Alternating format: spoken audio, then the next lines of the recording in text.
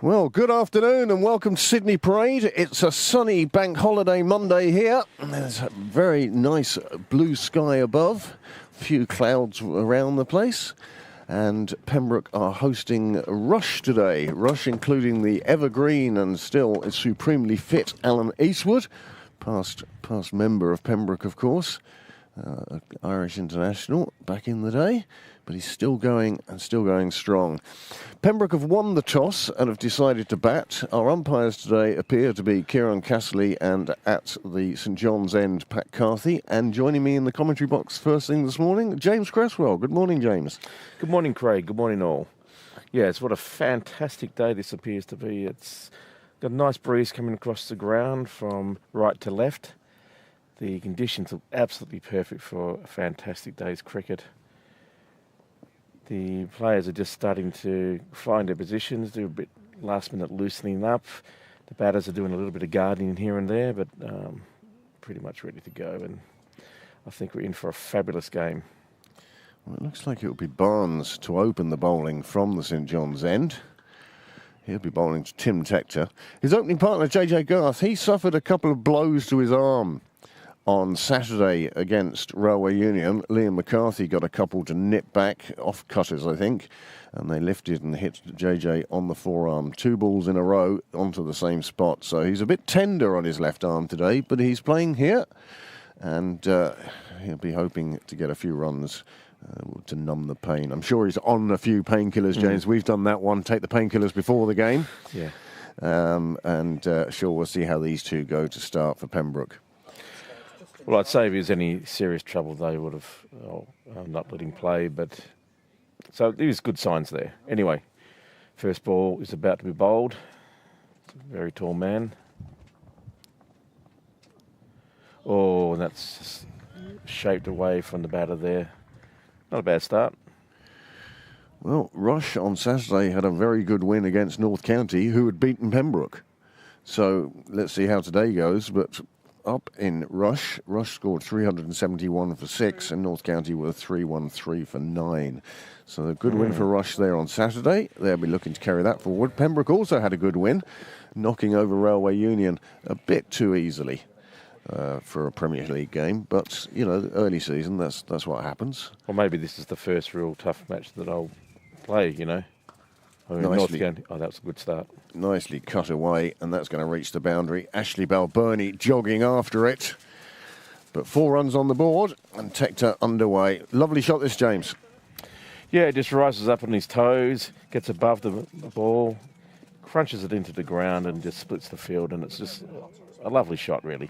And that's a shot that gives you confidence when you are out there early on. You could just see Ashley Balburney almost breaking into a jog to fetch that one. And Barnes concedes his first runs of the day. He's got a bit loose there. That's a cracking shot. It was just the previous ball had been a bit wide of the off stick, and he overcompensated, and Tector was onto it so quickly. Again, lovely shot. Yeah, straight out of the middle of the bat. He's in terrific form. And the bowling wasn't too bad, really. I mean, he's got a nice flowing run-up and action, but just hasn't quite got the radar right yet. Well, Tector, of course, who went and joined the full Irish side during the winter, didn't get to play in that game, but he got called up, and it shows that he is the next cab on the rank, as they say. Well, I think I was delighted to see that. I always thought he should have been called up earlier, but where do you put him? You know, that sort of thing. But he's always had the talent that he should have been called up quite a few seasons ago, in my humble opinion. That's a good problem for Ireland to have when you've got someone like Tim Tector that is struggling to break into the top side. Somebody pushing the men in possession. That's a good channel. Good delivery from Barnes. He'll probably find his length a bit more now, having conceded those 2 early boundaries. No, if he keeps bowling in those sorts of areas, it'd be quite difficult for the batsman. You know, he's getting, from his height, he gets a lot of bounce. He's a tall man. Weather forecast good for this afternoon, and we're expecting even more blue sky as the day goes on. Oh, that's a lovely ball. Did everything it could just to get the edge, and the batter did well not to get a bit of wood on that. So at the end of the first over, it's 8 for none. Good start for Pembroke, but some good signs there for Rush. Yeah, Barnes, towards the end of the over, starting to find a line and length that he's enjoying. And, well, Tector took his 2 boundaries, but other than that was quite watchful. First over gone then, 8 runs on the board, Pembroke off and running. Now, bowling from the far end. Nice bit of fielding, Ashley. Yeah, well done. Get to call up for the sixes soon. Slate screen's being moved for this first over. It looks like it's going to be left arm pace. Tanawell will be bowling from the nursery end.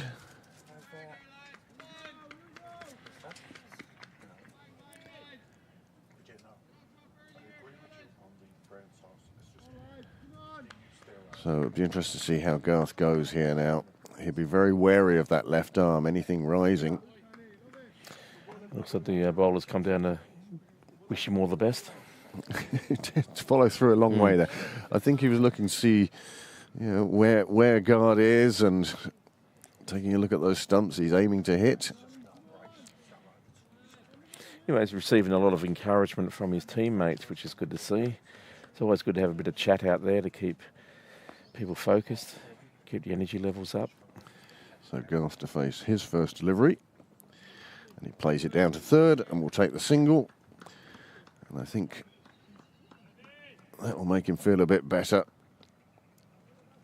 Easing himself into it. Takes the single. Gives the strike to Tim Tector. Yeah, both these 2 batters have been in great form for what we see from the start of this season. It's early days, but so far so good. Both got a huge array of shots. So the bowler really needs to be in the right line and length.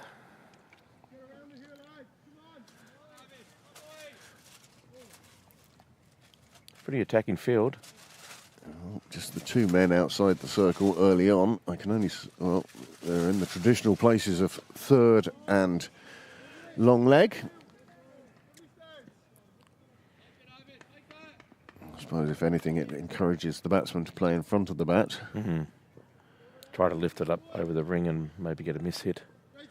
A couple of slips in place as well. So they'll be hoping that he gets a bit of shape maybe on the ball. Just about getting away with the camera angle maybe for the keeper. Do I lower it? Ah, that's okay. Yeah, sort of got a bit of shape. Squirted away, didn't it, really? Yeah, came in quite nicely there for the bowler. Another single. Take the runs that they're offered. Absolutely glorious out there now. The sun's just gone up a notch in as far as it's light and heat. It's a lovely day, isn't it? Oh, makes you want to be out there yourself. Going for a duck. Although perhaps not facing this bowling. No, maybe not. Tector well in line there. Well on top of it. No difficulty keeping that one out. Few people have turned up. I see a couple of members of the Tucker family and Ashley Bell-Burney here today. Andy, of course, appeared in the team on Saturday, and it's been a long time since Andy Bell-Burney was in the team and has a DNB against his name. Sean has just arrived, so the bar should be open in the next 3 hours. Nicely played down the ground. Yeah, good contest between the bowler and the batter here. It's always tricky, no matter what level you're on, when the ball is moving around a lot. You'd wonder how many overs it will be moving around for. So far, that's how good it seems. Nobody's been well wide Yeah. and punched through the offside, through the covers. That runs down to Michael Sharp corner. The ball seems to be following Ashley Balboni around. He's sat down over there now. So to the 3 boundaries hit, 2 of them have been to him. It's a lovely shot, just way too wide, and he just front foot down, eases that through the gap. Straight on the carpet. Thank you very much. Well, 6 runs coming from that opening over, and Pembroke off to a bright start. 14 without loss after 2. Both Garth and Tector scoring at slightly over a runner ball. And it's a good start for Pembroke. Barnes to continue then from the St John's end.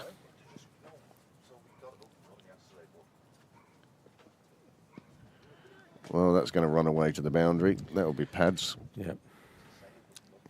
Leg buys there. Umpire Carty showing a fine impression of a flamingo.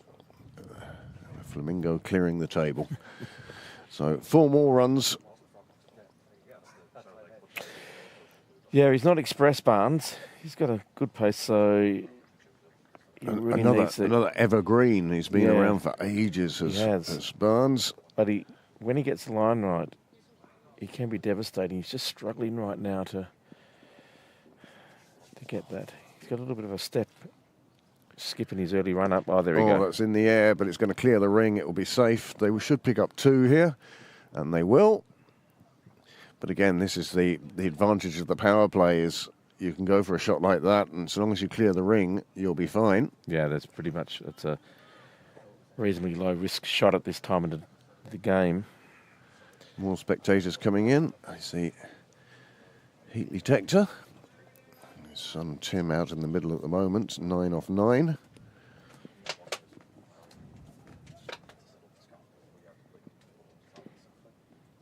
Two slips waiting for any sort of edge that they can generate.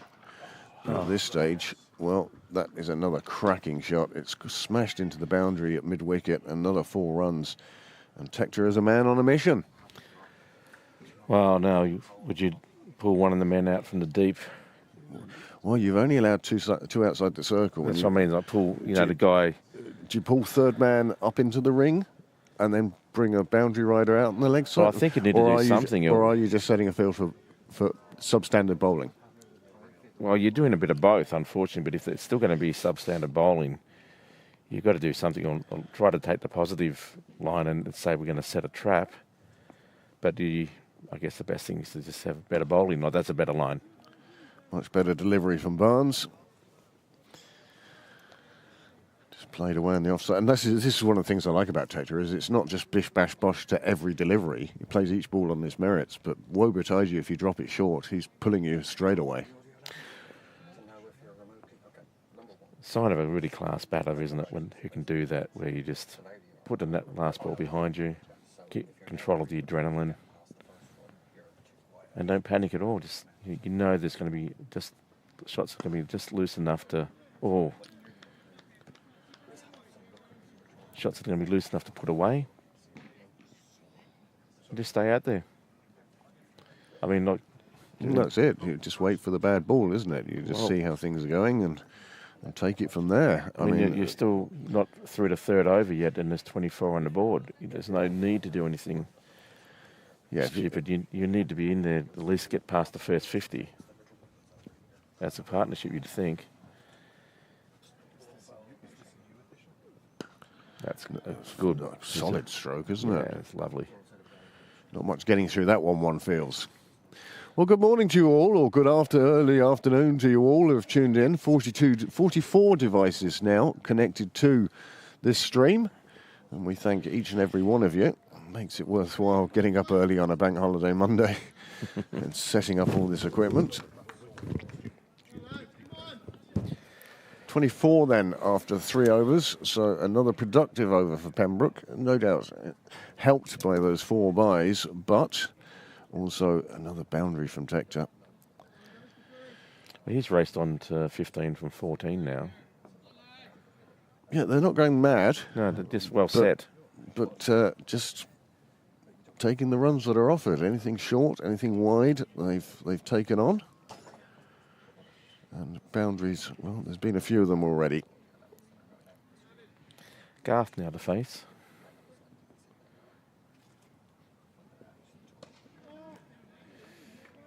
Nice shot on the offside. Fielder in the ring, doing the business. Nice sharp bit of fielding there, actually. Just pounced onto that, made sure there was no run.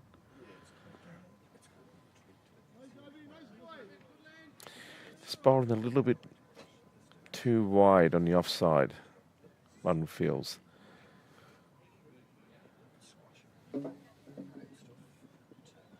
Another one that's wide, and that's punched beautifully through without too much effort, and ends up right in front of the clubhouse. 4 more runs Garth picks up.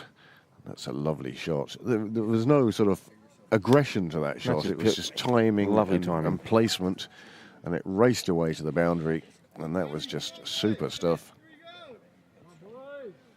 Yeah, you wouldn't break a sweat on that shot. It's just a beautiful thing to watch. Front foot down and ease into it, punch it through. It's a frustration bowl. Well, that's what it was, James. You're absolutely right there. And the first maximum of the innings.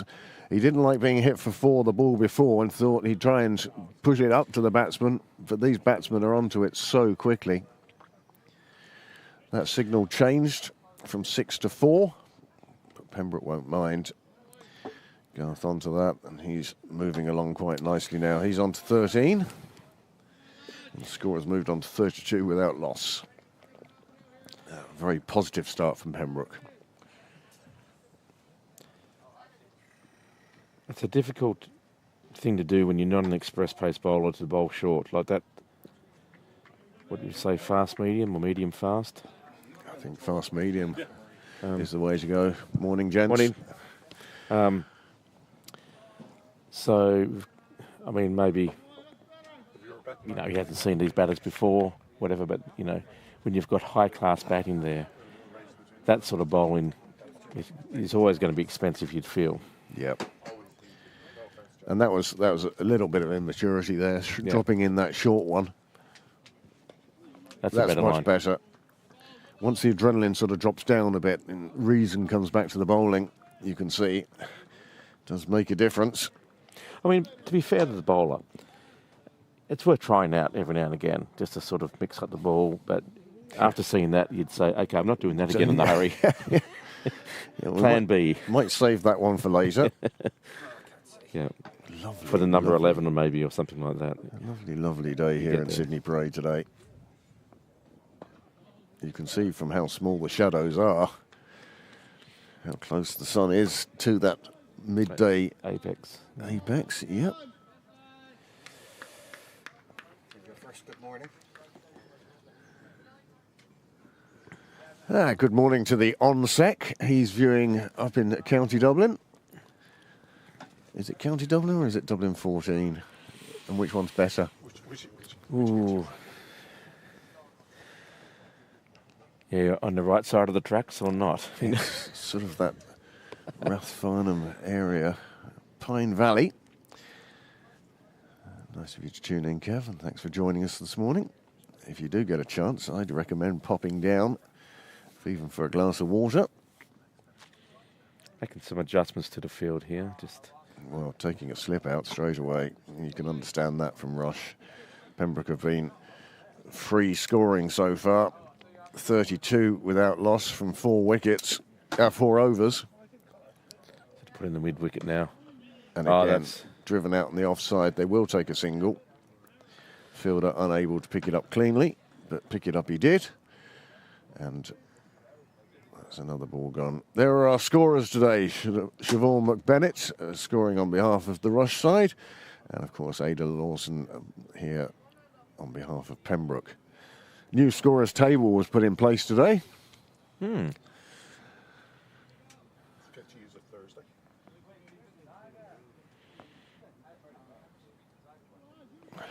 So Eastwood's coming onto the attack. There's a Jurassic Park moment there. You know, the bit where the glass of water is on the dashboard.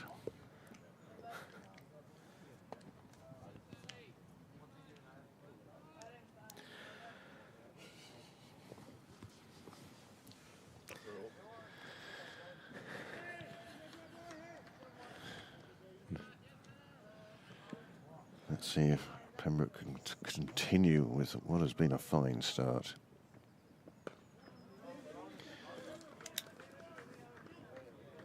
Not a bad ball there by Eastwood. Just put the bat out, just a light little punch on the offside. Goes to sort of backward point and they pick up a single. It's good to see Alan still rolling the arm over. He's been playing for a few seasons now. And still at a very high level. So a change of bowling at the John's end. Barnes is 2 overs. Went for 14 runs. Scorers have been caught out a little bit now with the introduction of Eastwood. I'm sure you will see that live scoring scroll back and scroll forwards again, although they haven't noticed yet. I think they've been distracted at the scorers table. That was the first shot that Tim Tector didn't get out of the middle of the bat. I mean, that's some batting, isn't it? Squirted away a bit, didn't it, Yeah, really? I mean, wasn't an edge at all, but it was just not quite out of the meat of the bat, as Tony Gregg was oft fond to say.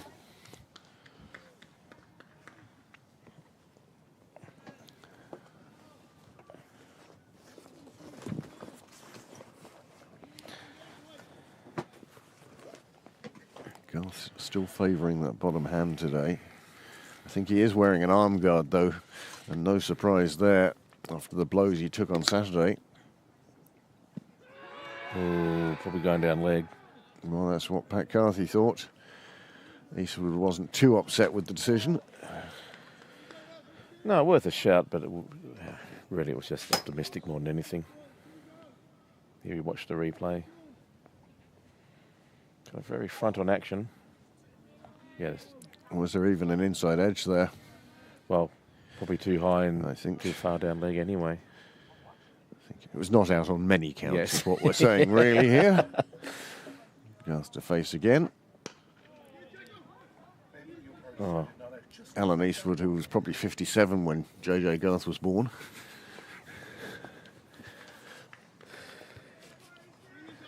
But a fitter man you won't find on the pitches. he's probably the only man on this side that's played in 2 centuries. 20th and the 21st. Yeah.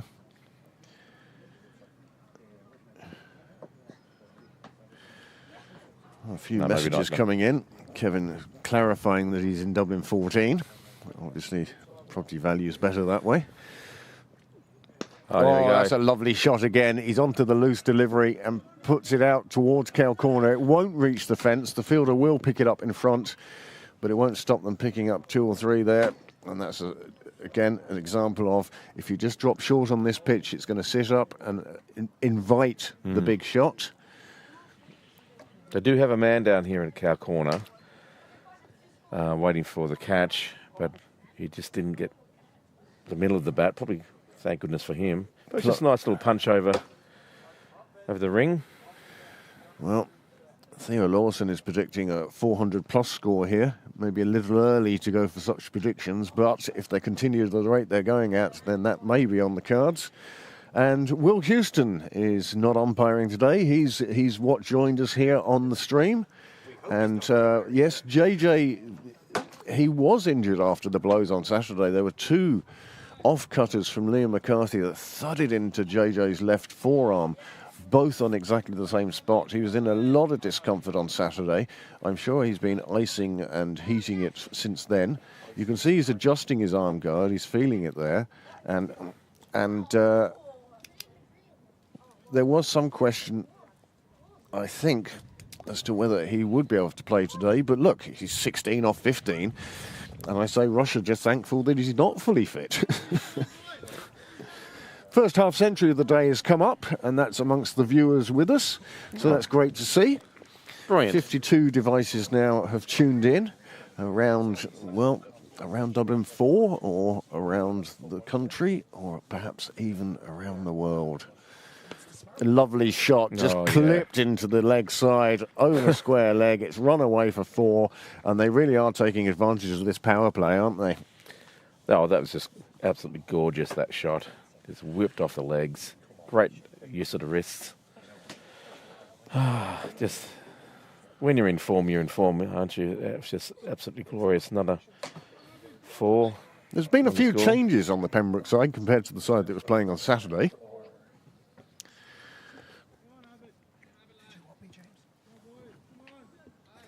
Good afternoon, Steve. Steve has come back to us. And yes, Rush did score 371 on Saturday. And it could be that they're going to have to score more than that today if they're to win this game. However, still very early in the day.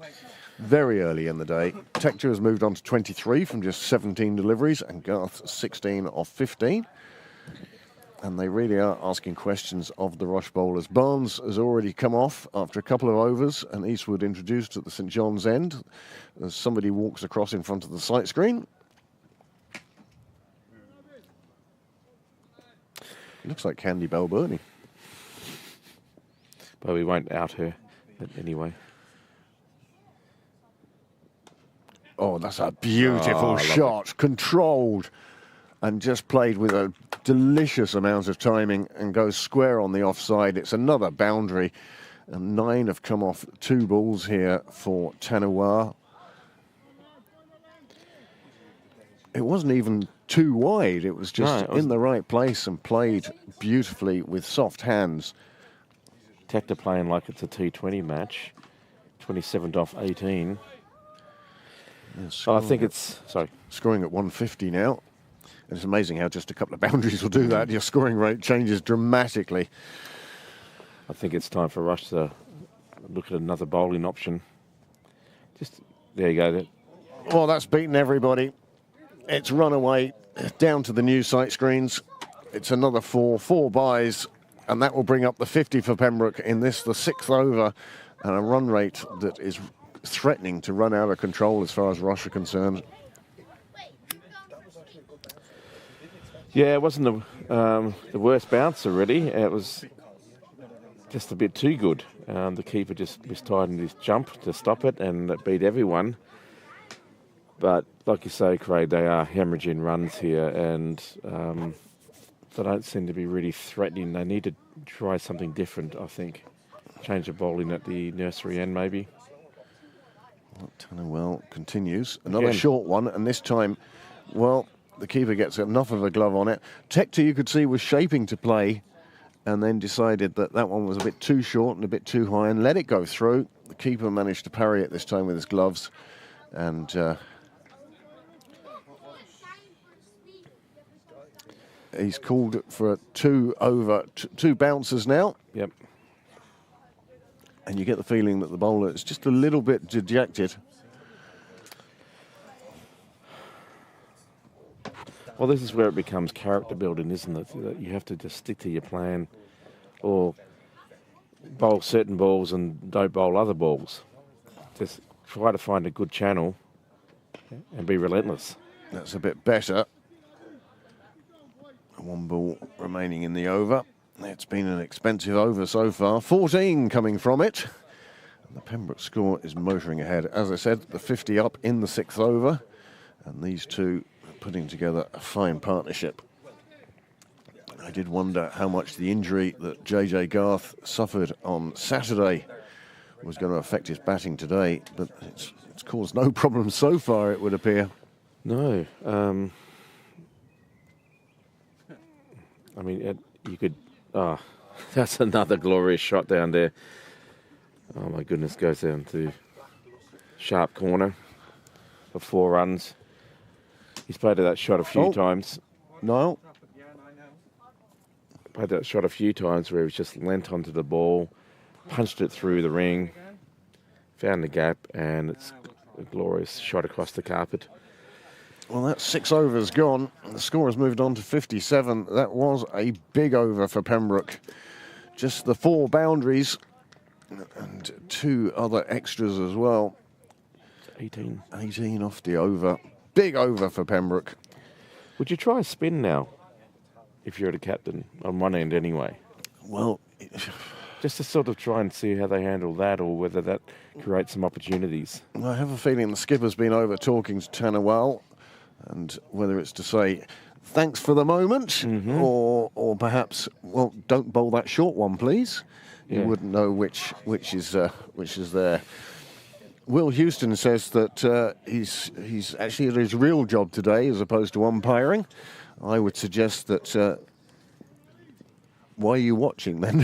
What is your real job that lets you watch here? Eastward to continue from the St John's End, and at the moment it's all been one-way traffic. Pembroke delighted 57 without loss off 6 overs. That's a good ball. You'd think it was a T20 the way. In the gap between overs, he actually seems to be playing a bit more conservative than he probably normally would. I mean, that's a 50 over versus other formats, but he's still 20 off 17. Yes. So it just shows you what sort of fireworks he's capable of. Another one that played with power out to the offside. This time the fielder in the way, keeps it to a dot ball. So 3 on the leg side, 1 at mid wicket, 1 you say is reasonably deep mid on, and 1 down at third man. Long leg, third long man, leg, and the men outside Long leg, during this power play. Eastwood, well, that's one of the things he does, is because of his consistency, he does allow his captain to have things like a 6-3 field. You know that he will bowl to his field. Well, that's where experience comes in a lot, doesn't it? It's just keep bowling that line, frustrate the batsman if you can. Now, just to let you know, Alan Eastwood has already bowled an over, but it's gone down to Barnes in the book. So that's something that will need to be sorted out later when they come up to who has what overs left at the end. Well, as long as Barnes doesn't get Eastwood wicket. I'm sure they'll sort that out, yes.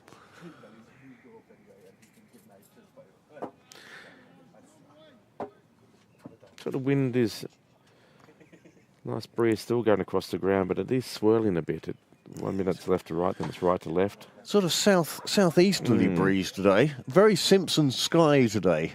Very much. Lots of blue. Fluffy cloud day.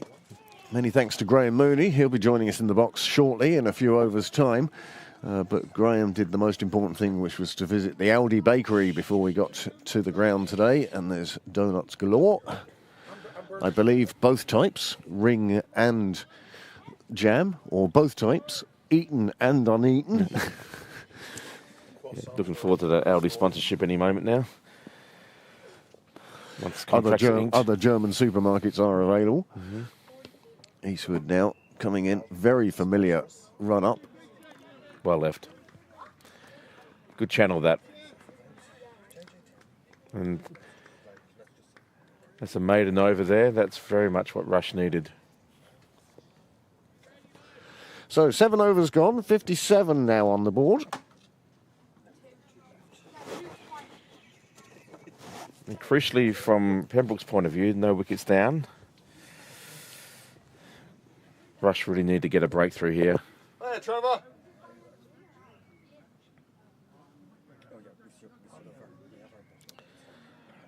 Looks like they are now changing to a spin option. Well, they had to change to something, didn't They they? had to, yes. 7 overs gone, 57 on the board. First maiden of the day. Wow. Well, he bowled, just showing from experience of the rest of the team, that's where you need to be, just consistent bowling. Okay, it may not get you necessarily exciting wickets, but it'll hopefully build some pressure. Left arm spin to come on now.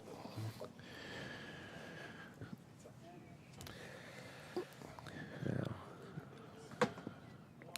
5-4 field, 5 on the offside now. Sweeper on the boundary.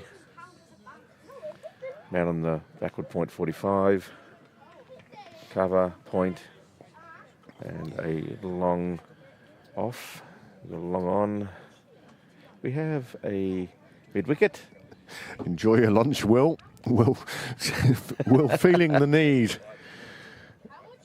But they brought the boundary rider on the offside back into the ring now. So no one on the fence.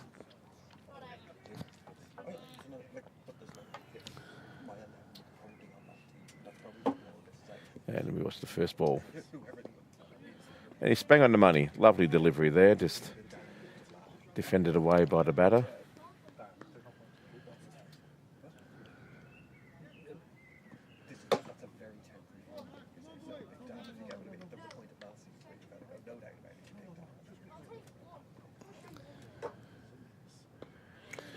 Another good ball there.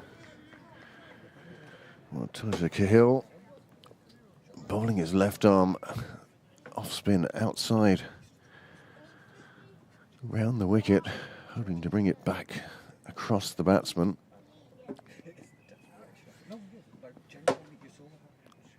Oh, good delivery. Does Garth on that occasion.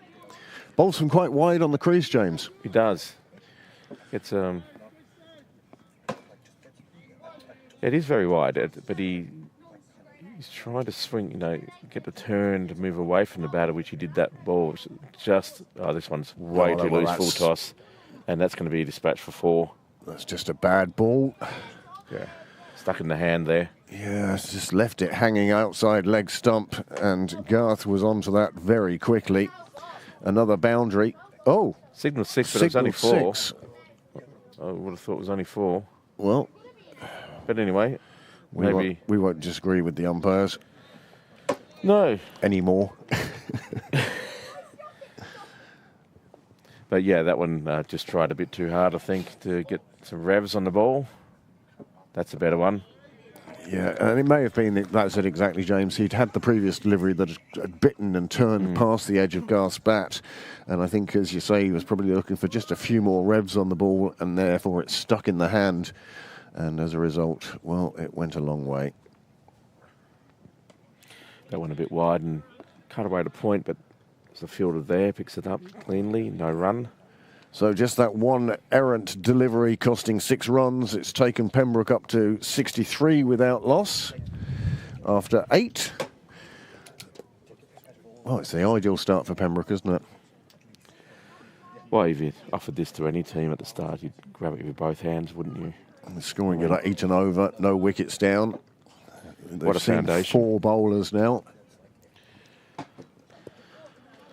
Yeah, so Rush really need to find a way to get another wicket. I mean, I don't want to state the obvious, but what would you do? How do you get this wicket? Well, Eastwood continues, number 54. That's been his number for many years now. And that one clipped away through the leg side. Mid-on will get to it. Little bit of footballing skills first, but did enough to prevent anything other than a single. I get the feeling if the breakthrough, or when the breakthrough comes, it's going to be off Eastwood's bowling. Well, he's looking the most likely at the moment, isn't he, to cause the problems. A couple of people sitting down in Con's Nook today.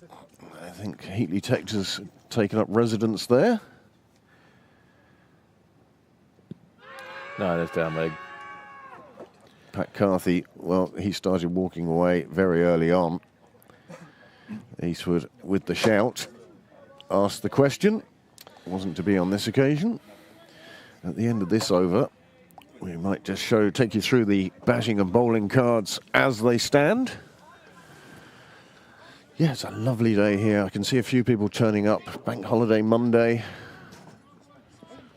That's a lovely way to finish off a long weekend. Come and watch some high quality cricket in a beautiful location. There is a bit of a breeze that's keeping a lid on those tropical temperatures that otherwise may be here. It was a similar day. I was in England yesterday, and it was a similar day to this, where nice and sunny, bit of breezy, sort of breeze. And I was lucky. We went to my wife and I went to Avery, which has another sort of set of stones like Stonehenge, and just out there was a beautiful cricket ground. Watching the guys play there for a few minutes, and then we went to Bath, yesterday as well. And just outside the city itself, the actual core of the city, they've got the most beautiful cricket ground there. It's unbelievably nice. Flat as a... There's one thing about England is you can be going down a country lane, turn a corner, and suddenly find a magnificent cricket ground. There are some really lovely ones around. You know, it also struck me. They're all still playing in whites with a red ball. Yeah. Just saying. Yeah. Well, we don't see any red balls anymore. No, there's no red ball in Irish cricket anymore. Certainly in Leinster cricket. Oh, that's a beautiful ball. He was so lucky not to get an edge on that. Nice bit of shape. Garth did well.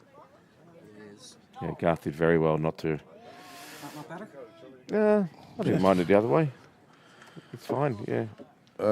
That's probably best. Yeah, anywhere in between that, it gets too much reflection. Like, that's horrible. Yeah. That's wrong. That's wrong. You either need it pointing at the roof or pointing at us. Yeah, that's fine. Be sort of more down is where I was thinking like it should be. Well, if it's not broke, don't fix it. Anyway, that encouraged Eastwood. Oh, that's a cracking shot again. You could see there was very little effort put into that. It was just played through the gap, and that's a glorious boundary. Eastwood has the teapot going. I don't know why. It was a lovely, lovely shot to end the over. The score has moved on to 68 for none. Off 9 overs. I don't know where the 4 came from in that. And let's just have a look at this batting lineup of Pembroke today. A few changes from Saturday's team. No Balbirnie in today, no Hollins. Lorcan Tucker comes into the side. And also Luke Murray coming in. So good to see that the rotation there happening and everybody getting to play, as they say. Those youngsters getting experience like Luke and Dan Murray. Yep, 10 extras in those 9 overs. Well, part of that was down to that 5 that went over the keeper's head. I'm looking forward to seeing Blake McDonald with the ball today. I haven't seen him. No, you won't see him with the ball. He's a batsman. Oh, is he? Okay, Yeah. sorry, just thought that was the 11 there for a second. Oh, that's nicely punched away on the leg side. They look for 2. They think about 2. They decide against 2. Sorry, I thought that was a batting card there for a second. No, he came in number 3 last game, didn't he? Yeah. What we're talking about. Sorry, brain fade.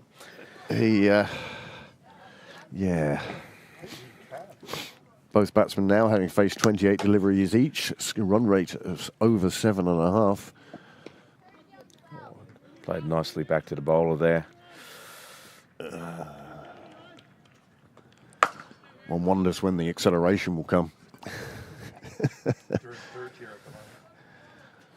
A lot of Rush hopes rest on this young man's shoulders. You could see Garth was looking to come down the track and lift him straight. He dug it out and takes the single. They don't want Totakil to settle too much. No. Show him different looks anyway.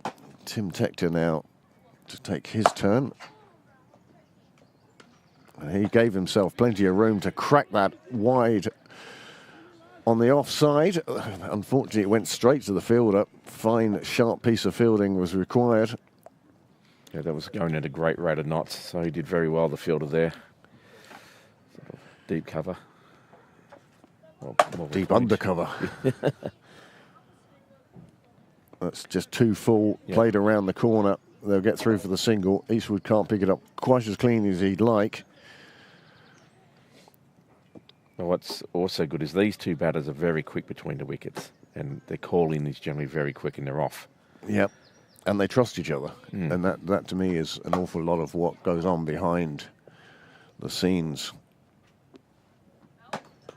Oh, that's a good ball, but well played.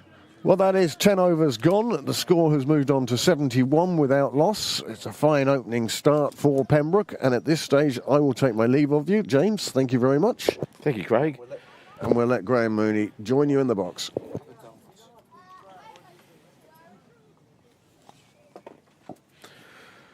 Well, the perfect start there for Pembroke. They look very much in control. There hasn't been really any, I guess, loose shots or opportunities given to Rush. one seems to find that it's going to be a difficult way to predict how the wicket's going to fall. I'm glad to see that Alan Eastwood is still bowling his spell. He's getting some late shape when it lands right, so I would have to think that he's have to be a key. And welcome, Graham. Hello, James. Lovely to be here. Yeah, well, Alan Eastwood is always key Yeah. for Rush. So much experience. But, yeah, glorious day to be here.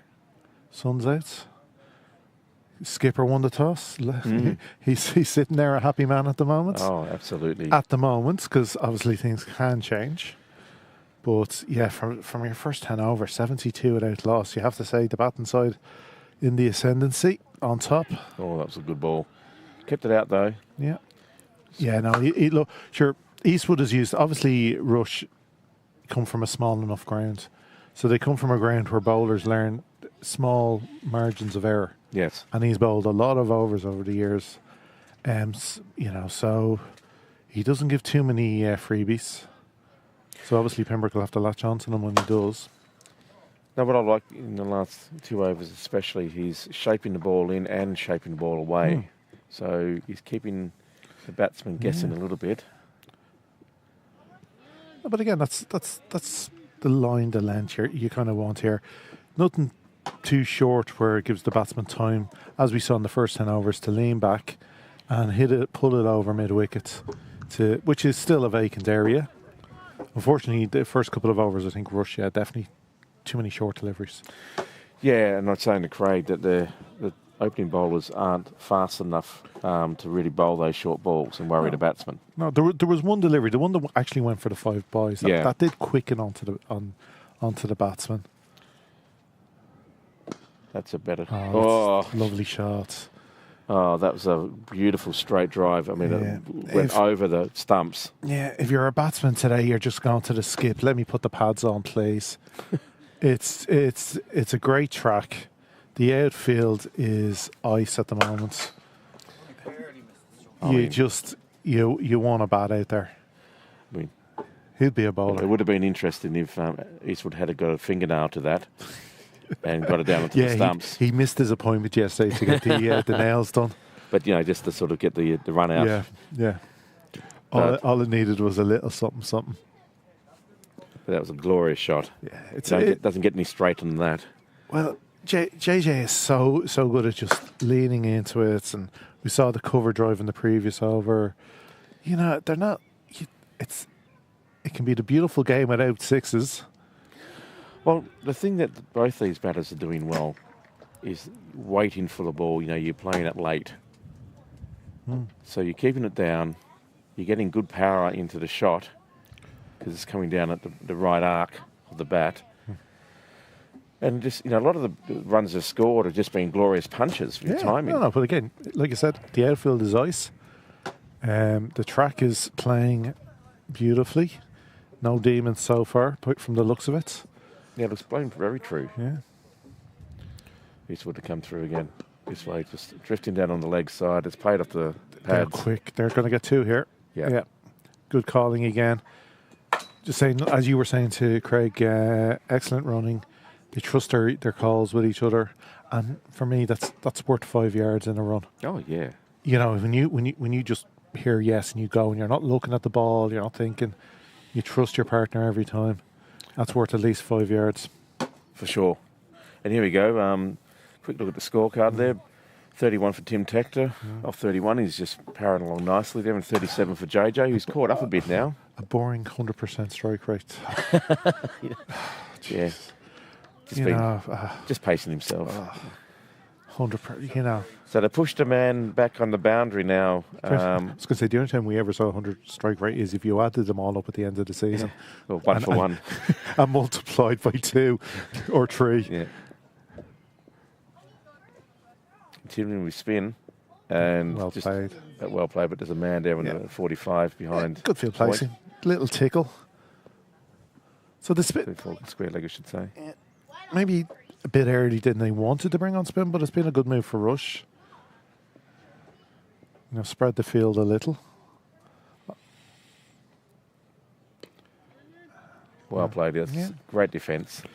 Played that one straight bat, and it just popped away to the leg side for no run. Yeah, good bowling here. He's attacking the stumps, getting the right length. Well, these two now, Eastwood and Tucker Hill. Ooh, lovely shot. Caught. Out it, but now they have the protection out. Now we're outside the first 10. You know, extra fielder outside the ring, and they've got him on that cover boundary now. So if the bowler keeps this line, he's going to be attacking the stumps, forcing the batsman to try to manipulate the ball. Well, even if you can't get a wicket breakthrough just yet, I mean, they've brought the run rate down from sort of mid to low nines and over down to, you know. Oh, here we have the first yes, no. Oh, Just back. Oh, chance there for Rush. first sort of wobble in this Yeah. partnership, isn't it? Just That's the first moment. anyway, good communication though. Got back in time. But good signs there for Rush. Again, it's an over where the bowler's attacking the stumps. He's kept it down, the run's down, and all of a sudden, from free flowing, they're wondering where they're getting their run from. I was just sort of saying that brought it down from sort of 9.5-ish down to 6.7. That's a huge handbrake. Oh, Yeah. that's a lovely shot, but the man is just Again, played away into backward point there, but there's a man there for a dot ball. Bowl into your field. You know, he set his field nicely here. He's got deep mid wickets, basically deep square leg, deep mid on, and deep extra cover. Yeah, I'm very impressed by his bowling. Left arm. You can't beat a left arm bowler, whether it's spin or pace. You know, they are the best. They certainly are, aren't they, Graham? Yeah, they always are. Most intelligent cricketers going. Here's the running miss. So I missed the first. 11 Here's there, a little run out. Yes, no, yes, no. Luckily, they're wearing spikes out there. On Saturday, we had an incident with a Railway Union player, and he wasn't wearing spikes, and he ended up flat on his face and got given run out. Always wear your spikes.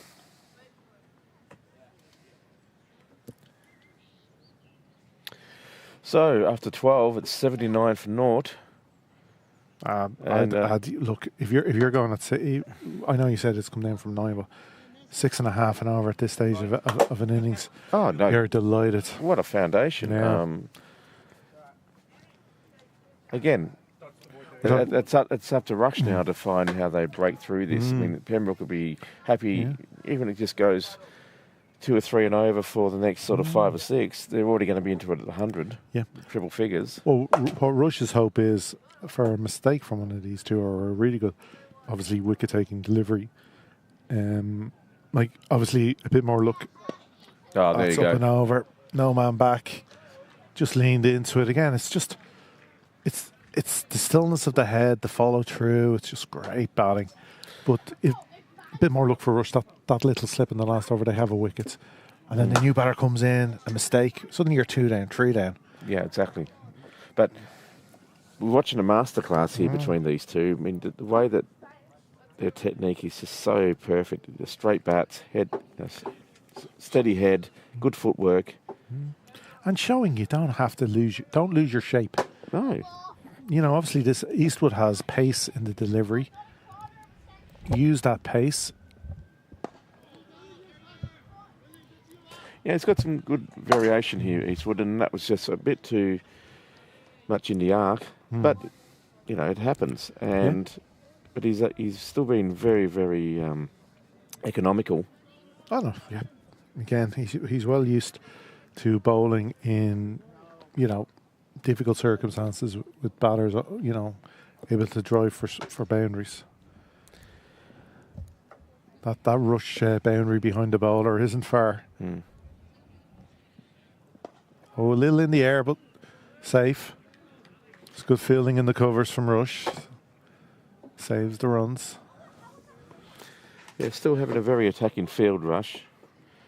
And I think this is good because they're trying to obviously entice the batter to lift over the ring, maybe have a catching opportunity. So far it's worked out well for Pembroke, but you've got to still be attacking. If you haven't got wickets, what else can you do? You mustn't, go down fighting or, like you say, get a breakthrough and maybe get 2 or 3 quick wickets in succession. Well, this is where a fielding team... Oh, that's great running. Yeah. That is... turned and Early he was back. He knew call, there was two yeah. there, Tim Tector, and he just powered through and in the end made it back quite easily. But now this is where it gets difficult for a fielding team to keep yourself G'd up without anything to cheer, but you need to keep the energy up to maybe create that moment. Because again, at just looking, you would expect Pembroke to bat the 50. So you have to go, right, we're out here for 50 overs. We're not bowling them out in 20. So you're going to have to keep your energy up. I like this. Rush are just making a change. They're taking out the slip and put him in sort of like just behind the square. I think this is good because as long as he doesn't shape it and get an edge and goes to slip. Well, that's I don't like this. Well, I think I think they could have moved someone else. Personally, I think they could have moved a guy down in third man or. We're just talking about them needing wickets and they're taking slip out Well, to save a single. If you're gonna, I would have put the man from take deep fine leg and up put into him the in. circle. Yeah, Point to the catch. Yeah. yeah, No, true, but that's when they're playing for third man. Keep the slip in and force them to play the third yeah. man. But you're right. Bring up Deep third fine man leg. and deep fine leg, should say, and then put the guy back in the slip. The only reason there's a chance over the head. That's now, a beautiful whipped off your pad 6. but I was just about to say the only delivery that brings deep fine leg into it is a short down leg side, which he shouldn't be bowling. No, and So don't set a field for a bad ball. well, there we just see he just drifts down leg. Keep your slip in place. And that's a beautiful shot. Just clips it off the legs and gets so much onto it. Just Yeah, it's a short enough boundary down there. Like it would have had to have been a tremendous effort from any fielder to get around and make and like they're in that position. You need the ball to literally be coming down deep fine leg's throat to affect a catch. So get him in the circle, save the 1 and 2, keep your slip in place, and don't bowl short down leg side. It's a simple. Yeah, that's a good over there for Pembroke. They got 12 from it. Score now after 13 is 91 for naught. And I'm glad they're sticking with this spin bowler. He's bowling really well. But that's too loose. Oh, stumping chance to call. Great hands. It was very good keeping, but I think he was. He obviously was. He was in. Let's watch this. Yeah. His foot come up. Super keeping. Keep the batsman honest. Just a little, he tried to create that weight. Oh, he's just back in time. You can see the toe on the line there, yeah. Just back in time. That was like. But this shows you the good bowling that's going on because he was trying to create space to cut it through backward point maybe or into the covers. First bit of a glimpse in a long way there for a long while from Rush that they could have, would have, should have. Down the track this time, punch 1.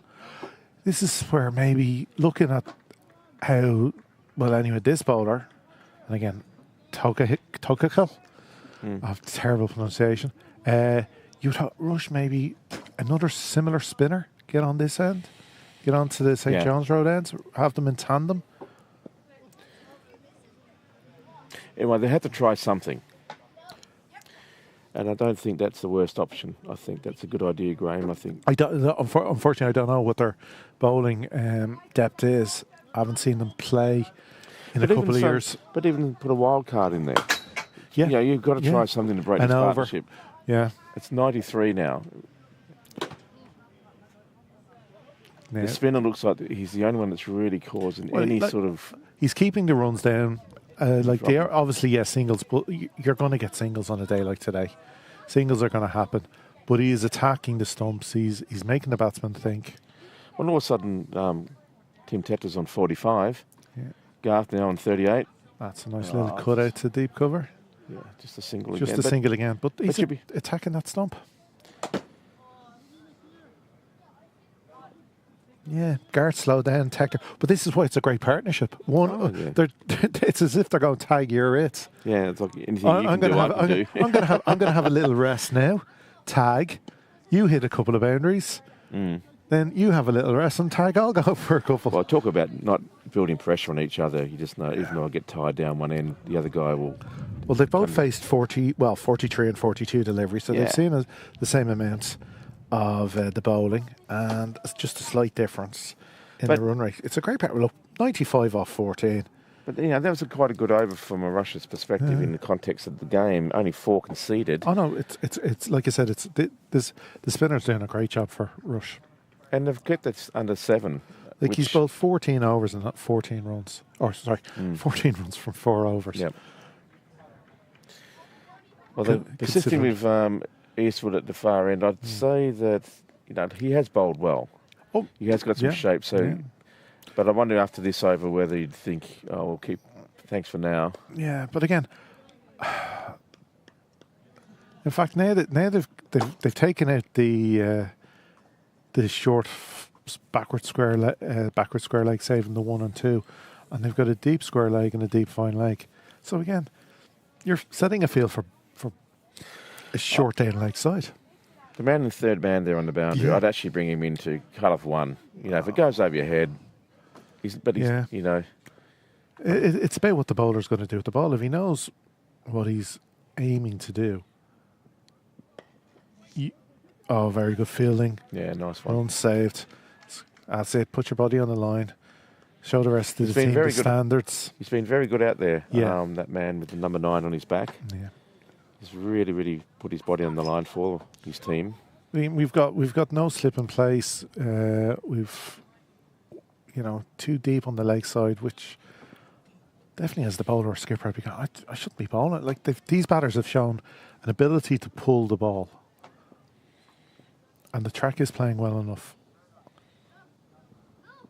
See, there we go, beautiful. But that's 6 of them slip in place.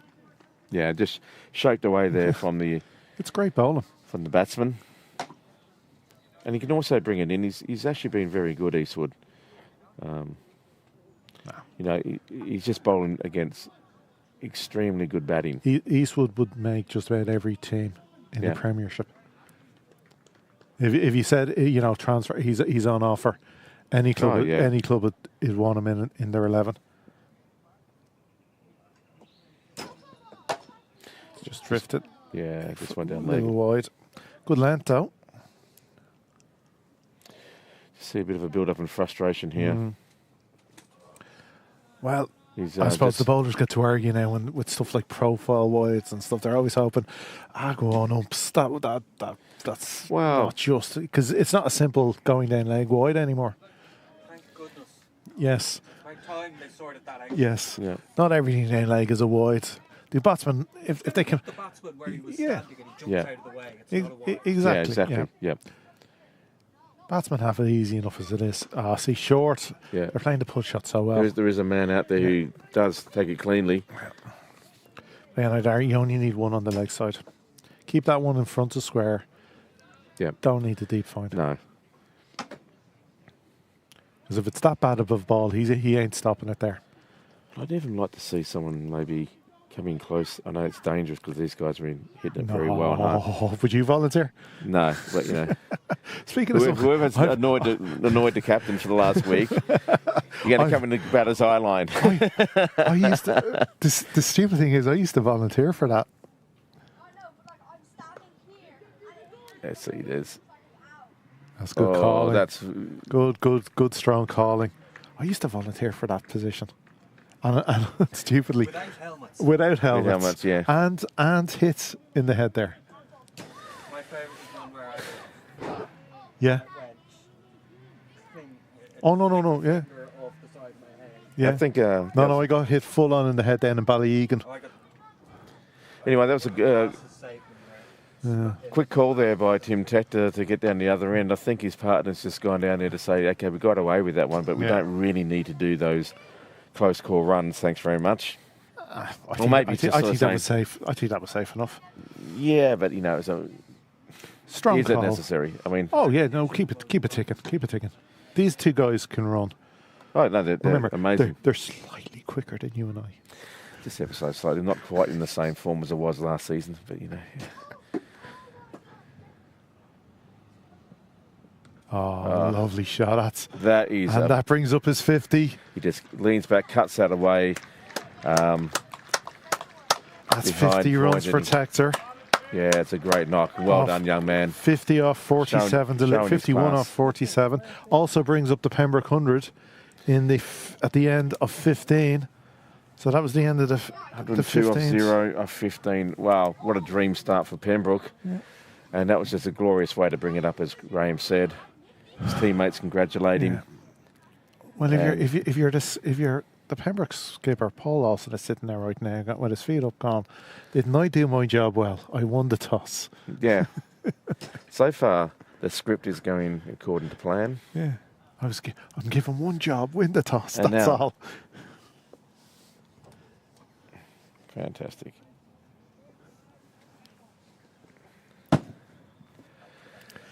Yeah, Now there's some few adjustments to the sight screens now. Oh, it's kids playing on them. Yes, please get away. While we do that, we just bring up the batting team spec, will we? Yeah, here we go. Oh, actually, sorry, I'll He's bring it gonna back. ball, he's going to ball, yeah. Sorry, folks. Again, well bowled.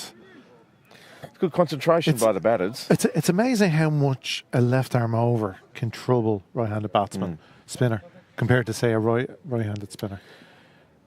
Yeah, the shape of how the ball comes to you just a little bit off-putting, because you don't see that many left-handers, in the scheme of things. Drifting, at half a peel. I don't think there was anything much in that. Certainly not for the umpire. The bowler wasn't really interested. No. He knew himself that pitched on leg and was following all the way down. But again, he's getting the ball up there. He's attacking the stumps, not giving width, forcing the batsman to manufacture a shot. You'd say that's clubbed into the leg side. And what a shot it is. It's going to make it there. It does. No, it doesn't. The rush foot comes into play. I'll pick up 3. The warm up with the football before the start helped. Saves a run anyway. Didn't get his black trousers dirty by sliding in. Good use of the feet there. Just saves a wash after the game. And JJ Garth now moves on to 43. He'll be looking to eye up his first half century of the season. Is it, or second? Second. It would be first. the first, yeah. Yep. Nobody has reached 50 apart from Tim today. Madara has, hasn't he? No, sorry, on the first 11. McDara on the second 11. And he got a ton yesterday in Malahide, yeah. Oh, I haven't seen that game yet. Okay. Well, it's in Malahide, so unfortunately. Of course it is. No, I think actually, to be fair, I think Malahide actually did have a YouTube camera on. I did think they did, but yeah, I think somebody said I was too busy scoring it. So I don't know, but anyway, I'll see if I can find that later on when I've got nothing better to do. It was a great batting track yesterday in Malahide. 308 played 269. Oh, Malahide is such a beautiful ground and location. It's always a great game out there. Ooh. Only one batter on both sides got less than double figures. Was that a leading edge there? No. But yeah, McDara definitely shone with 100. Good for the young man. But it was a good all general performance. Good runs at the end from Sam Murphy and Dale McDonough. They put on a 44 partnership in 4 overs at the end. And that, you could argue, was the difference. That kind of finish to the innings where Malloy couldn't keep up with it. 11 extras, 52 of 49 for Tim Tector. John Garth, 44-48. Yeah, the most encouraging thing yesterday from the seconds was the bowling performance, in the sense that they didn't bowl Malahide out, but they didn't bowl the extras they have done in the first 2 weeks. And the extras, were the difference in extras were the difference in the match. You can have a change of bowling now. Looks like another bit of seam. It's the man who's been out there in the sort of cover region who's been so we'll get in Neary. So we got a name. Neary. So thank you. Yeah, he's been doing a great job in the field. Yeah. Let's see if we can do the same for his team with the ball. Yeah. Well, his body should be loosened the amount of times it's hit the deck. No, he's been playing out of his skin at the moment. You'd have to say he'd be a contender for the Rush play of the match. Yeah, left arm over by the looks of it. So again, he's got the tough job of bowling, with the wall on the leg side as a left arm. Is he lefty? Or? Well, he's coming over the wickets, or to the right hand side. So we'll see which hand he's bowling. But I would suspect left hand. Yeah, maybe. Yeah, that's what it's set up for. No, it looks like it's. Oh yeah, it's lefty. That's a good start. Trying to but again, yeah, with the way the field is set, there's only, again, deep fine leg, deep square leg, nobody at cow, nobody deep mid on. So if he gets his lengths wrong, especially the way Tim has been pulling the ball and the way they're obviously, I'd say they're seeing a beach ball at the moment, he can't risk his length dropping short. No, he's obviously trying to. And he dropped short. Yeah, there you go. There is that man out there Yeah. in sort of fine leg. He saves the 3 runs, just concedes the single, but that was offline. Yeah. Probably compensating for the first ball. The first ball was quite a good ball in a way that drifted across the batter, but was just a bit on the wide side. Didn't force the batter to have to play, and this one just overcompensated. So maybe this is going to be the ball that brings him success. No. Nice, good delivery though. He bowls wide of the crease, so he's going for that angle across the right-handed batsman. He does nice and full. Just punched into the offside to the deep cover boundary. So that'll just be a 1. For me, especially with the way that it is set up to be looking like a long, 50 overs, kind of run a ball, 300 score, it's not a bad option if he just keeps bowling them and frustrate the batsman into making a mistake. An over at that length and that line, rather than trying to drop one in short and quick and just a couple of overs at the same line and length. Maybe, yeah. It's the trouble is these two, they're very agile and fit young men, so they're not going to get tired very easily. It's just going to be whether the mental toughness, they have a brain fade. Yeah. That's what you're playing for at the moment. Yeah. The track isn't helping, so you're hoping the batsman helps you out by making a mistake. And he has. Played on. The breakthrough.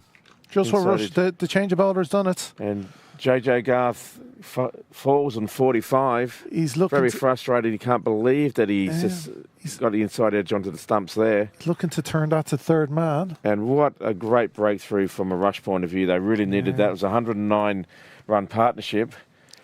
Dream start for Pembroke. Just short of his 50 as well. Pity. Here we go. We'll see it now. Again, wide of the crease, pushing the ball across. Cannot believe that he just got pushing it across. I'm looking to play it down, and then just gets the angle of his bat wrong and plays it down. You're too high in the bat maybe as well. Bit of luck for the bowler, but that's what they needed. Anyway, a well-made 45. Yeah. And we have the first wicket breakthrough. Yeah, 109, yeah. And obviously coming to the crease now, a man who has shown he's in form so far this season. The new pro. Where is it? Yeah, that's Tim. Yeah, Blake McDonald. Mm. He got a 44 on the first weekend, and on Saturday, a 40 something not out anyway. So he's in good form as well. So in good form. There wasn't enough runs on the board to chase to get him to his 50 on Saturday. He certainly looked like he would have gotten there. So just improved his average. Yes, yeah, averaging 80 odd now after 2 games. So if he gets that today, Pembroke could be very happy. But he couldn't ask for a better day to bat. No, but this is would obviously put a bit of a pep in the step of Rush now. Yeah, this is the moment they need to G themselves up. Can they capitalise? Can they get 2 or can they get 3? Not with a ball like that. A bit too wide, a bit too full. Yeah. Almost surprised that the batter went after that. Thought they would have let that go for a while, but anyway. Well, Blake has shown he's very good with his hands and wrists. Yeah, it's always nice to get off the mark, isn't it? And again, we were talking about earlier about how Tim keeps his head still. A couple of his shots on Saturday, especially a straight drive down to the nursery end, just so still in the shot and just lifted it and into the gardens it went. So after 17, it's 110 for 1. Breakthrough coming. And can the Rush attack now bring another 1 or 2 wickets quickly? Well, this will be we're gone to a change of bowling. Well, it worked for the St John's end, so new batter, new bowler. Yeah. I actually think that the previous bowler, Neary, did a really good job for his team. Yes. So I'd say Tonka Hill will be a little upset he's not going to get the bowl at the new batter, because obviously he came on to bowl when the two openers were flying along. He helped drag them back with a good. But also, if you haven't made the breakthrough, you have to change something, Yeah. And I might have given him one more over though, just at the new batter, just to see left arm attacking the stumps to a new batsman. He might have rushed one on. He might have bowled full, just caught him like with his feet stuck in the crease. But anyway, they've made the change. They're going back to seam. I'd say this gives Blake an opportunity to get himself in, because any loose deliveries just gives him a few sighters. So the new bowler is Abassi. Looks like right arm pace. Yeah. And he's bowling to the new batsman, Blake McDonald. Hi, Nicky. Yeah, that's a little easy punch into the offside, out to deep cover, coming in, keeps it to 1. Leanne? Yeah, he'd be conscious of his job now. Is just to get singles, see the, get used to the conditions, feel the ball on the bat until you get set yourself. Yeah, well, he's got a set batsman at the other end. This is the wonderful position Pembroke are in. Whoever was coming in a tree was going to be joining somebody who was set. Yeah. Either way. So he can lean on his friend for a little while. Have a look, see what's happening, get a feel. And sun's back out now. Yeah. The wind has sort of just died down a little bit. And that's a good ball. Just played away to sort of mid-on direction. No run.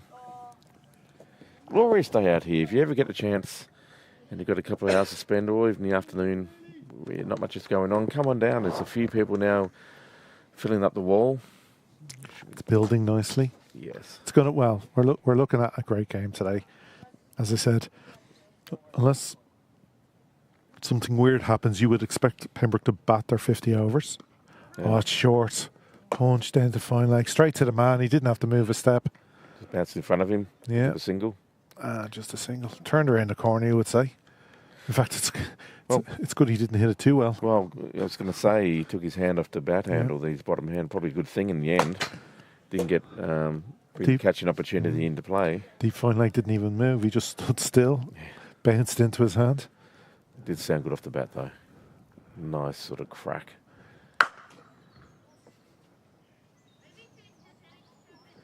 Yeah. Oh, that's cracked. That should be cut off. Fielder coming around the corner. Yeah, well good fielded. bit of fielding there in the deep. Deep cover. Had to cover a lot of ground. Had to come from basically, what would you say, that deep cover to almost like point. Backward point. Yeah, backward point position. Covered good 30, 40 yards. Yeah. Got down low, saved his team 3 runs. That was a very loose ball, though. Very wide. Well, again, it's a good sider for the new batter.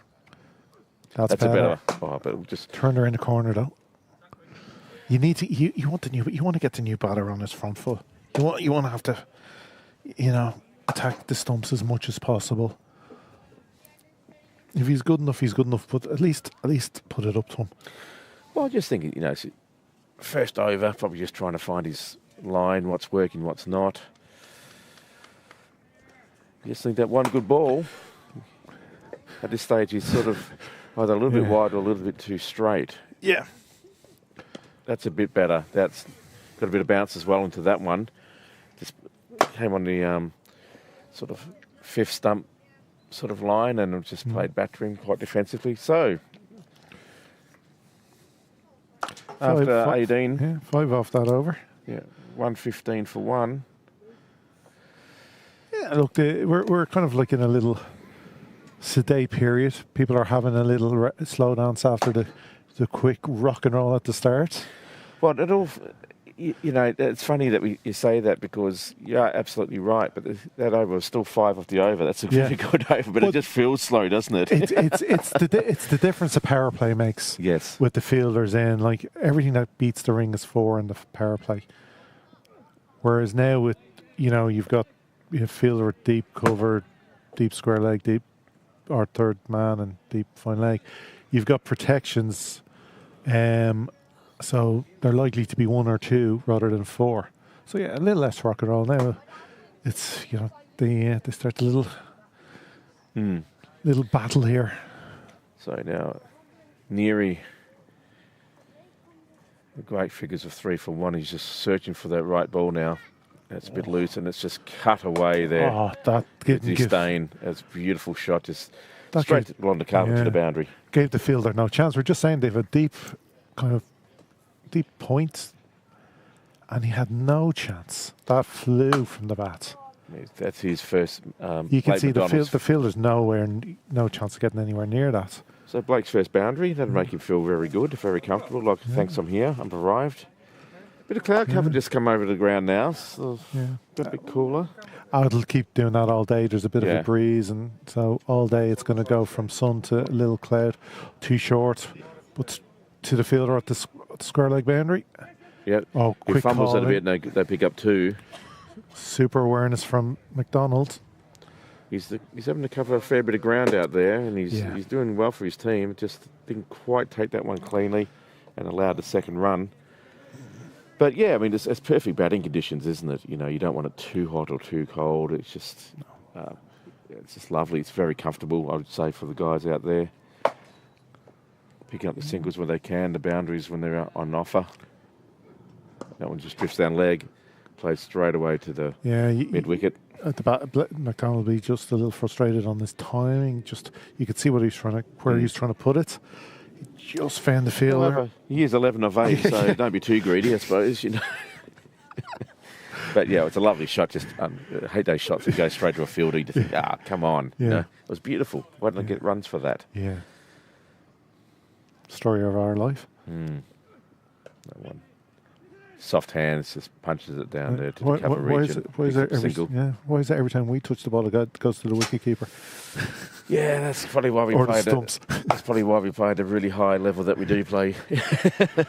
Did play in my case. Yeah, never in my case. No, I just meant I'm retired, so I'm not playing. You're still getting out there. I can't get them. Not the whites, the colours on me anymore. Tim Tector now. Down the track. And it's just the opportunity now. Chance for Eastwood. Great take. Great take he got there. Just popped up. Oh, sorry, that's Barnes. Yep. Thank you. Barnes, not Eastwood, with the catch. He watched that beautifully into his hands. I thought it might have actually looked like it might drop in between the 3 converging fielders, but Barnes got there. It just quite wasn't there for the lofted drive. You could see his hand came off the bats. So he didn't get everything onto it. Again, it was not an easy. You're over your shoulder. You're on the run. Beautiful fielding. Never took his eyes off the ball. That is super, super fielding. And not easy for a big lad. And that's what Rush needed. Yeah. They break that partnership. There's only 13 in that partnership. And the set batsman's gone. So they're going to have 2 relatively new batsmen coming out. And that's just fantastic. Well, that's what Rush point of view. Yeah. They just need to keep talking to them amongst themselves. Look, break through. Let's have another one. Neary obviously now with 2 wickets in his first 2 overs. Yeah, he'd be delighted. He'd be bouncing. He'd be like, "Why didn't I open, Skip?" Yeah, exactly right. Yeah, this is but that's just keep 2 down. Another couple changes it. Let's fight our way to drinks here. 1 more before drinks. 2 more before drinks. Well, yeah. But the main thing for them is to keep bowling line in it. So that was the end of the over. So that's 19 gone. 1-2-2 for 2. Would you like to do that one? 2-2 for 2? 2 for 2. 2 for 2. Richie? Yeah. 1 over now to go before 20 overs is up. The drinks will be at 25.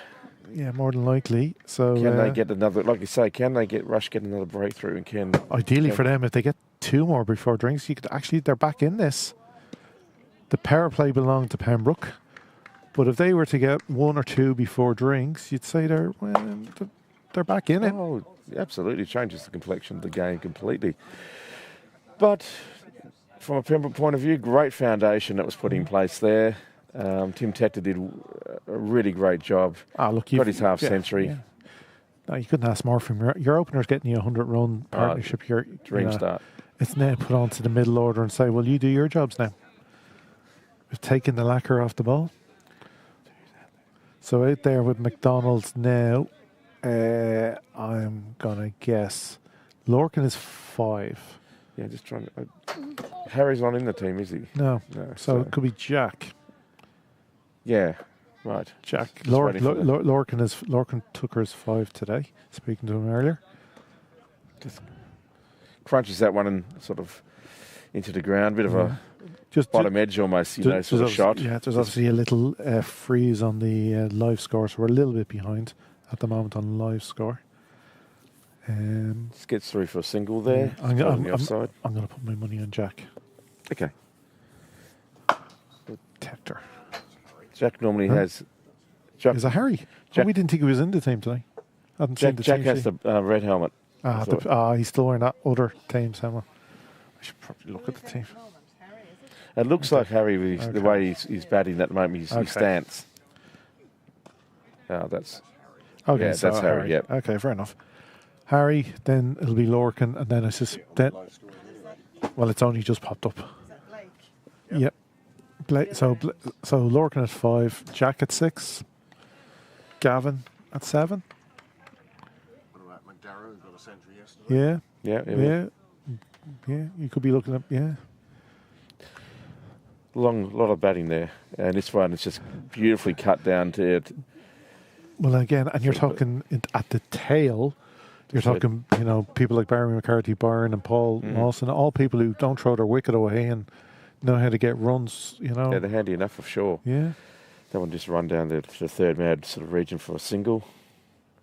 Gets himself his first run of the day.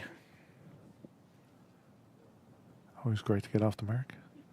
It doesn't matter if you're a seasoned international.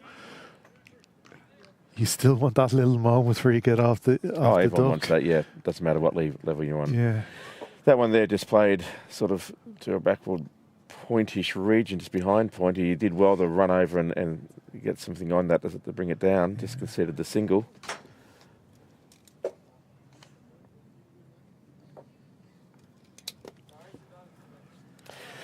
And at the, let's get over at the end of 20 again. overs. It's 124 for 2, and I'm going to leave you now in the capable hands of Craig Senior and Graham Mooney.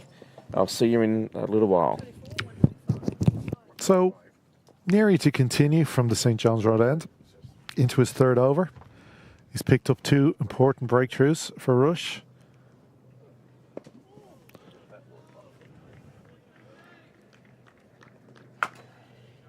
Bowling here to McDonald's, who, again, be very happy with his start. 14 off to just 13 deliveries. 14 deliveries now. So, while you were away, Craig, 2 wickets. Big change from when you were last sitting here. When I came in, it was 78 without loss. Oh, the Typhoon, that was the first 10 overs.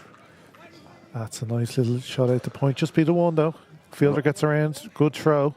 Well, I should be hoping that in taking a couple of wickets, that coffee cup, please, taking those couple of wickets, they might slow the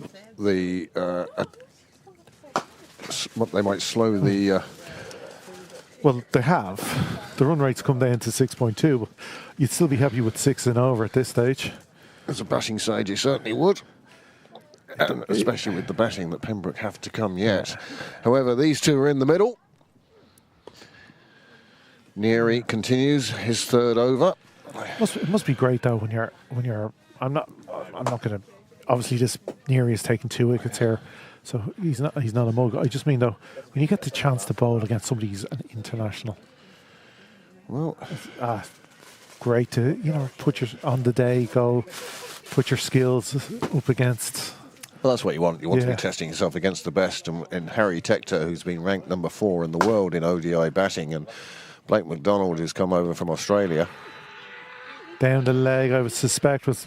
It's a full-throated appeal. Big appeal from Neary. Pat Carthy saying not out. The bowler still disbelieving.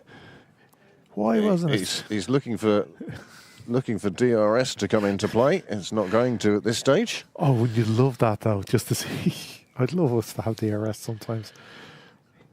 Pat Carthy just explaining to the bowler why he gave it not out. Pat being such an experienced player and umpire, great bowler for Marion over the years.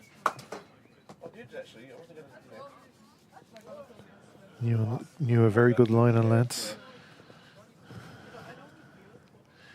Here he begins his run up. 2 balls remaining in this over. That's pitching inside leg. So you're not going to get it from that line.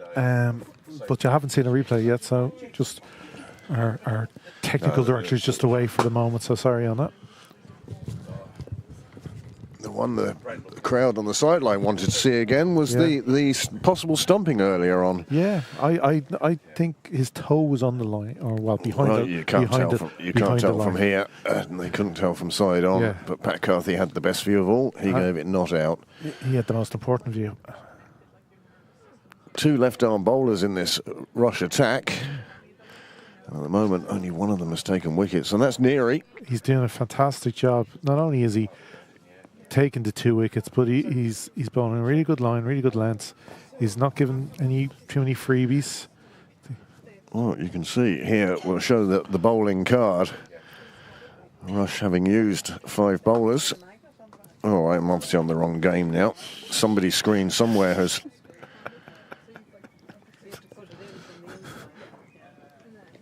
Oh.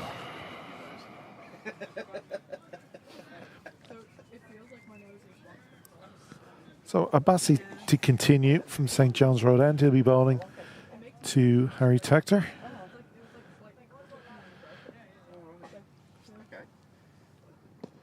Just drifts that one on legs. Tector clips it around the corner. Beautifully timed. The fielder at the final leg tried to get around to it, but he couldn't get there in time, and that's 4 runs.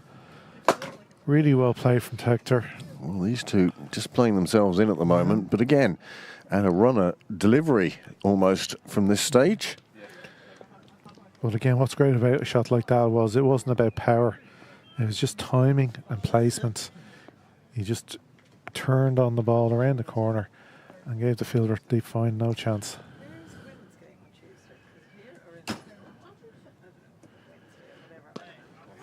Little clip into the leg side, no run there. Straight to the fielder.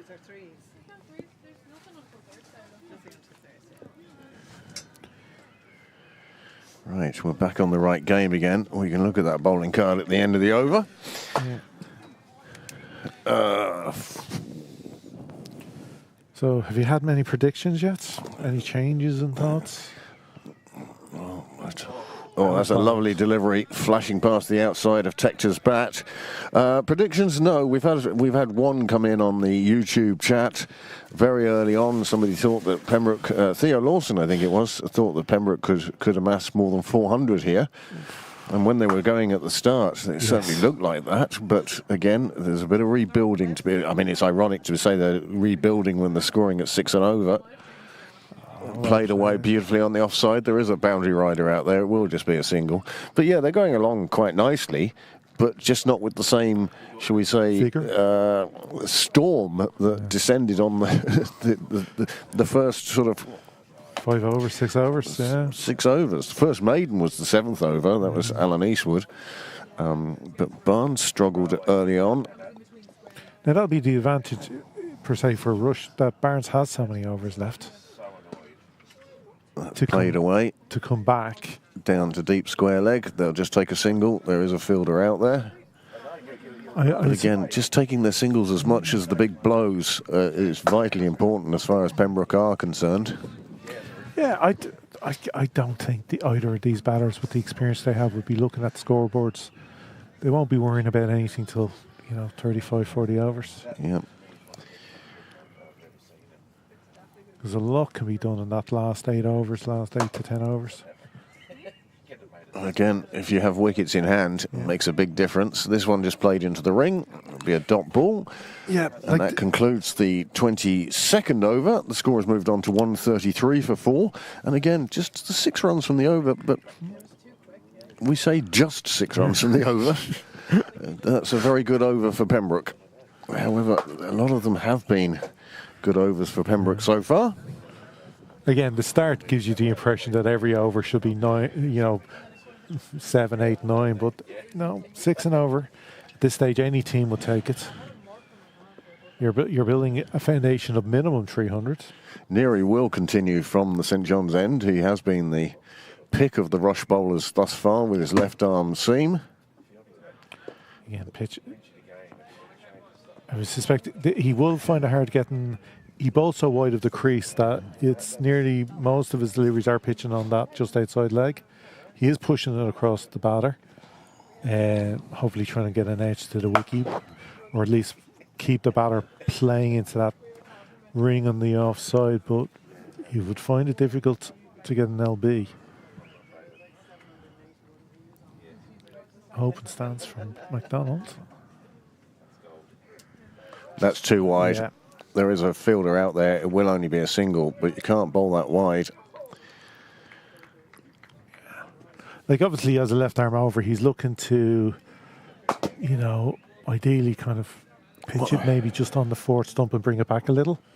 Or make the batsman have to play it because he doesn't know if it's coming back into him or not. Well, pitching on middle and straightening, I think, is what he's looking for, because there's no point pushing it across the bowler, batsman, because there's no slips in place. Well, you're hoping it's a fine edge to the keeper. It has to be fine for the keeper. But if you look where the keeper's standing, he's standing very wide. Yeah, he's expecting that one outside of off. Like, he's not far off for a slip. Like, he's where he is now. Like, he's lining up outside the crease. That is for slip. He is a long way wide, but he needs to be with Neary at the moment. Yeah. Obviously, he's kept him, so they know what they're doing together. But that is a very wide. So he is looking for that kind of edge out to him. Inside edge onto the pads, could have gone anywhere. On this occasion, it didn't go very far at all. Neary again, proving to be the pick of these Rush bowlers. The run rate has dropped below a run a ball. Rush will be delighted at that. First time today, except from when it was yet to be bowled. No, they hit a 4 off the first ball. Yeah. So no ball was yet to be a ball bowled. Run rate started above 6, that's for sure. That one just dropped down to third quite tidily. Unfortunately, this could be a very good day for Harry Tector. You always like to see batsmen who are scoring runs, and this will give him a good chance. He's been given a solid base by brother Tim Tector and JJ Garth. They put on 109 before the first wicket fell. And then there was only a short break, just a further 13 runs before the second wicket fell at 122. These two, they've put on 13 in no time at all, really, but without any big blows. No, just, as I said, they're timers of the ball, both batsmen. And that's what you want. Yeah. It shows the class, really, is when you're not having to power it anywhere. Yeah. And there we go. 23 overs gone now. 135 for 2. Another good over from Neary. I was saying earlier to Amanda. The only problem with Neary is he only has 6 overs left. Oh, yeah, that's true. I was saying earlier to Amanda, I'd be more of a Van Gogh than a Jackson Pollock when it comes to batting. Okay. The bish bash bosh has its place and huge hits and etc. But I do like a nice cover drive, or as Niall would say, dinosaur. Yes. Yeah. Well, I am, but I think it gets boring. True. If everything's going into the fourth row of the stands. Another one just played out on the leg side.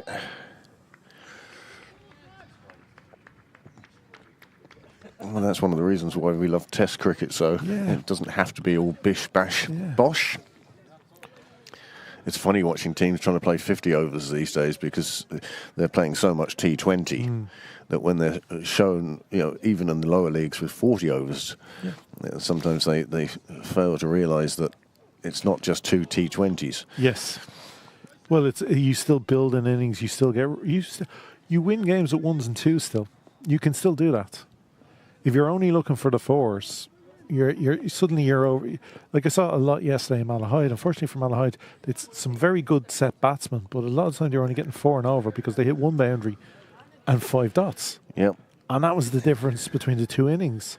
Pembroke were getting a lot of 1s and 2, and it was a big area, lots of 1s in that lovely Malahide outfield. But too often for Malahide, they'd get a boundary and nothing else in the over. Well, talking about outfields, the one in front of us here at Sydney Parade, Dale has done a fabulous job for this time of year, for the place to be looking so good. It's just brilliant, and much appreciation for Dale McDonough and the work him and GM by choice do here on the ground. Yeah. And in fact, the most important thing, I suppose, is the 22 yards that they're playing on. Yeah. And that has played so well in the games we've seen there so far. It certainly did on Saturday.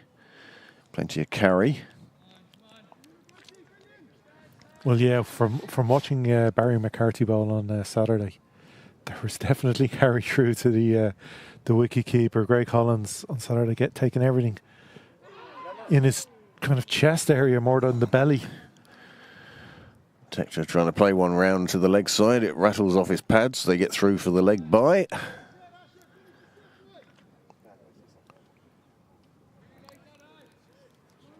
Although it's been put as a dot on the score there. The signal would, well, hopefully. Anyway, Yeah. I think they'll go back and correct that. 2 very experienced scorers with us today. Siobhan McBennett from Rush and Ada Lawson for Pembroke. Both well known on the first 11 circuit. Yeah, I feel like I'm sitting trying to push into the first team. Well, you just I can't get past the pro. All you can do is Bide my time. keep performing. So yes, that leg bye has been added to that over, and after 24 overs now, 136 for 2. Run rate dropping down to close to 5.5, but again, 5.5 is still a good rate to have in a Premiership game in Cricket Leinster. Means after 50 overs, you're talking in excess of 250, and well, Rush got 371 on Saturday against North County. North County, who beat Pembroke in the first round of fixtures. So, well, they'd have come into this game, if not confident, then fairly confident. If I knew who David Winter was. Oh, one of my hello, David. One of your exes. Ex-captains. Oh, okay. Teammates from my North Kildare days. Excellent captain. Well, I hope Simon Heaney's with us today. Simon has been noticed that he's been absent from the ground. Yeah. And I believe he's been unwell recently. Hope he's feeling better and has tuned in with us today. Stick his head out the window there, Simon. I think there was internet connection back to be tuned in. Simon, I know their internet connection was down last weekend.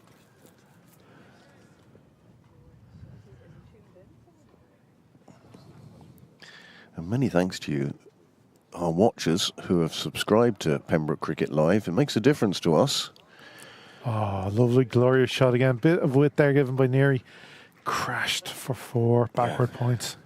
There is a very small margin of error Yes. when Blake McDonald is batting for a bowler. Oh, look how still he is. Still into his... And he waited, Yeah. waited, and then just played that beautiful shot, square the wicket. And you can see the boundary rider isn't too far away. No, he's given him no chance. But he had no chance to get to that. The score moves on to 141 for 2. But again, his wrists his wrists and hands are so good because again he keeps so still. He's generating a lot of power through the ball. It's joy to watch. That's going to be a wide.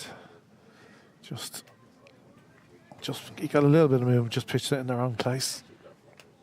Drifted down leg and. Well, last 3 balls before drinks. I think that perhaps the Rush fielders will need the drink more than anybody else. I know I might get one myself.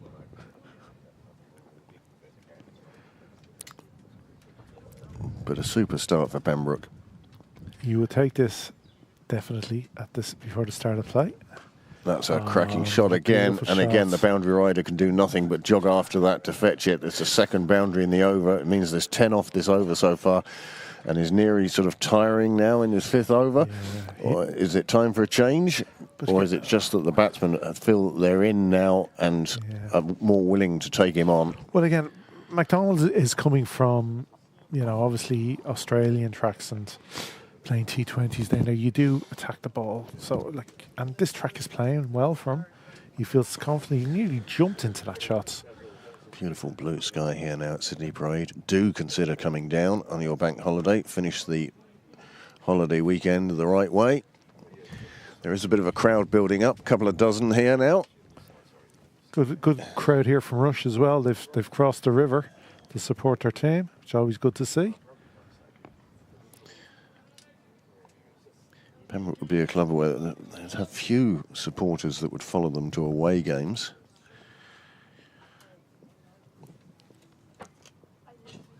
Oh,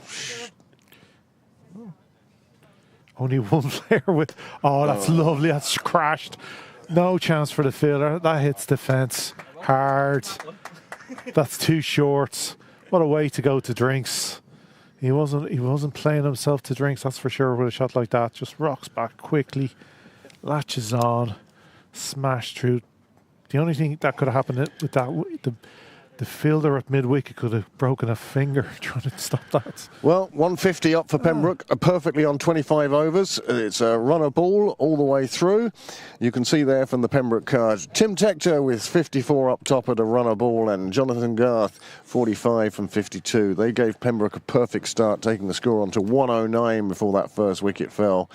Tim Tector fell shortly afterwards, and now Blake McDonald and Harry Tector have seen us through to drinks with the score on 150 for 2, and we've yet to think of how far Pembroke can actually go on this. 150 from the first 25. Well, one feels that it will be more than 150 for the next 25. Yes. Well, just a quick little break though. Rush have... Go ahead. Rush, well, they've used the 6 bowlers so far in an effort to find a winning combination. Neary, the only one to take wickets. 2 for 28 from his 5 overs. Barnes is down for 3 overs there, and Eastwood down for 5. I do wonder if that's correct. Taniwal was the other opener, and he took a bit of tap going at 9 1/3. Neary, well, he was good at the start. He took the 2 wickets, but his last over cost a few runs. And the total, as I say, is 150 for 2 at drinks. And we will join you again shortly for the second half of this first innings.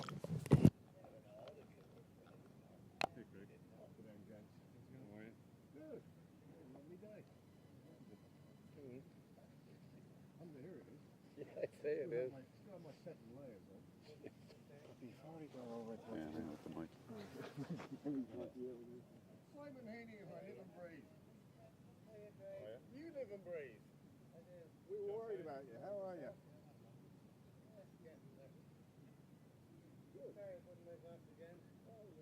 Congratulations on living that man.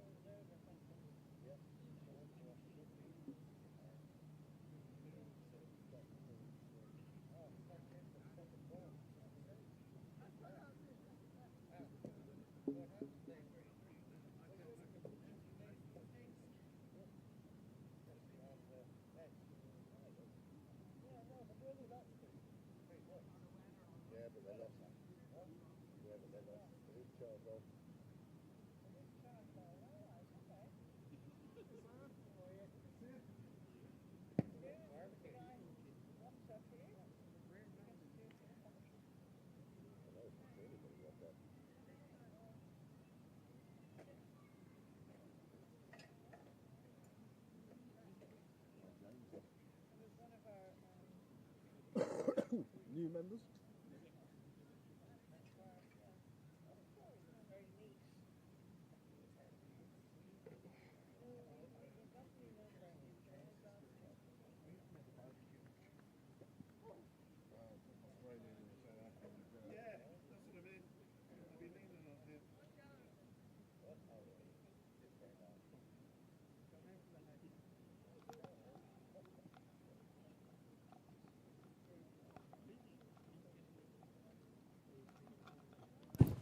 Well, you can see from the worm, and you can see behind the worm the players making their way out to the middle, but it's been quite a good innings for Pembroke so far.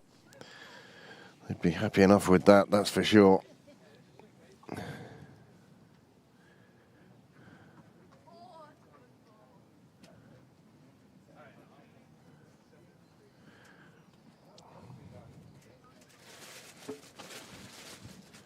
Just testing the graphics to see what does work, what doesn't.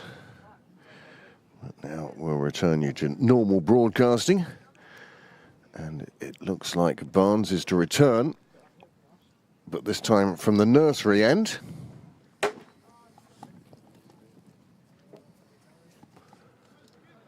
Run a ball for the first 25 overs.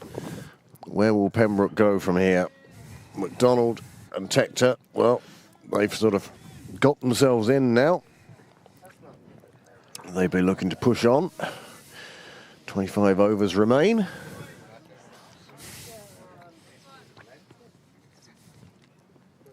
I suppose that's Decent ball from Barnes to start. It squirts away. They get through for the single. Barnes will be hoping for a bit more look at a change of ends from his first spell. So, speaking of getting yourself in, did you ever feel in?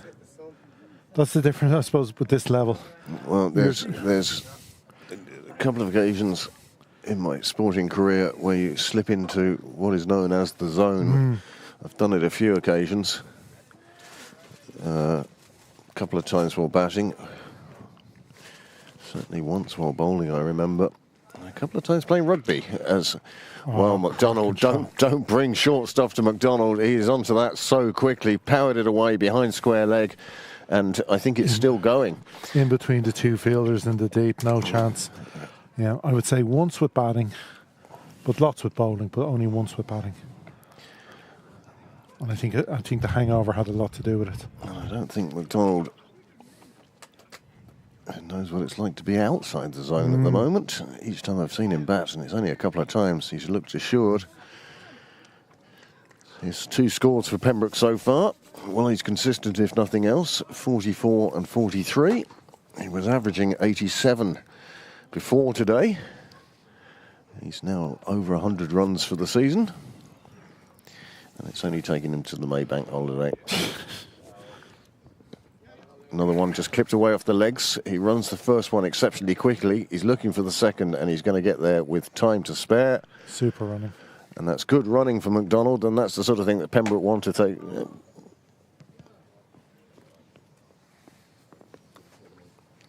If they want to put up a good total here.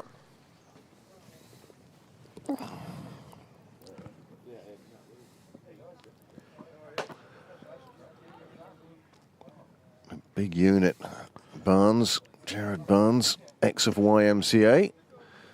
Joined Rush a few years ago and has enjoyed his time out there. Himself and Eastwood at one stage were one of the more feared opening bowling partnerships in the province. Well, you wouldn't want him staring down on you. You'd nearly feel like apologising if you hit him for 4 just in case.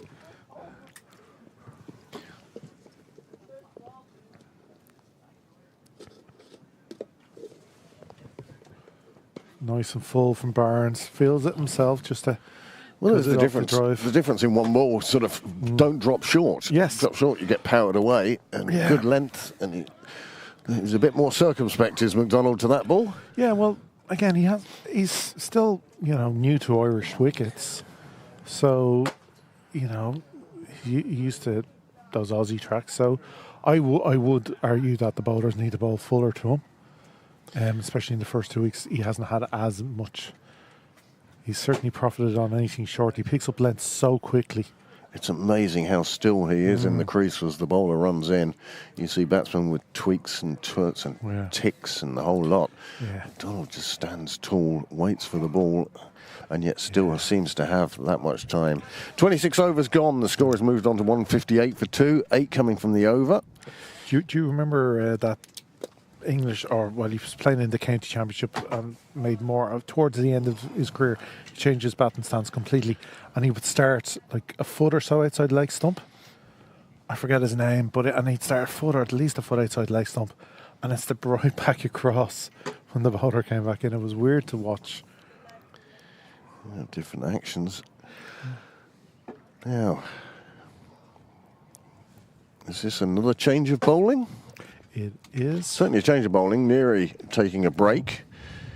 Neary's done well because he's the one who's picked up the 2 wickets that sort of slowed Pembroke down a little bit. Yeah, Maguire. Nathan Maguire. Yeah. He's been there or thereabouts He's over the years. Fielded really well for Rush today in the deep extra cover position. Cut off a few boundaries. More off spin. Well, no, I'd nearly have spin going at both ends just to see, keeping a full attack in the stumps. Because like that Tonka kill Just played away, down to long on. They'll take the single. bowled so well in his first spell. I wouldn't have minded seeing 2 spinners on. It made a difference. Like, to be fair, like North County did it to this Pembroke team in the first game of the season. They had 2 spinners on at the same time, and it took wickets and slowed Pembroke's run rate down, and it was the difference in the match. Tector playing that one out in the offside. Slight misfield, lets them get through for another single. And I like that. I like the fact that they're alert and they do take the single.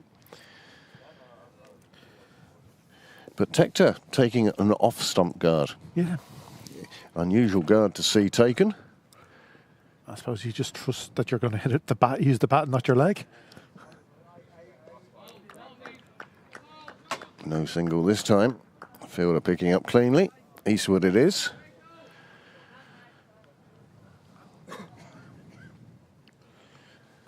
See the SMC print and design signs on view today. Oh, reverse, first little dinky shot of the day. Oh, dinky little shot it is. Eastwood chasing it down. Will pick it up before the boundary. Can't prevent 2. They're just sort of milking Maguire at the moment. No big shots of intent or aggression. Just placing the ball away from the fielders, taking the singles and 2s on offer. Yeah. I'd argue in a way, though, that shot in itself was aggression and a big shot because it has to put it in the bowler's mind now. He has that in the armoury. Again, played down to long on. Another single taken. Yeah, you want to show the bowler different things, but at the moment, I mean, is there any need to play the reverse yet? No, but it's one of his shots, and so he saw the opening to take a run there. Tector plays it round the corner, takes another single, and that's the end of Maguire's first over. It's gone for a runner ball. It's a decent enough over for Rush, and the score now moves on to 164 for 2. Yeah. No fireworks as yet. We won't see those until about the 35th over, I suspect, and it will all depend on how many wickets are in hand. Yeah. Seems like it's mostly a good day for the batsmen in the Premiership. Looking around some of the scores. Well, take us round the grounds. Well, Railway Union across the road at home to Clontarf. We don't know that they are. Jez Siggins was over there earlier. There didn't seem to be an awful lot of play. We're wondering if that was switched to Castle Avenue. Oh, well, I'm just going by live score, yeah. No, absolutely. Yeah. It's down as a Railway home game, but as I say, Jez Siggins went down there and ended up coming across the road to the warmer side of the street. Well, what's he doing starting over there? You should be starting because it was Railway Clontarf, and that would actually be a competitive game that he would have thought he had interest in seeing. Oh, yeah, we'll check the Clontarf stream. Anyway, Railway are batting, and they were 119 for 3. Well, a bit better than their performance on Saturday. They'll be a bit happier about that, one suspects. But then again, they're not facing... Well, they've got David Delaney there. Yeah. No, young Ruben Wilson. It's not a bad ball in attacking Clontarf. Malahide at home to Leinster, and having seen that track yesterday, it's a good track to bat on, and Leinster are making use of it. 147 for 3. They had a good win yesterday. Saturday. Sorry, I keep saying yesterday, I know. Phoenix are at home to Balbriggan. Just well, Barnes comes into bowl. Oh, we didn't quite get that. But ready to take the run. Yeah. It's caught him in the middle. In the belly. In my belly. So a dot ball for Barnes. He'll be happy with that. So causing discomfort to McDonald. So, sorry. Yeah. So Phoenix are batting at home to Balbriggan, and they are 104 for 3. So Dione Marion are away to the Hills, 181 for 2. Plenty of runs being scored out there, as there are here as Barnes comes in. Another one just played off the back foot, away on the offside. Another dot ball. Yeah. So the only outlier in the trend today is North County against Cork County in the Inch. North County are 115 for 8. Well, Cork County will be delighted with that. For County, of course, they've had some good performances so far this season. With the ball, it's the batting that's let them down. Which county? Cork County. Okay, not North County then. Sorry, North County, of course, beat Pembroke in the first game of the season. They had a narrow loss to Rush on Saturday. Another nice bit of bowling. Nice bit of fielding and support. Another dot ball for Barnes. They did, score 360 to the 390. So they put up a great show on the back of Hunter Kindley's ton plus. But unfortunately, the cricketing gods have replied to Hunter today and said, a second ball duck. Hiya, Frank. How are you? Thanks for connecting me on the emails. No worries. It never happened last year again, but You're getting them now. I'm getting it first thing this morning. Very good. Brilliant. Frank Lynham, Pembroke stalwart. Spends a lot of time in the West, or used to spend a lot of time in the West Indies. Don't know if he still does. From his skin colour, I'm guessing he hasn't been for a while anyway. So, 28 overs gone, 165 on the board. Just the one run coming from Barnes' over. These two, a bit more circumspect against Barnes than Tector and Garth were. As Barnes struggled to find line and length in his opening spell. Nathan Maguire then to continue from the St John's end. I wish Pat Carthy would take a step back or be a foot smaller. You'd see so much more action at this end. Yeah, we're just getting the top of his hat there. Yeah, that's why he was so difficult to face as a bowler. He came there from a good Played away height. nicely on the leg side. Another single taken. As I say, the first over, they just seemed to milk Maguire. Just sizing him up. Taking their singles. And again, they're steering the ball nicely into the gaps as opposed to trying to hit it hard and hitting fielders.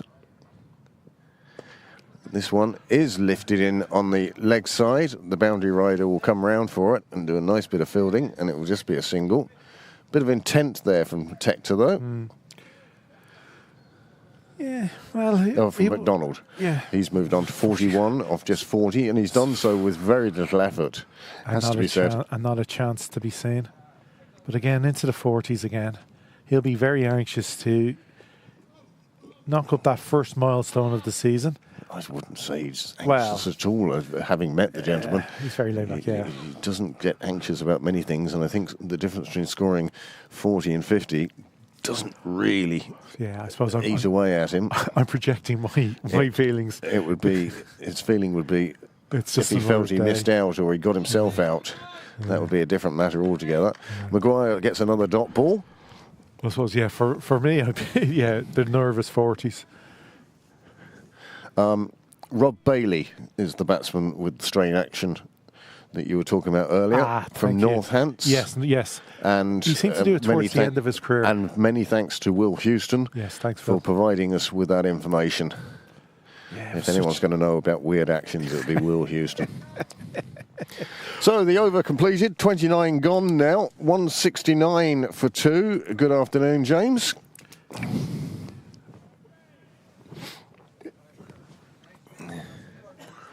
Yeah, we'll give one more over, and James will step back into the box, and I'll run and get another coffee. Start looking at firing up the barbecue. Make the most of this glorious day. Super day out there. Barnes it is to continue in his 6th over. Oh, And again, a little bit short, and McDonald is onto that shortness straight away, and he has found the boundary. The boundary rider really, well, he's not supporting his bowler the way the bowler would have wanted there. That could have been just a single, but instead 4 more onto the total, and Pembroke move on to 173 for 2. Barnes' figures now 0 for 33, 5.1. That's poor. That's a bit of poor football work. And McDonald now finds himself just 1 stroke away from that half century that Graham was talking about a moment ago. That's, as a bowler, that wrecks your head. And that one is played away on the offside this time, and they'll get through for the single. Fielder making sure it's nothing more than just the one. As a bowler, obviously you're disappointed with the poor delivery, but the fielder got to the ball. He got These there. two now have put on 50 partnership. They have put on 52, and it's only taken them 10 overs to do that. As I say, not quite at the rate that the openers were at, but again, they've built a foundation. Yeah. And that's a nicely called run by McDonald from the non-striker's end, getting Tector off strike, getting him another single. Trying to get Mully in for his commentary. Yeah, I think so, yeah. His interview. Instead of get our manager to talk hints and work out the details. And once again, many thanks to all of you who have tuned in. Hope you're enjoying this production of Pembroke Cricket Live. Pembroke against Rush in the Premier League. Barnes. Not where he was looking, but he got something on it. Enough on it to get down to the other end. That takes him on to 48. Tector now on 16. He's been the junior partner so far, and probably there aren't too many innings where he has been the junior partner. Well, I'd say he's a little bit anxious for runs in a way because... You like that word. Yeah. It's your word of the day. Is it? Anxiety. That's not even what was on the toilet paper. Nicely tucked away. There is a single there. The fielder, my goodness, that was some throw in and well backed up on the other side. The fielding backing up may have a word or two for the throw, but he did exceptionally well. Got his body behind it. Brilliant And work. that was the important thing there, because that could have flown away to a boundary. There's no doubt about that. Nobody was going to stop it if he hadn't. No, that was it for 4 extras. Now McDonald on 48. Nothing else happens. And Barnes' last ball of the over.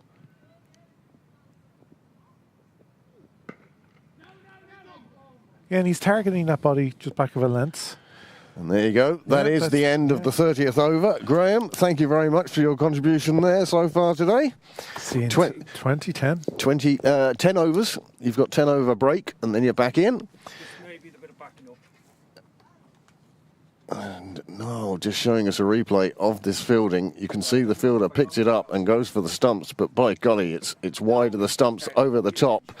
And that is a fine piece of backing up and saving the overthrows. So with 30 overs gone, 20 overs to go. Sometimes they say double the score at 30. Niall is a big fan of double it at 35.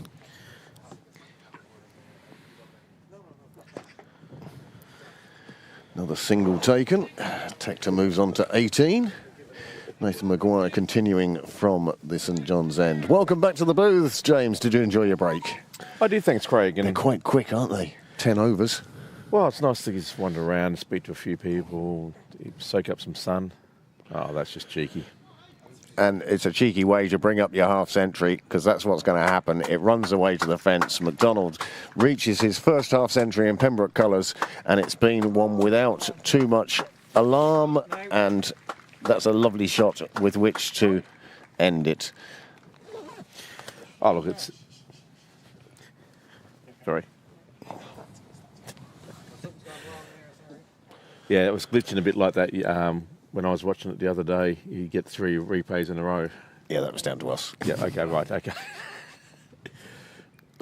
Well, having reached the half century, what an emphatic way to continue. Nice 6. And Pat McCarthy, the hands are raised, 6 more runs, and McDonald now may have decided he's seen enough to know he has seen enough.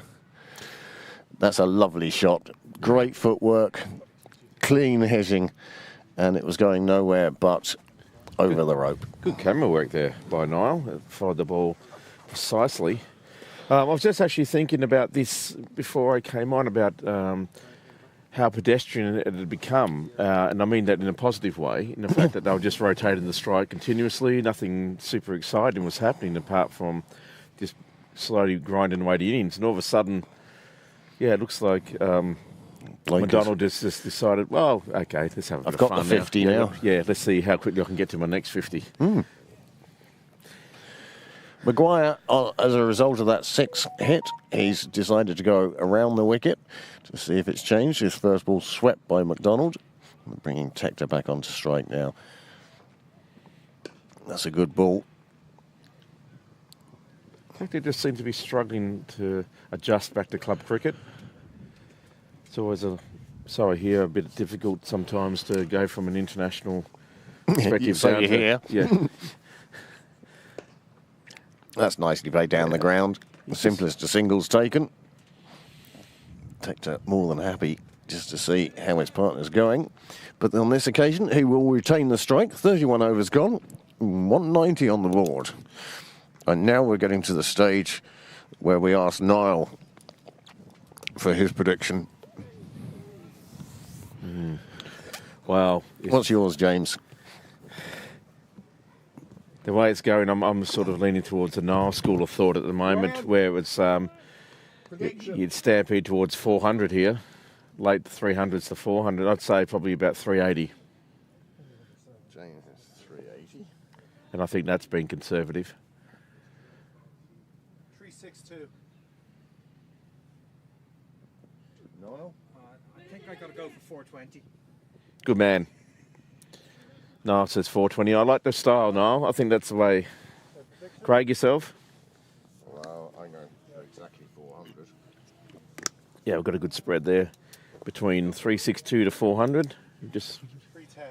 310. 310. well, that's pessimistic. You've got that side of the equation covered. I've got the other end covered. Did you say 210? 310. Oh, no, just kidding. Look for it. You can only imagine if she was right with 210. Oh, It's in the air. There is no fielder out there. That's just a matter of which side of the line it lands. The fielder not exactly forthcoming with his information.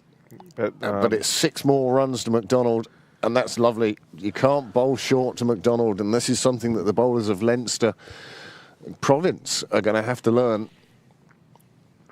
Well, also, I was talking about this with Graham earlier. Not being express, it just sits up for you. Yeah, and as early season wicket as well. There's still probably more moisture in the ground than there will be in June, July, August. Well, let's hope so anyway. It depends, of course, on the Irish summer. But that one just seemed to sit up and ask to be hit. And that's what happens when you're putting it in short. The only ones that really work short is very short. And they're not going to cause the batsman too much trouble going over the head. No. He's looking in fantastic form. McDonald, yes. And Well, he's that's another decided, big one. Eastwood is after it, but all he can do is chase it and get to it as it bounces. They'll take 2 more. But yes, McDonald has obviously decided that he's enjoying the bowling of Barnes and he's willing to take it on now. And Pembroke just on the verge of completing that 2nd century. The first one came up in the 15th over, And it's been slightly slower going since then.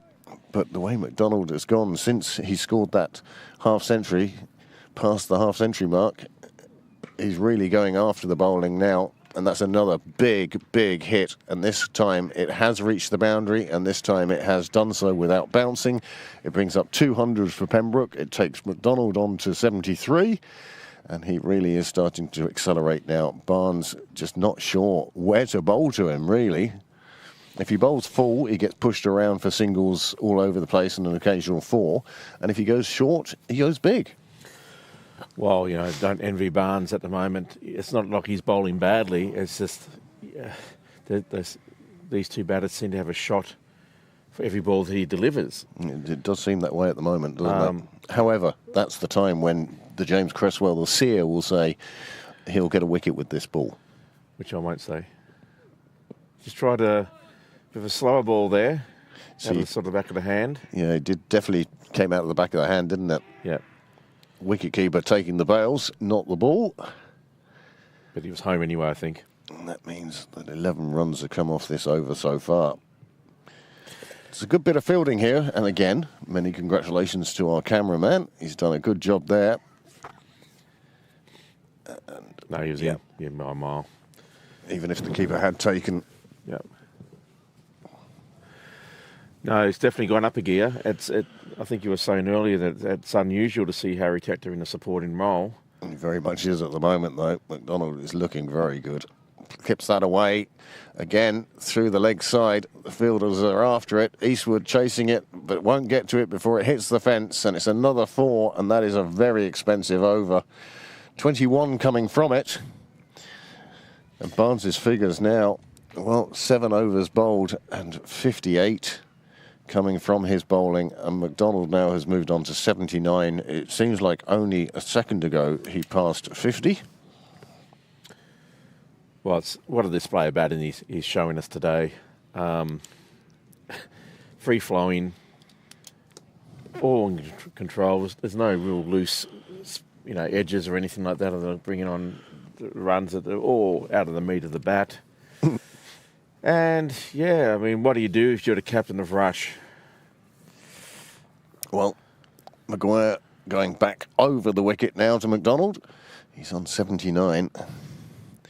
Long on looks very interested here. And he will be.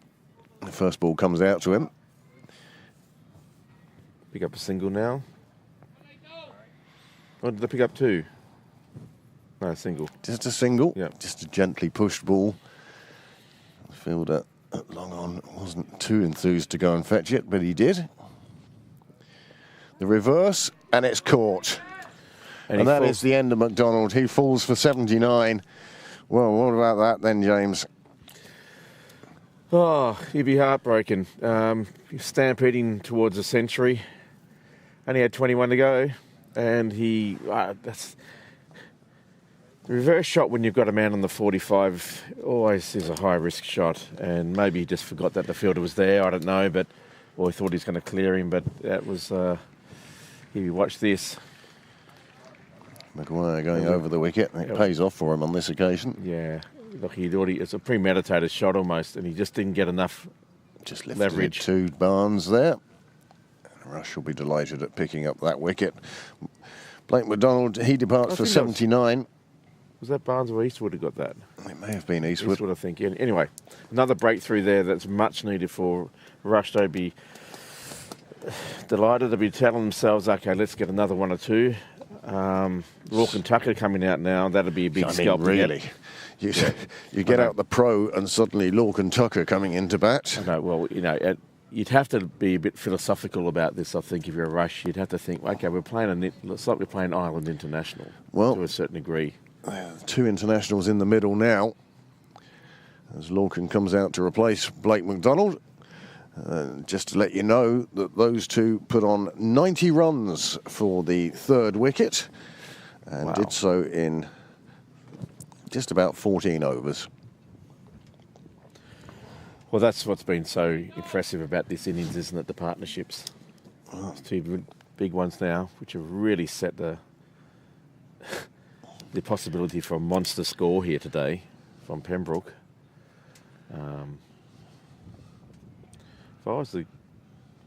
Whenever I was a Rush captain, whether you just keep the slow bowling on. Well, it's leaking runs, but it's taking wickets. Yeah. But the pace bowling is leaking runs too. Yeah. You know. Which way do you go? Well, the one that's hopefully going to get me a wicket. So I think... you might get a couple of overs, 3 or 4 overs here where Lorcan's playing himself in and the run rate slows again. But if Lorcan gets in, he can be one of the most destructive batsmen. Oh, yeah. This time, plays it out square on the offside. Fielder on the boundary, again, with no great enthusiasm, fetches it, keeps it to a single. So there's men in the deep on both sides now, sensing that the catch is going to come their way. I wonder if they're just going to be happy to work the singles. I mean, obviously, if it's a slightly loose or wide ball or whatever, that they'll probably go for it. But you could almost run another couple hundred runs here. Yep. There you go. Just tapped away. No single on this occasion. The fielder wide awake there around the corner. Yeah, just doing a good job. It's backward a square.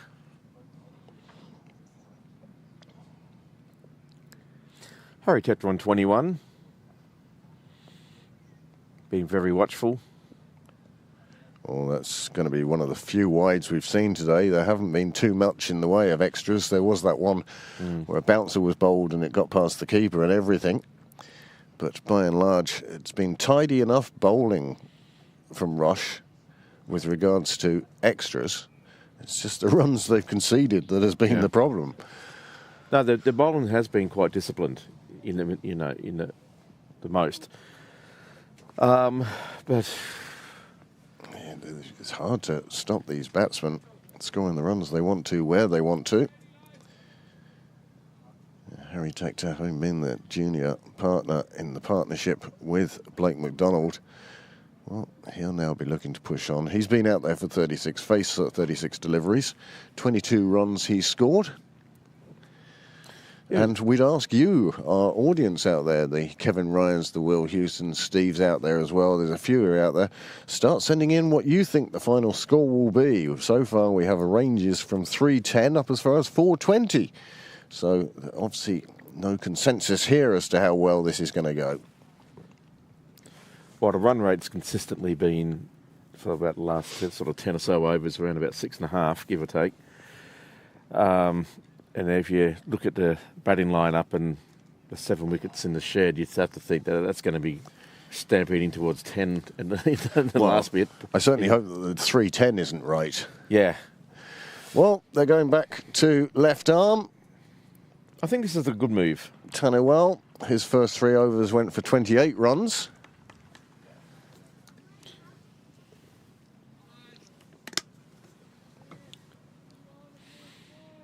He did bowl a good spell in his first spell, so I think this is a positive move from Rush.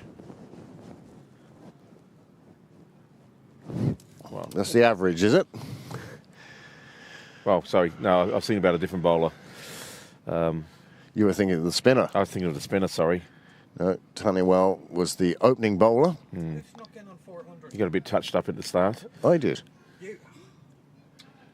I went with 400. Nobody's sent their guesses in on the texts on the chat. Oh, there's one. 690. Robin Kelly says 380. Yeah, already got that. Oh well, we've got 2 of us now. 180. 2 on 380. He says 380 min. We don't take mins, we take exact guesses, Rob, but thanks very much for sending that in. Oh, message deleted. Too late, we'd seen it. Revised version maybe coming through. I'm half expecting to see now Rob Kelly is typing. You know, the way you do on WhatsApp. A bit flat. I mean, you'd understand. Rush are looking a bit flat. Flat out there at the moment. There's no chat. Fielder seems to have come in closer now. They seem to be trying to put pressure and taking away those singles for Pembroke and make them go for the big hits earlier than they want to. But you can see how they're trying to take the scramble out of the games. Will Houston, 370. 370 plus as well. Tough. No, No, 370 is we exact. take the number, not the plus. Not out. Kieran Casserly deciding very early there. Big shout, though. Their appealing has been impressive. Rush. But, you know, you've got to Even go. there, they haven't had much to appeal about, have they? No, it's been very controlled, the innings, the batters that have been out there today. That's been, that's been what's been so frustrating for Rush, that there hasn't been any. Oh, look at that shot! That is just too short. He's not quick enough, and it is swung on through that, middled it, and immediately looks for a new bat. He says that one didn't come out of the screws. It hasn't cleared the railway line. But here we go. Just if you bowl short to these guys, they are going to put you away. This is Lorcan Tucker. I mean, it's not Craig Senior out there who's cowering, waiting to go onto the front foot. Hopefully, with no foot movement. This is Lorcan Tucker, international wicket-keeper batsman. Which one's mine? Let's try that one. How does that sound? Is That's that better. Yeah, there? It was very loud before. Yeah, Sorry, folks. It's technical issues. Look at the stance. He's like a coiled spring in this replay. Oh, pushing at that across the batsman, and he's been given out, edge through to the keeper, and I don't think Lorcan Tucker thinks he touched that, but Kieran Casserly has given it out, and it's another wicket, and a wicket that they needed. We got a feather on that by the looks of it, and just feeded that one back through to the keeper. Big wicket, big breakthrough. Very much so. He certainly waves the bat at it. Now, I'd like to see that replay again, because I personally think that's a no ball. Oh. Ready? Yeah, go for it. Let's look at that again. I'll tell you why. How far he's out. Watch his back foot. Yeah, watch his back foot on that line. Will Houston will tell us. There. Oh, he touched it. Now, did he touch it, or was it in the air? Well, I think it was in the air. Maybe it was in the air. I think he gets away with that one. But yes, Kieran Casserly gives that one out, feather through to the keeper. And as I say, I don't think the batsman thought it was out at all. So, another wicket falls, and Pembroke in deep poop now. 2-2-4 for 7 off 34 overs. Wickets falling. Now, next man out, the easiest man to recognise when he's batting. Yep, thanks for the red Tector. helmet. Very distinctive with his red helmet. Quick catch wheel before he deletes and changes. Yeah, he's gone fine at 375. We'll let him change, late changed 375, even though a wicket has fallen since the question was asked. This time it's the Tector brothers, 2 of the 3, Harry and Jack. Harry now facing. Nathan Maguire into his 5th over.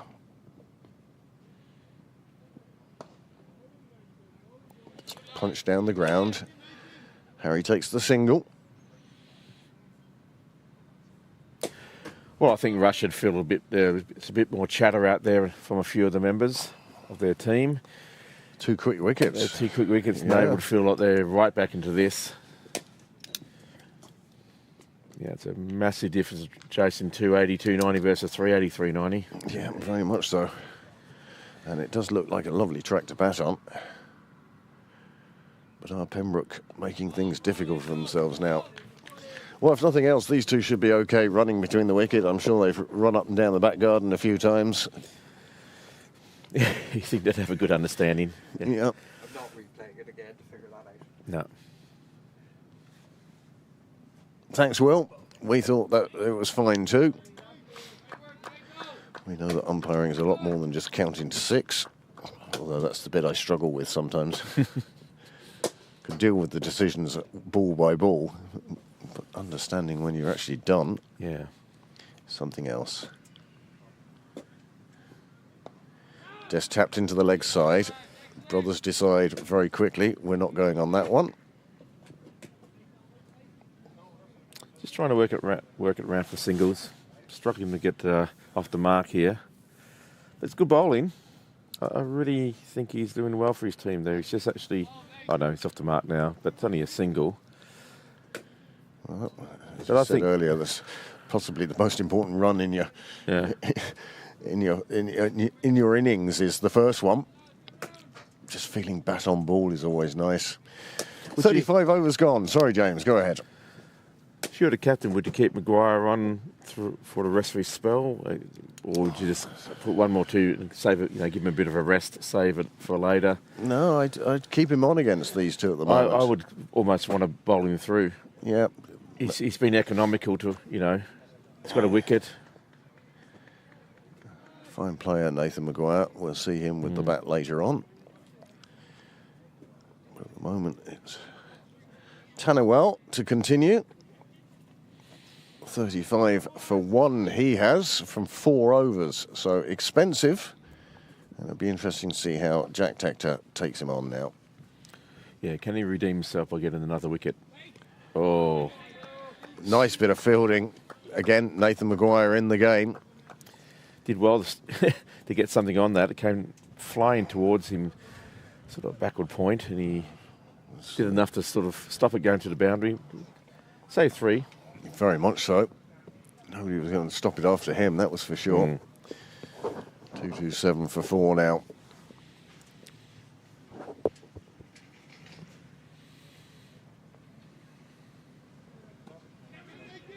Another one played in the similar region. Again, Maguire neatly picking it up with one hand. It wasn't that difficult to do so. No.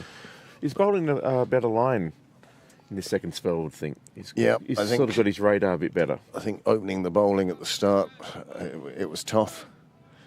Garth and Tector were very much decided that they were taking him on.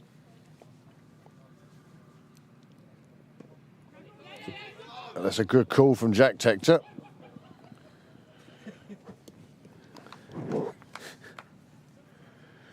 Well, it made him run there, didn't it? Nathan Maguire finding a bit there. Someone find that very funny.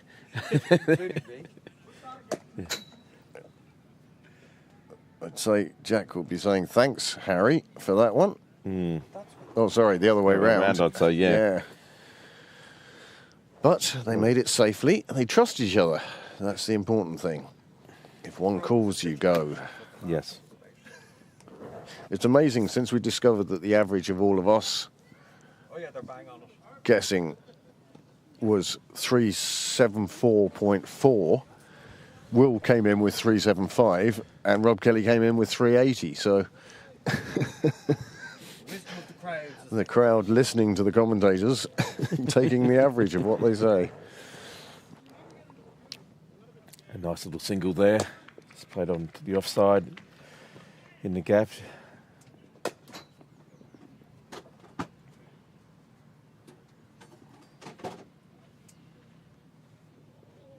Yeah, Again, when he goes short, the Pembroke batsmen are well capable of taking him on to the leg side. This time, just played down for the single, fielded down there. yeah, he kept it down a bit. Again, there's always, I mean, I'd say if you're one of these batsmen out there and he bowls that ball, you'd be thinking, fantastic, there's runs here. Yeah. He's just not quick enough. Stick to the plan and the line he's been bowling. That's a great ball. It's a good ball. Well, yeah, it's a good ball. Yeah. But, yeah, that's what you need to do, just bowl that line. 230 for 4, 36 overs gone, 14 remaining in this innings. And we'll see what sort of total Pembroke set at the end of it. The highlight so far, Blake McDonald, 79. Well, that was a glorious little innings he played. Tim Tector also reached a half century, and the two of them put on 109 for the opening wicket, and did so in very quick time. JJ Garth got 45. He did indeed. He'd be absolutely gutted that he just fell short of that first half century of the season. Or was it, wait, is it his first? Has he got one yet? Well, I don't know. Anyway, see. it's always annoying when you get that close and you do a landmark sort of score and you don't get it. It's a big difference when you're at the bar between, oh yeah, I got 40 something, and, oh yeah, half century. Yeah. It's amazing the difference. Maguire continuing then from the Johns Road at St John's End. Fields his own bowling. He's enthusiastic. Yeah, he's doing a great job for his team.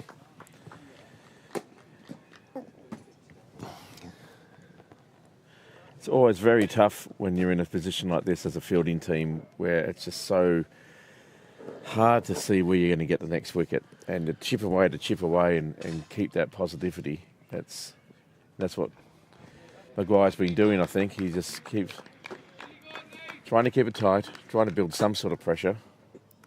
Well, he's halfway through his 6 over. He's going at just about a runner ball, but he's also taken that wicket. I just don't think it'd be safe to bring it back to my car. Yeah, good line. 2 balls remaining in the over, according to Pat Carthy. Well, he's the umpire, so he's in charge. Do you know what we haven't had this weekend, James? Mm-hmm.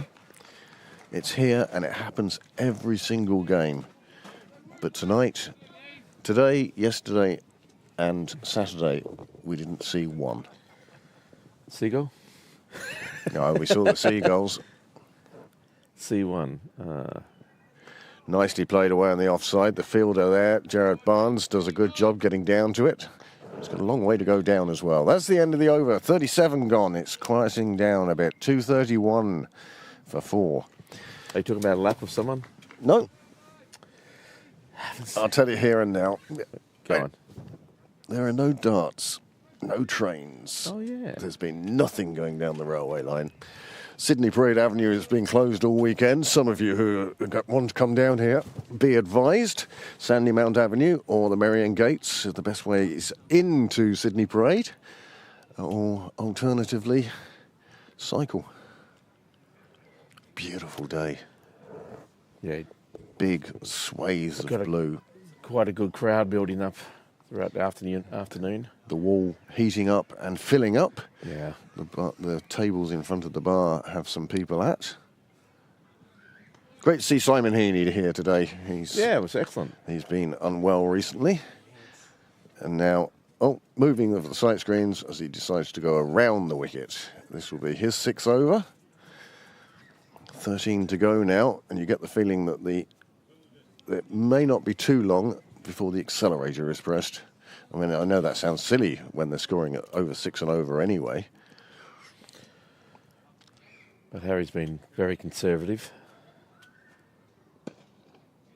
Driven that's down a the ground. Lovely shot. And that is a class shot. That is a classy, classy drive. They often say one of the most difficult shots to master is that on drive, and he's done it perfectly here.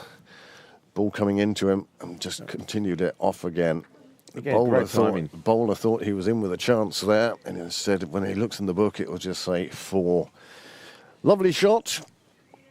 Nice timing. Is that a sign of change of attitude from Harry Tector? We shall see. Just straighten up onto the pads and just works the ball away on the leg side to deep square. Just picks up the single. Come we down and have a bit of a chat. It's great that we've got an umpire amongst our viewers who seems to be taking an exceptionally long lunch break from work, but it does mean that we have any questions or LBW decisions or whatever. We do have that expert on the available to us. There's only 2 qualified umpires amongst the 3 commentators. Oh, nice shot. Just punched out on the offside there. There is a man in the deep who's going to... Oh, I thought he was going to make it a single, but no. They've scampered 3 for 2. You could Good see running. as he picked it up, Jack was already on the second. And Yeah. You could see Jack then trying to accelerate and then realised it wasn't going to the end he was running to and just slowed up again. They're quick, aren't they? Yeah, they are. They are, as I say, how many times they've scampered up and down the back garden. Oh, this one just, again, a bit too straight on the pads and it's just worked away on the leg side. Another Very 4. fine, and it picks up another boundary. And suddenly, Tannewell's figures really not looking good. Well, 11 from the over He's so far. conceded a half century now in his 5.4 overs. And 11 off this over. And that's certainly what Pembroke would have wanted. Just, as I say, just starting to push down on the accelerator now, you feel.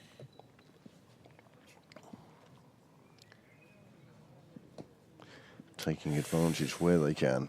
Well, you know, the 250 is just around the corner. Oh, that's a glorious shot too, but there is a man out there in the deep. But they seem to be hitting the ball with a lot more ease all of a sudden. Yeah.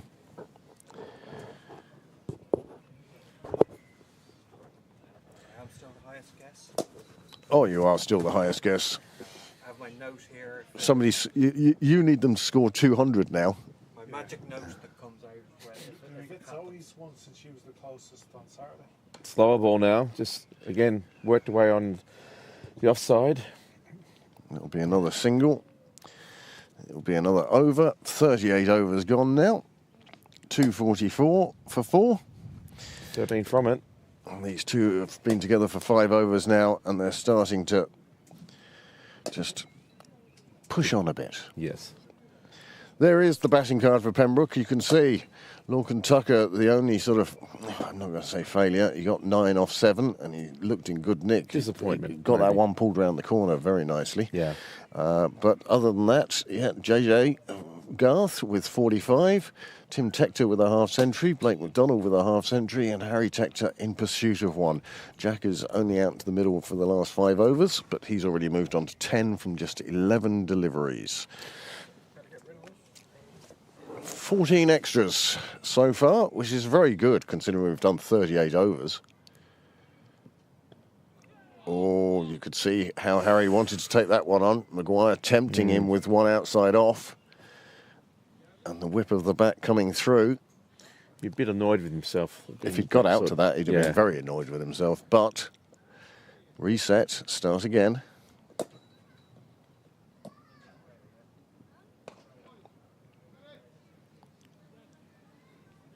Batsman and bowler colliding there. Have a bit of a chuckle amongst themselves. It's a little two-step Yeah. change in the field. I think it's just a swap of positions more than anything else. The two number 14s are swapping position. Both players wearing 14 on their back. One probably wearing the jumper of 14 and the other one wearing the shirt. And that's pushed into the leg side. Again, Maguire's doing a great job for his team. After really tough conditions, he's only really going, 5 or so? 5. Just over 5 and over Yeah. now. However, that could change. That one beats the field in the infield. And they won't be able to stop the single coming through there.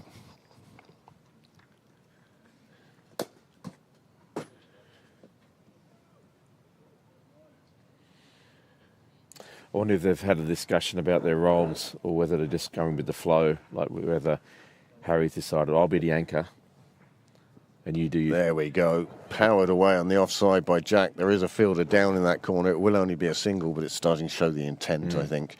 I think the next 10 overs are going to be exceptionally entertaining to watch, and I shall do so from the safety of the sideline. Graham and Ross Garvey is watching over in Florida. Hi, Ross. He was actually down here on Saturday. And in the meantime, he's travelled to the United States of America. Oh, End of the over, 39 gone, 246 for 4. well, if they're going to get on with it, to get that 380 that I hope they get, they better start putting the accelerator down a bit. They do have wickets in the shed. Not a huge amount. but Basically, James, you're saying that they're going to score 12 and over. 130. Yeah, 130 in the last 10 overs.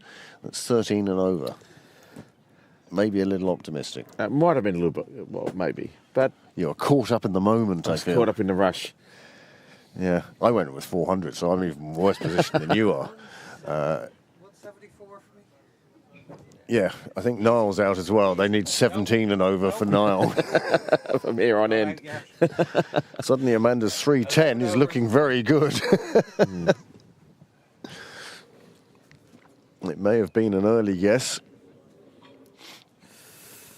I think mine was more hope than more with my heart than my head. Yeah.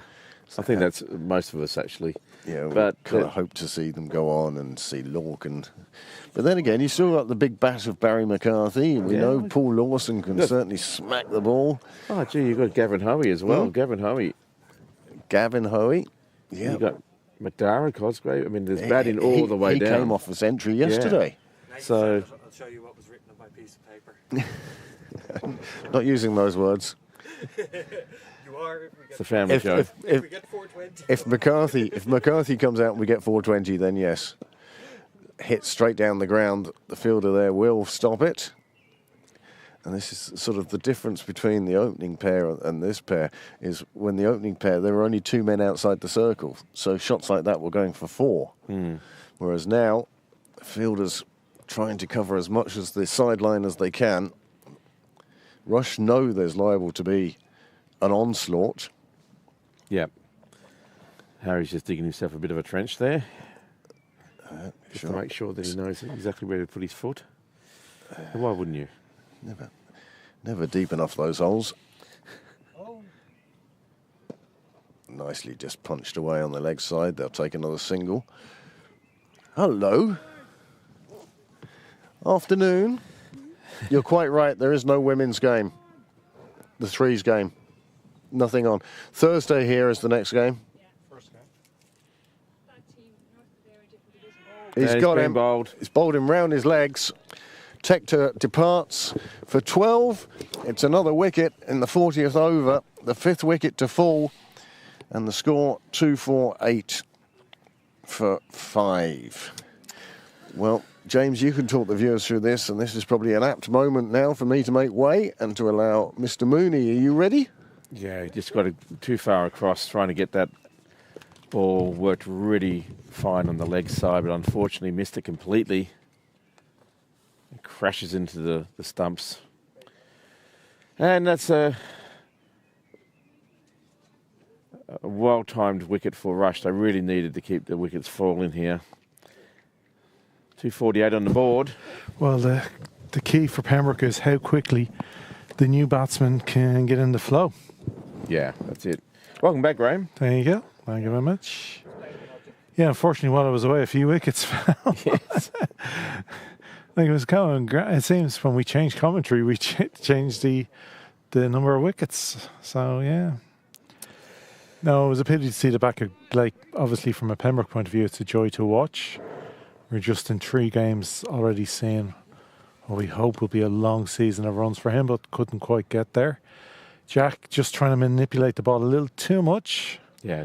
and missed it, and Almost hence you miss, I premeditated. hit. Yeah, a bit too premeditated maybe. Anyway, it's good for the bowler. He's picked up his... He's bowled well in his first spell. Brought back the run rate in that first spell when he was brought on after the opening seamers were being put around the park. So he's got an attacking field close in on the offside. They're really trying to keep that easy single for the new batter, keep it away. Yeah, I think both the spinners and this side that they've used so far have been very, very good at keeping that tight run rate. That's a good ball. Yeah. I like that. This is kind of a good, well, I think it's a good headache in a way for Pembroke to have. I think 248 on the board. Obviously, you want set batsmen in the last 10, but you want to also see what the rest of your deck can do. that looks like Madara's off the mark. It was a very nice, very quick hands actually. That one to try to shot and get it fine on the offside. It's great that watching his progress over the years, because we get to say we played in his first adult game. Yeah, And now here he's on the first team. reflected glory. Yeah. Yeah, like he wouldn't be here if it wasn't for that, Exactly. End of the day. So 40 down, it's 249 for 5. But of course he is coming on that great knock he had yesterday for the second 11. And then he gets his chance on the first 11. So He got a ton yesterday, didn't he? ton, yeah. Played beautifully, flawlessly until he got to the ton, and then unfortunately he chopped one on. Oh, well, So it wasn't like he, it team was was just in any trouble. No, it was just he just got unlucky, chopped one on. Like that, it was a great track out there. So a well-deserved ton, bowled decently as well. So he offers a little bit of a spin option in the team as well. No, he's a fine player. He's done well Great- over the last great- couple of years. great fielder. Cement his position at the top. So no, Those are the these ones. it's there's a lot in that package there. So hopefully gets more and more opportunities at this level. But the other thing is, it'll be up to him now to make the most of these chances. Well, I think he'd relish the opportunity now. Yeah. You'd be riding high from yesterday. He's obviously got a good technique. He's played under 19 Ireland overseas. He's worked really hard to get where he is. Yeah. But these are the moments. Shot. Lovely. Just well played. clears the cover fieldsman. A little bit of risk, but he gets it down. Yeah. But these are the moments you really have to do grab it by both hands, because with the battle line up ahead of you that there is, Yeah. often and not, you're not going to get many, and when you do, you really got to make the most of it. And so far, so good. Yeah, it was a lovely shot, actually. He was got it just over high enough to get over the tall man Barnes in the covers. Yeah, he's a very good fielder for somebody so tall. It's a better ball, just defended on the leg side, no run.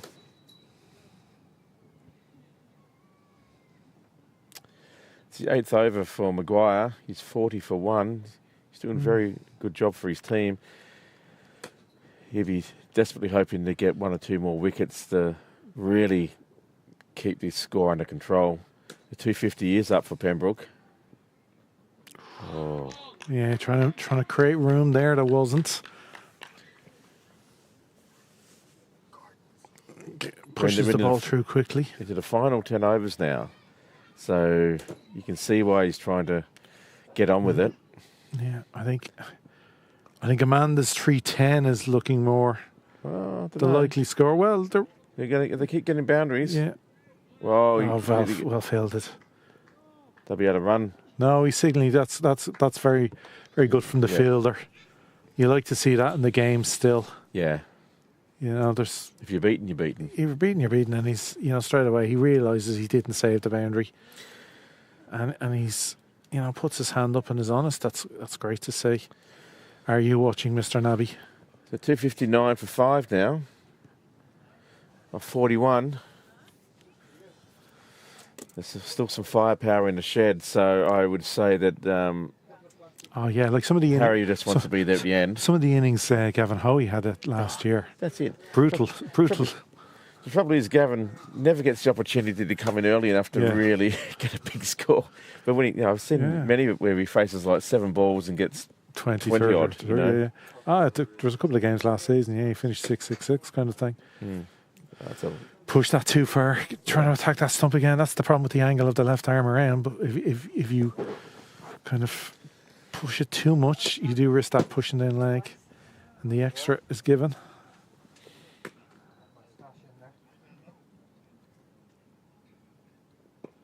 Nice. That's a better comeback there. That's the line you want. Again, he didn't need to, fire that in. No. Look, just trying to mix it up and keep it interesting, I think. But that was a good comeback, just straight to the batter. Just played it way back to the bowler. Now, well, this is why he shouldn't worry about his pace. Just get that ball above the eye line. He's got protection of deep mid on, deep mid off. And Harry hasn't, been hitting too many straight sixes lately. So, toss it up over his eye line.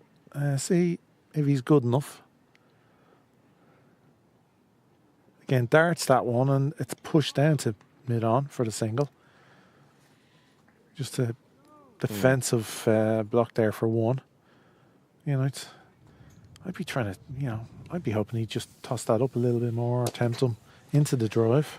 well, Harry Tector now moves on to 37. Dara Cosgrave on 10. Floated up there. And it's, again, played down to long on. Yeah. Pick up a single. Yeah, it's good get out of jail card there. I think he's bowling actually quite well. He's been very, very economical. Oh, he's done a great job today. Like, especially when he came on in the power play Yeah. in that first spell. Now again, he's just drifting into the body, so he is given that kind of that shot down to long on as an option. Just they know as long as they get some sort of bat on it, it's gonna be a single. What I'm liking here as well is Madara there took off like there was. Yeah, like they're gonna run two. Like they're gonna run two. No, he runs at the first one always really hard. That's important. That's great to see. Even though it's going to be one, you never know. Well, that's right.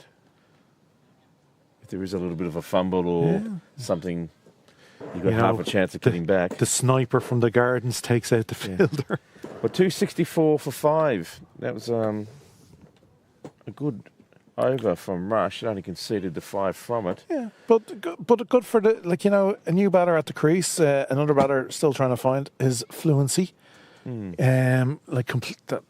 Everyone knows he has. So getting 5 singles, always keeping the scoreboard ticking is a good thing. Yeah, I think Amanda's 310 is probably it's the more likely. We all got a bit carried away, didn't we? It's hard not to when two batsmen are set and the ball is coming off the bat like it was for Blake McDonald. You're always going to. Although we could see some massive fireworks and anything's possible. Look, the last 5 overs, anything can happen. As an old cartoon used to say, anything can happen in the next 20 minutes. That was a good ball there. Just got past the next Tector. Keeper's done quite well. He's got good hands. Like he was quick in the earlier on for stumping appeal. Didn't go his way, but showed good alertness and had those bails off quickly. The ball is chipped to mid-wicket there, no run. Again, same sort of shot to mid-wicket. Really good bowling here by Maguire. Cramping up the batsman. Well, that's what you want from your off spinner. On a line there about 4th stump. So if it turns, it's coming just onto the off and middle, and if it doesn't and goes straight, and they're not watchful, you can get the edge.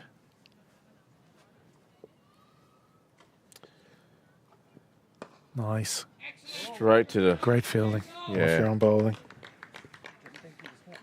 That was fantastic. He got down so quick. But he's fielded well all day. Of course, he was the boundary rider for most of the first parts of the innings. Well, it's important here that Madara doesn't get too frustrated. He whips this one away. Just after we were praising him, he didn't run the first one hard there. Well, he saw this, that there wasn't going to be 2, but when he can't see, he'll just run as fast as he can. So after that, it's 43 down. Really good over there from Rush. Only 1 conceded, so 265 for 5. Makes a big difference. And, well, when do you start taking massive risks to get runs?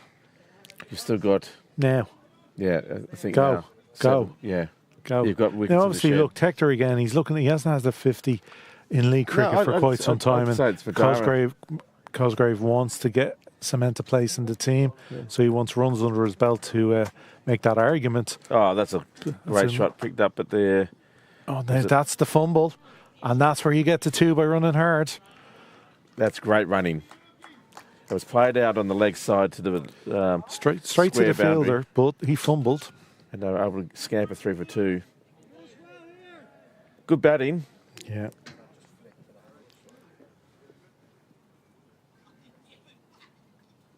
Now he goes big. That isn't going to get there. Got the top of the bat. Great take. That's a superb catch from, I think, Eastwood. Yep. The big men are doing the business today. He got the bottom of the bat there. Not what he wanted. But he showed the intent that's needed at this stage. Here we go with the replay. Well floated above the eye line. Yeah, he didn't get where he didn't hit it to where he wanted. Well, he just had to get on with it and take a bit of a chance, and he did. Yeah. Put 19 on between those 2. But again, I like that from the bowler. He tossed it up. Yeah. It wasn't about darting it in. So 267 for 6. Wouldn't want to have a lisp. I'd say this is probably Hoey. Oh, undoubtedly. I know you've got Barry McCarthy, another fine striker of the ball, still to come. who's done it at lightning level. But you would argue Gavin is Well, good form at coming in at this stage of an innings for finding the boundary. Yeah, he's a very good batsman. Yeah, he misses, like you said, he misses out on getting in that top order because it's so strong. You'd argue he'd bat higher on another side any other day.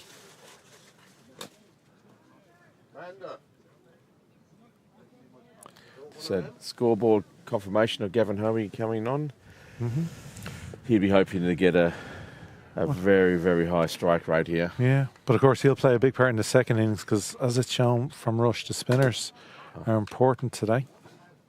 His 10 overs will help decide this game.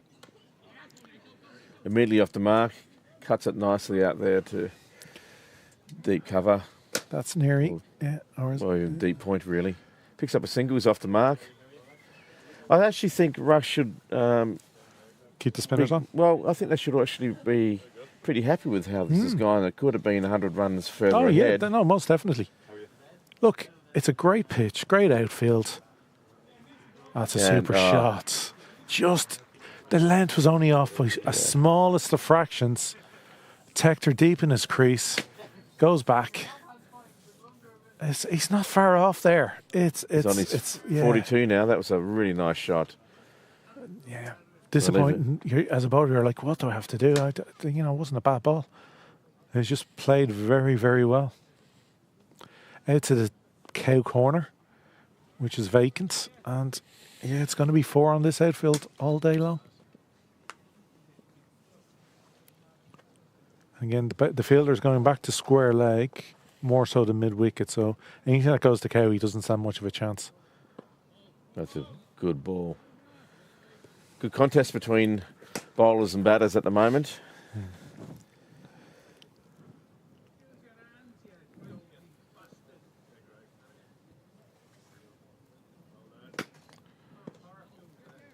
He's bowling an excellent line there, not giving any room to the batter. Yeah. Fielders are in quick and are in tight to cut off singles. So, at the end of the 44th, it's 272 for 6. Man, you're talking, you'd be very upset if they didn't get a minimum of 36 here. Yeah. They really want to be getting at least one boundary per over now. Well, you'd say 40 runs is a minimum. Yeah. Yeah. Unless there's... You've got to get over 300 just from that psychological yeah, if you're not perspective. Hitting on this day, on this track, but, if you're not getting a run of ball with 6 overs to go, you'd be very disappointed. Well, McCarthy to bowl his last over. Sorry, Maguire. Well, Yeah. McCarthy, I was just thinking of Barry there for a second. Yeah. But Maguire to bowl his last. And he's been very good for Rush in the context of this game. Well, again, he's only coming in at, 5 and over. Hit straight back and straight into Harry Tector. In a day when the run rate's over 6 and you're bowling under 6, you're obviously doing better than others. Darted. That's the quicker one, but played out to long on for a single. Just happy to have a look, take what's on offer. Again, that was only his 3rd ball. Yeah. Brings Tector back on strike, obviously the senior batsman. Here's the reverse dink. Oh, very well played. Fortunately for the bowler, he was a little too full. Didn't put much onto that. Didn't need to. It was all about timing. It's good effort there. Brilliant fielding. Saves himself, his team 2. Saved 1 because they ran 3 there because Hoey was so quick. Yep. He is so fast. Again. Good effort there, boys. I know. Again, super effort. Counts. After bowling a few, it's a fast bowler, and then you're getting around the field like that. It's good to have team members that actually, raise the standard. Yeah. And there we go. This is going to get caught. Should be out. Called for. Oh, no. Nearly, unfortunately, drops it. He didn't quite get his feet set. Well, he didn't get actually close enough. He had to reach for that at the end. Yeah, he didn't get under the ball just at the end there. Should have been a wicket. Rush will be disappointed. It hung in the air for a long time. It was at least 15 yards in from the boundary line. You just need to take one more step, I think. And again, one of my biggest pet hates, he's not wearing a hat. Yeah. why is a fielder? He's got his hands over his eyes because apparently, like, you know, the sun is shining. Why haven't you got a cap on? Well, it doesn't help your cause, does it? Well, no. Stick a hat on. Oh, reverse again. And this Got more time, on it this time. I don't think it's going to be pulled up. No, it gets No. to the boundary. That's very well played from And that Tector. brings Tector on to 49.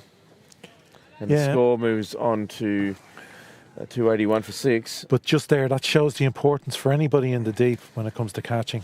Yep. The most effort you have to do is to get under the ball. Here we go. You will see here.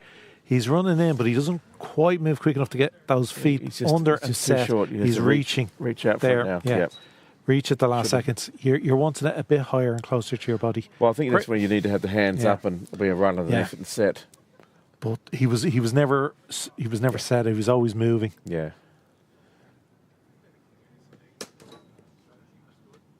Whether you catch it high with the reverse hands Aussie style or you're catching it belly, it's all about being still under the ball. But like you also mentioned, you know, he's looking up into the glare of the sun. Yeah, without a hat. You're playing Premier first team cricket.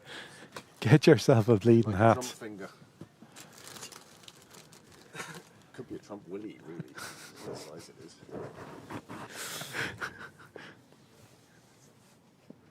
Okay. Tughill to continue, 46th over. This is obviously Rush knowing who's been the more successful of their bowler, seam versus spin, that they're keeping the spinners on at this late stage.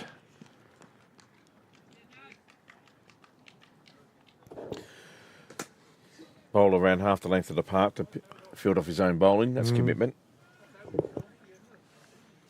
We did the same. Because we know what the fielders are like we play with. Again, he's had a really good spell. But again, he's another spinner who's going at under 5 and over on a day where the run rate is over 6. And it's in more runs. They could have got. They just went. Yeah, but interesting. Got his that's 50. the 50 though. Well done, Barry Tector. Real Maybe. hard grind out 50 there. He's done well for his team and himself. Well, 51 off 68. It's not. No, but you know he hasn't worst. panicked and he's used all his experience just to sort of be there. There's no point being in the shed. No, but again, he hasn't gotten there in a while. Yeah. So at club level, so it's a nice little monkey to get off the back, just especially early on in the season. I'm glad. Let's place this one back to the bowler. He looks a bit frustrated. He's such a class free flowing batter. Yeah. You know, he wants to play shots. And when you have the full range, obviously you're upset when you don't. Well bowled, well played. Yeah. Cut down to short third man. Yeah, short third man. Pick up a single. Yeah. A good calling from Howie to come through. Because again, they'd be well aware at this stage that it has to be a run of ball, at least. Field quite spread now. And this one he's just clubbed down to sort of long off. They pick up the one. Again, you want that as a minimum now. Well, I think Rush should be feeling like they've got a bit of a victory here, you know, compared to what it could have been. It's not the 350. Yeah. That would have been the worrying total to see. Oh. Again, just singles have been conceded. I know they scored 370 yesterday, but it's a different size ground. Anyway, 46 gone down and 287 for 6. But yeah, do you just start swinging absolutely crazily at everything now? Yeah. Maybe. It's headless chicken time. Start to charge the bowler, Yeah. that sort of thing, make your own width, Into the Cannondale Roads. all that. The 300.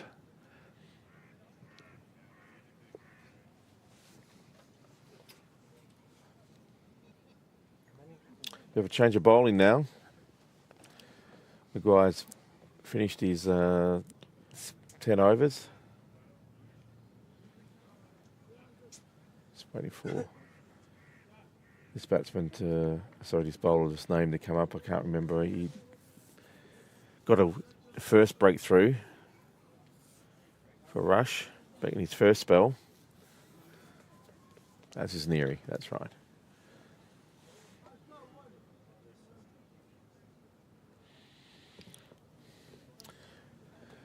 So there's no person down in Cow Corner.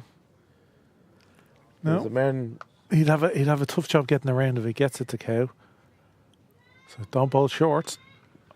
That's cut away, but the boundary rider is there. Should be one. And is. Good arm. Yeah, and again, the line he wants to be bowling is just pitching it maybe a little outside off if he's angling it back in. Again, the wicket keeper, actually, he's changed his stance to him this time. First spell, he seemed to be wider. So maybe it is a change in plan with the bowling. Oh, no, there he goes a little bit wider. Oh, just cracked there, great. but gets Just past the squeezed it. fielder. It'll be two. He must have got something on it and was able to stop it from going to the boundary at a great rate of knots. Again, Essentially saves 2 for his team. Yeah, how he's showing his power there again. Yeah. He's a sweet hitter and timer of the ball. Yeah. I think he'd be eyeing off this Cow Corner region, trying to manufacture a shot across there. But if it's going across his body the other way, does it bring in the top edge and all these sorts of other... There we go. So that he tried it then. Yeah. And he knows, he shook his head there, he knows that wasn't the smart shot. But He knows he wasn't on the right line for yeah. it. Yeah, it wasn't quite in the arc. No harm. No, The if he intent. had it connected, it was going to go a long way. And he has hit plenty of sixes down Yes. to long on over the years. That's the thing about this is the battle. I've left that space open. Are you good enough to hit it there? And this one, no, he's going to it's get caught. What looks like it's guided up straight over the bowler's Yeah, head well and is taken. caught. Neary with another one. Well deserved from the young bowler. Again, he'll be going to the skip line. But, well, should have bowled more. Like he's taking 3 now. Yeah. This is his 6th over. The most he can bowl is 7 if they use him in the 49th. So you might be asking, why didn't I get another 3 overs? Well, he might be next week. Yeah. Yeah, just in. There was just timing and line there, but But you've got to go good for it when bowling. you with this sort of Yeah. stage. It's 290 for 7. Yeah. And comes the skipper, Paul Lawson. Strides to the middle. So I would suspect that the batting lineup would be McCarthy, McDonough, Yep. and Murray to finish. Yeah, I'd say that's a smart money Yeah. for that sequence. In fact, you almost be thinking, why did you put Barry in now? No. For a laugh, wouldn't you love to have been Paul the skipper and just go, actually, Luke, would you just move up the order ahead of Barry there I to think- see the reaction? Yeah. I'd be sitting there with me popcorn for that one. Well, Paul's no slouch with the bat either. No, he has some important runs over the years. Yeah, he sits Last ball winners. He can hit it big as well.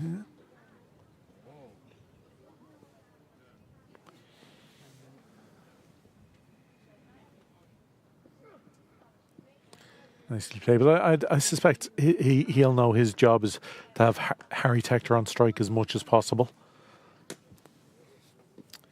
for as many of these last 3 and a bit overs. 3.1 to go. So for 19 deliveries, he'll try and get Harry on for as many of those 19 as possible. 19 sixes. Well, Noel needs those 19 sixes. Quite do it for me anymore. I need a no ball or 2 for in there as well now. Yep. But again, Nice little gets dab, on just- strike for the next over. But again, this shows Rush have done well. They've very few bowling extras, so it keeps you in the game. So after 47, it's 292 for 7. Good one for you.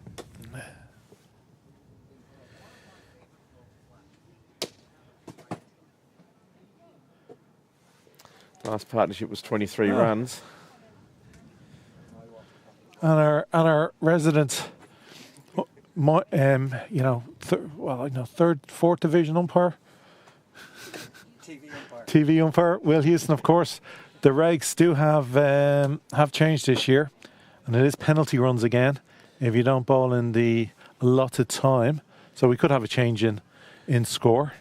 Well, they I have suppose you could argue yeah. that they're changing bats and a few other things have sucked up a few minutes here and there. Well, they're not. The boundaries don't, unless the ball is lost, they don't take it into account. Yeah. I think they'll still make it. Yeah, to that'll get be to the right. 19th over. So we'll see. The spinners have helped to get them close. But anyway, yeah, I was happy to see that change again. Making, a fielding change, I don't think is punishment enough. An actual runs on the board, that's a punishment. Yeah. Lawson Thought about two then, but Lawson was willing to come. Tector I think it was the right wasn't. move. I think it was the right move. There Yeah. wasn't really two there. Yeah, having to have another fielder inside the ring in the last whatever over or so, it's not as guaranteed a punishment. Well, they're tightening up the. Yeah, that's not. At the moment, the ring on the offside is coming quite tightly for the new batter to see whether he can try to go over or penetrate the ring. Not like. Oh no, he's take the single, punch it out to the mid cow area, Yeah. get Tector back on strike. I think that's all he's looking for.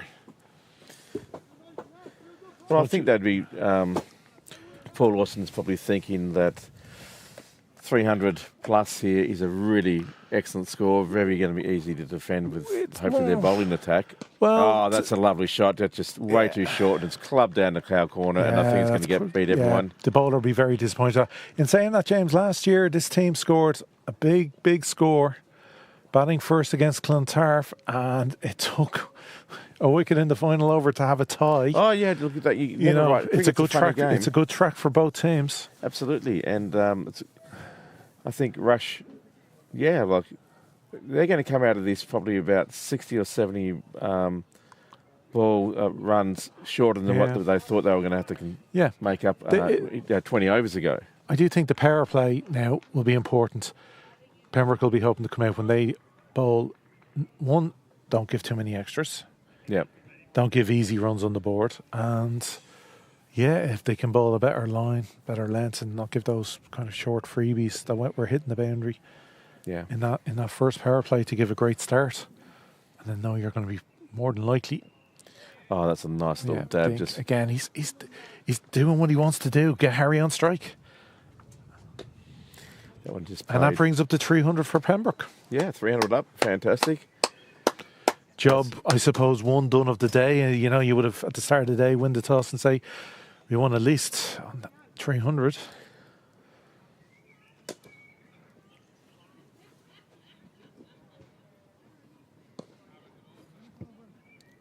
Just played with a straight back down. Again, not the flourish of boundaries you were you'd hope for at this stage. It's always exciting to have fireworks. Yeah. Anyway, after 48 overs, it's 301 for 7. Again, that was a good 10 overs from Tuckahill. 49 with picking up the 2 wickets. Again, for the spinner to be under the 6 and over is a good effort. I think he's done a really good job for his team. The penultimate over now.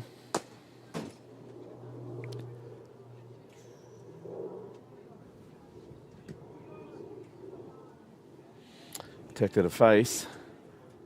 That's who you want on strike. He's on 62 now from 77, so he's closed that gap on the strike rate a fair bit. He's done well for his team here. And now he goes large. It's out. It's going to be out. He caught the it. juggle.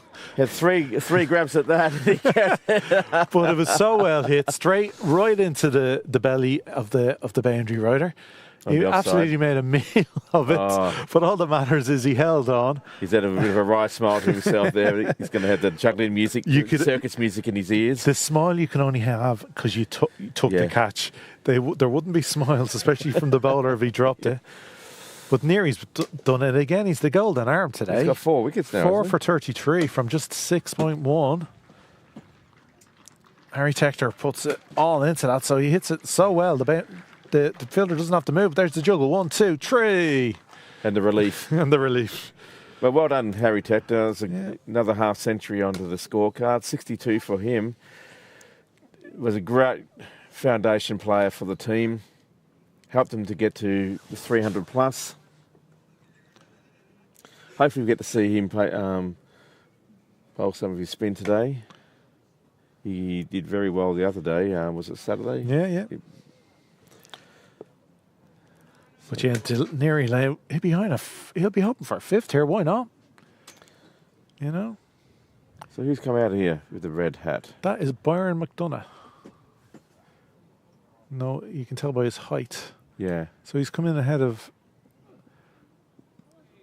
McCarthy. The ball moved across the batter there. He went for the forward shot to try and drive it away. Lucky not to get anything on it. It's a good line, actually, from the bowler. So who would you... oh, sorry. Yeah. Oh, he's not playing. Yeah. Barry's not playing, sorry. I just saw him in the warm-ups. Oh, okay. Barry McCarthy is not playing, sorry. My bad. I saw him around. just saw him warming up, so I just assumed he was.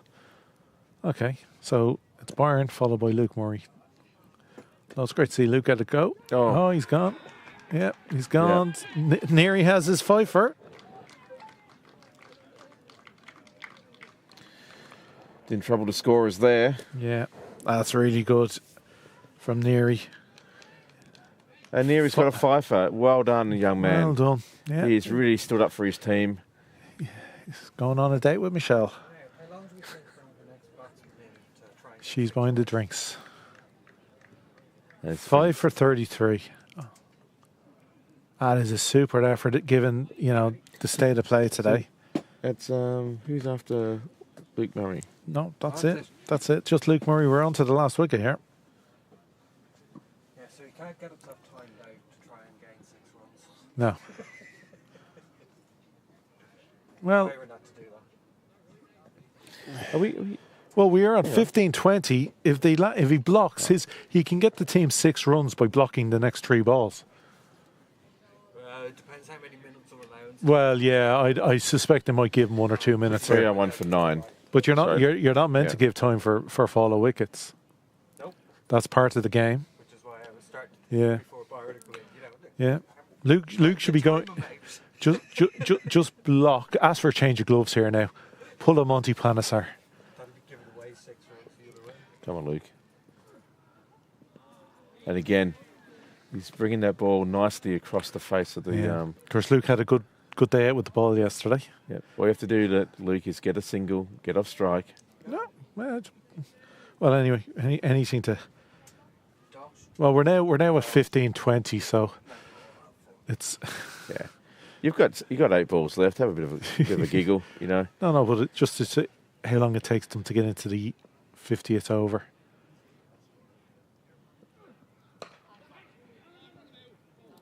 Oh, that's going to take him time to get up and get back to his mark. Lucky he doesn't injure himself doing a bit of fielding like that. The bowler Camera shot. So is determined to get to the ball there on the leg side.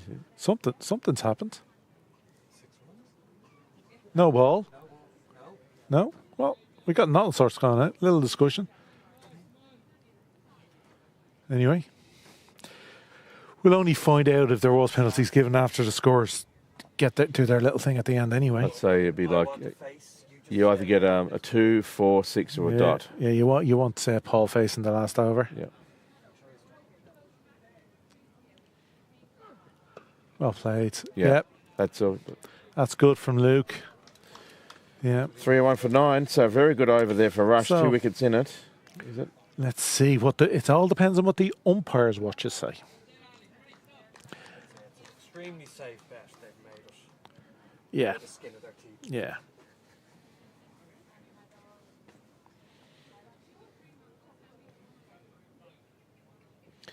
The double wicket maiden? Yeah. Great bowling there at the death. That's what they needed. And looks like the last over. Are they going to... No, yeah, they're going to save Eastwood. And... Oh, and Barnes, and looks like a Bassi. Yeah, not a bad option, not to have too much pace on it. But I'm sure his job will be just please bowl full and bowl at the stumps. Yeah. Although if you do, they've got a trap down here. If you bowl wide and he just toes it to the 45, there's a man here to catch it. You're going to take. You'd be happy with 6 singles. Oh yeah. Anything under that's a bonus. But for me as a skipper, 6 singles. Thank you. Quite happy to leave the pitch. As we said, what I was looking at earlier today at one stage, with 307 on the board. And anything below that now will be a bonus for Rush.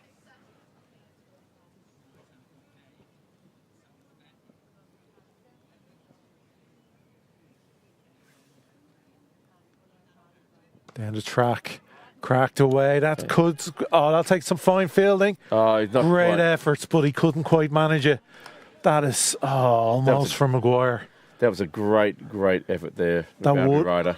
As soon as, here we go with the replay. Like Lawson comes in track, absolutely smashes it. So it would have taken an absolute stupendous piece of fielding. And Maguire did his best, got to it, dive in, but just squeezed under him for 4. Good start to the over for Pembroke. Good commitment there. Yeah.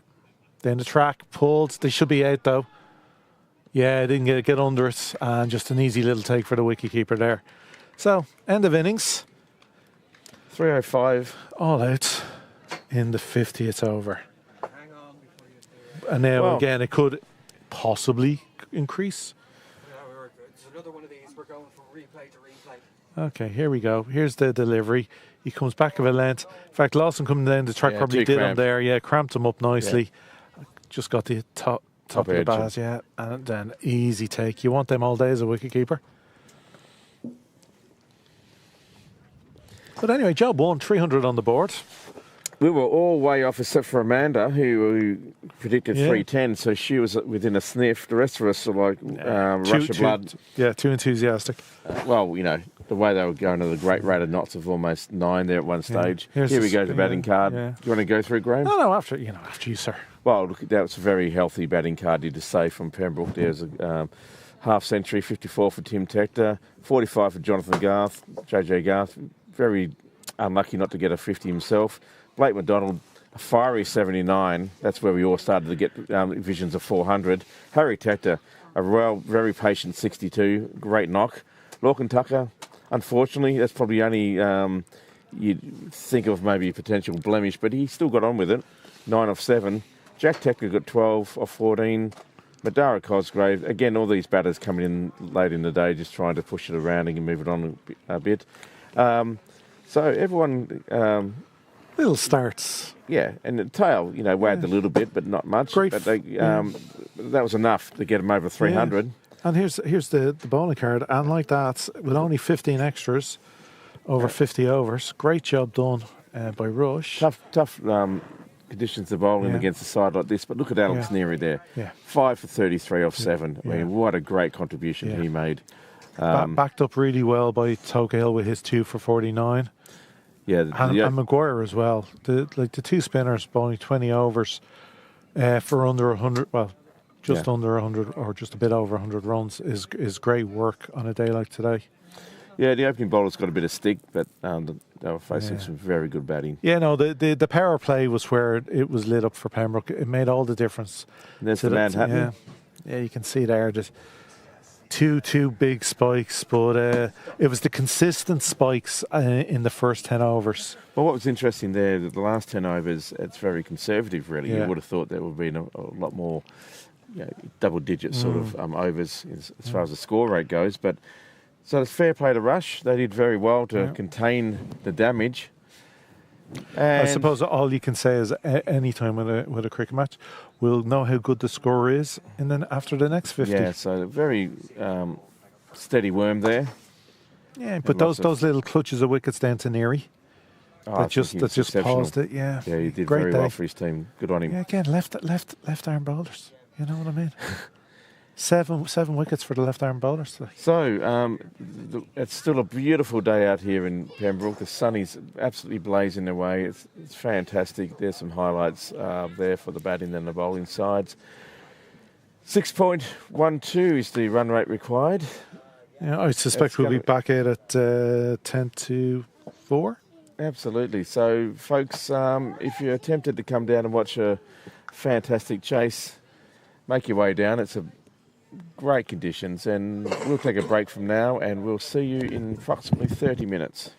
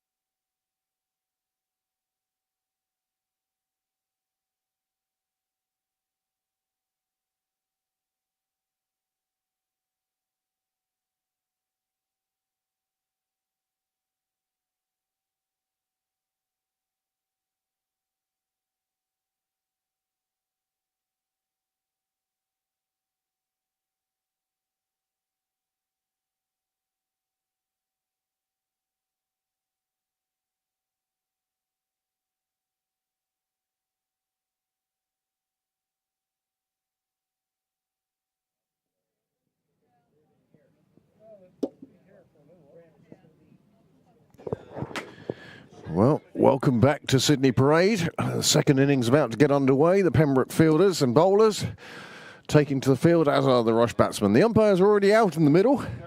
They're waiting for the players to take this game on a bit further. Rush will require 306 in their allocated 50 overs, and they'll be looking to get there as soon as they can. It's just over a run a ball that they require, and it'll be interesting to see how they attack this.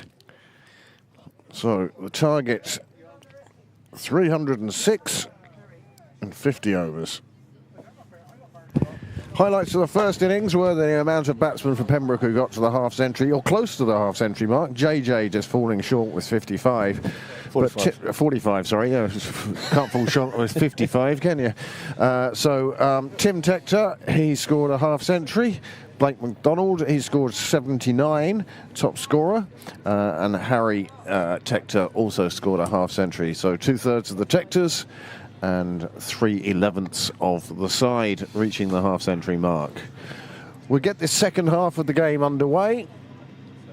Luke Murray will open the bowling from the St John's end.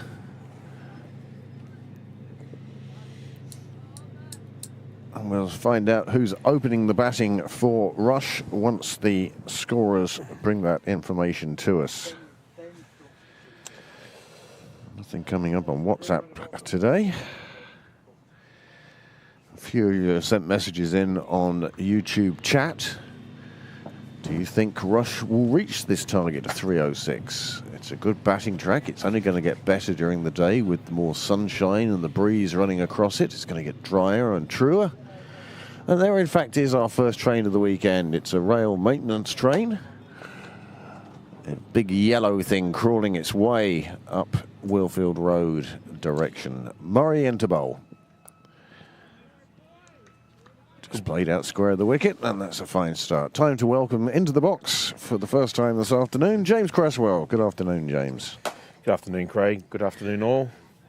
Good start there by Murray. Just good line, good length, just no width for the batter.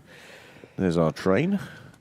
Niall just showing it in the background. Big diesel thing. You can hear it firing up its engines and firing up his engine. Luke Murray. Good delivery, good line, good length. Batsman having to get on top of that. Live scorers still haven't caught up with the action here. Pembroke were all out in 49.2 overs.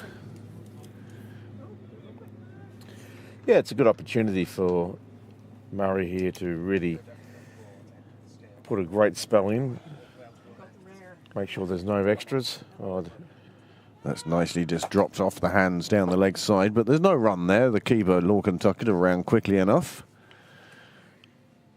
Plenty of movement amongst the fielding side. 2 slips in place for Murray.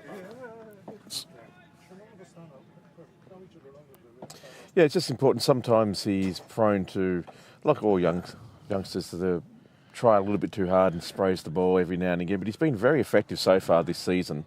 That's just a bit wide, but it's fielded beautifully fielded at point. And who do you expect to be fielding beautifully at point for Pembroke first? JJ Garth. Absolutely. There we go. Tucker Keel and JJ Garth's on this side. And That Archer. must be. I don't think there's JJ there. No, JJ is at point, and No. this is McDara Cosgrave. Oh, here, right in front of us is JJ. JJ, yeah. He made a lot of ground then, didn't he? From mid-on to square of the wicket. Yeah. He's a little clown, even like he's grown about 3 feet. Anyway, first run on the board for Rush to open the account. And the captain and the bowler are having a bit of a discussion. Plans to bowl to the left-hander, I suppose. 6-3 field still. This one crashes into the leg side pad. Well, luckily enough, it took some pads, saved the wide being given, because it was a little bit on the loose side. Well, a fabulous day and a good crowd down the wall. Niall might give us a shot of the crowd between overs. And you can just pick out your favourites from that. Well played out in the offside. Decent ball from Murray. He's testing the batsman. He's certainly making Archer search for the ball in his first over. First over down, 1 conceded. It's a very good start for Pembroke.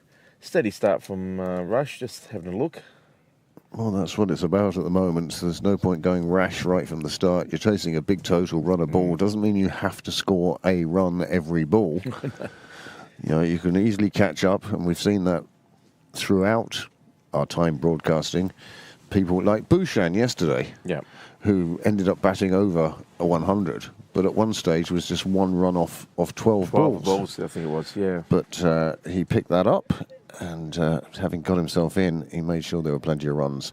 Spin from the nursery end now. This worked for Pembroke on Saturday. Harry Tector ended up with a couple of wickets then. And he'll be hoping for something similar now as well. Yep. It's a bold move. I think it's a good move. You've enough spinners in the side. Only the 2 seamers in Breyer and McDonough and Luke Murray. But spinners, you've got JJ Garth, you've got Harry Tector, you've got Gavin Hoey. Yeah, Gavin Hoey, one of the best in McDara Cosgrave, who's taken plenty of wickets on the 2s with his off spin. But at the moment, it's Harry Tector. He's the one to begin. Seam spin here today. Yeah, he's a tall man, and he gets helps with the bounce as well. He can find an awkward length. And don't forget the captain's a pretty good spinner as well. He knows how to throw the arm over a bit. Yes, indeed. So 4 or 5 spinners of all varieties, left armers and off spinners and leggies. 3 quick dot balls, and this is one of the things about having a spinner on from the start is the speed of the overs going through. Yeah, you're never going to be in any trouble of actually conceding penalty runs or anything like that. Well, not only from the time, but suddenly Rush will look at the scoreboard and there'll be 7 overs gone. Yeah, not very many. And not many runs. And that creates its own difficulty for the batting team. But on this occasion, he's whipped onto one, he's whipped it round the corner, his partner starts to run. He didn't join in there at all. Just walked down the wicket. And that's a nice shot, and it gets him underway. Tokakil latched onto that very quickly and put it away. First boundary of the reply, and now Rush, well, they only need 301. That was a good shot. Just slightly too short from Tector on that occasion. This time, batsman far more watchful of that delivery. The second over is gone. The score has moved on to 5 without loss. Over by over comparison, like the worm, is going to be a tricky one today because of the way the Pembroke innings went off, like Usain Bolt. Yes. And finished more like Stephen Hawkins. And this is going to be interesting to see if that causes undue scoreboard pressure for Rush. Yeah. How far can they let that run rate get before they start throwing the bat in a desperate effort to keep up with it or get it back down again? At the moment, it's 6.27, and that's just after 2 overs.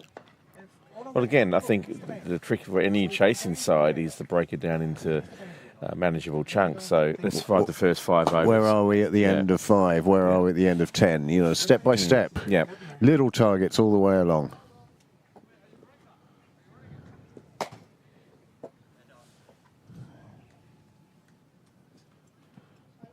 That's nice delivery from Murray. It's finding a nice rhythm, and that's so important with young lads when they come in, and especially they've come in and been asked to open the bowling on the first. So important that they feel comfortable and into their rhythm. Yes, straight away. Now, obviously, having only conceded 1 run from his first over is a big help, whereas if you concede a couple of boundaries, it can really knock the youngster back. Oh, enticed the batsman to try and have a shot there. He did well not to get anything on it. Goes through to the keeper. So encouraging signs here for Murray. Probably the shot Archer needs to not play anymore. That's that high risk, low reward sort of dab cut shot outside of off. That's just drifted onto the leg side and neatly played away. Archer picking up a single. I don't think Murray or Pembroke will worry too much about that. But he's just drifting onto the pads, and as soon as you do that, it just allows the batsman just to play it away. Easy single, easy run. Yeah, so don't mind conceding that. Just don't want to concede extras if possible.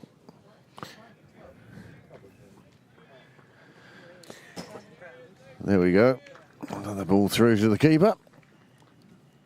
And this is proving to be another good over from Murray. It's exactly what his skipper would have hoped from the youngster when coming into the team. Now, I could be wrong, but what... Could you? I could be. Okay. I quite often am. Who tells you that? But he's got a reasonable head of steam on him, and he's got some good pace today. He has, hasn't he? I don't think he's hit top gear yet. I've seen him in the nets just recently, and he was very sharp. So I think, he's concentrated on accuracy now, as opposed to just coming in and trying to bowl like Brett Lee or whoever. I think that's the important thing when you reach the first 11. Yeah. Certainly, I think batsmen find it, the step up from 2s and 3s up to the 1s is where are the bad balls that I'm used to getting every over. You might have overs where you just don't have a bad ball to jump on, or if you miss that one, you're certainly not going to get a second chance. Yes, yep. Harry Tector to continue from the nursery end with his off spin. Archer, the left-hander, now taking a middle guard. You can tell it's middle, and the way Nala set up this camera so beautifully again today. His mid-innings adjustment working perfectly. And I think a few more people have turned up. But there we go. Craig, that's good. No, I'm grand, thank you, but thank you very much. Good man. Thank you. Was that the prize for Amanda for getting to 310? So was that your prize for guessing 310? Rob Kelly turning up with ice lollies for the stream team. And Harry Tector serving up a beautiful delivery first up. In this, the 4th over. Score 6 without loss after 3. 300 required. Going around wicket now. Ooh. Did well to keep that one out. He's keeping the left-hander interested. He's having to play at every delivery. The pitch is playing very true today, though. So. Played away. Wide even of slip.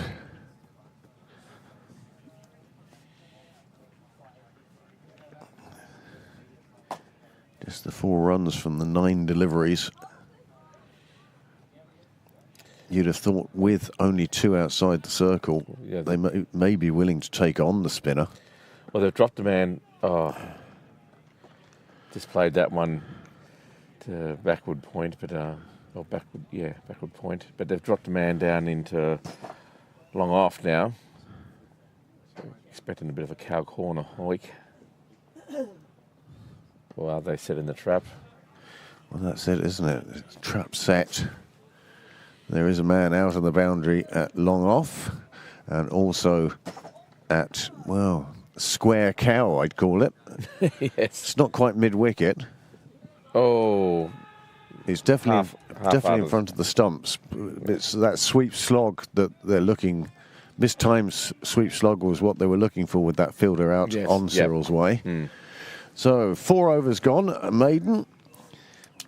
And see what I mean about how quickly the overs disappear. It's a bit of a replay of the LBW appeal. It's because of where he's bowling from as much as where it pitched and where it was going on to. There's just obviously enough doubt. So you've got to give the batsman the benefit of the doubt every time. and good decision. Well, Luke Murray now to start his third over. And he pulls out of the first run up, and that's again a sign of maturity. Too often times you see young bowlers, they get something wrong in their run up, and they try and correct it in that run up, and It always goes. the ball delivered is always manure. Yeah, it's normally you get away with it for a single, but normally it's a 4 or a 6.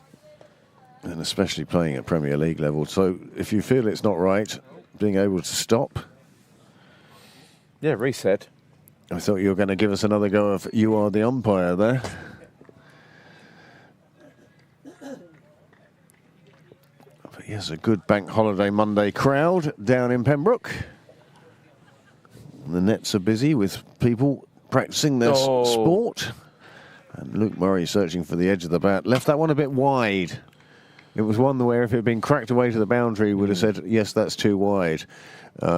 He got away with it, I feel, there. I feel like it. Yeah, it's just wasn't the best shot selection there. I don't think from the batter. No, he did well not to get an edge, but encouraging signs for the bowler. That's what he wanted to do, but the other one wasn't close enough to him to do that. I feel. No. Well, I suppose it's like anything.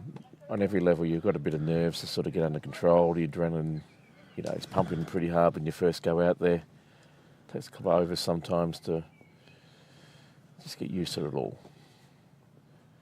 I mean, it certainly does get easier the longer you stay in the middle. Oh, that's a beautiful delivery from Murray. That really just angled in towards that off stump. And if anything, it moved too much and it took it away from the off stump then. It was very close to just taking that very well lit, sunlit off stump. You can tell where the sun is from the direction on the shadows. And the stumps, well, they're only making one shadow between them.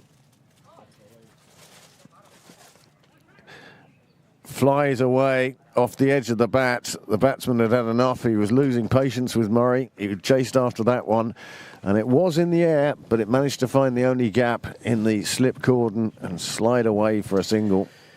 Yeah, like you say, it was a shot of frustration. It wasn't beautiful at all. It was just slash hard. Got away with it, though. The reason why they are cliches is because they're true. Oh, well, that cramped up the batsman there. That just got on to Archer a bit quicker than he thought it would. He played the right shot for the length, I felt. And he could have short-arm punched it away, but as it was, it just got onto him a bit quicker than he thought, and he couldn't complete the shot. It did, however, complete the over, and after 5 overs, 7 for 0 means that they are 32 runs behind where Pembroke were at the same stage. If it wasn't for the fact that Pembroke were very quick at changing ends, I'd show you the worm, which would definitely show. In fact, we'll set that up for the next break in overs. But for now, we'll leave it with Harry Tector to bowl his off spin.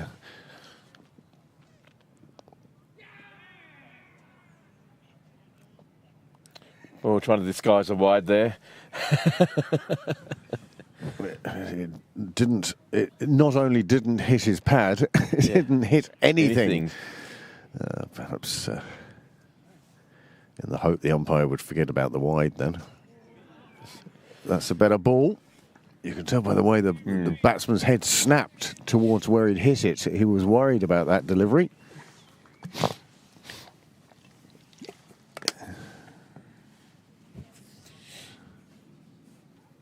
Again, there's no need for rush to panic just yet. Just see off the opening bowlers, get used to the conditions, and make hay when you get a chance. But they're brought in the slip now. Tector feeling that the way this batsman is playing, there's a good chance of it coming off a leading edge and flying either to slip or to deep gully. Well, I thought the catch that Andy Balbirnie took on Saturday in the first slip was a nice one. The one above the head? Yeah. Well, no. The first one? The first one. Ah, yeah. It just seemed to get enough on it just to miss the wicketkeeper. Yes. Well, the fact that Slip took it on his inside would tell you that, wow, it must have only just got past the keeper. Well, Well, Bernie made it look like he had a lot of time. Regulation to it. Yeah, To us, it's a, oh! exactly. This one squared off to the outside. One of those moments that makes sure you have to clean all your cricket gear after the weekend. But yes, it would sort of suddenly appear on us. But Andy was watching it all the way and just thought, yeah, that's mine. Thanks very much. Again, the difference between people who can really play this game well and people And the who rest just of us. sit on the sidelines Yeah. chatting about it. However, I believe there was a case in North Kildare once.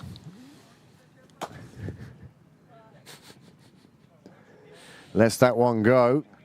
It's bold. Tector wondering, might not have been the one to let go, but he gets away with it. Arch is still there. He's on 1 off 16. Toe to kill, 7 off 19. Good afternoon, ladies. Afternoon.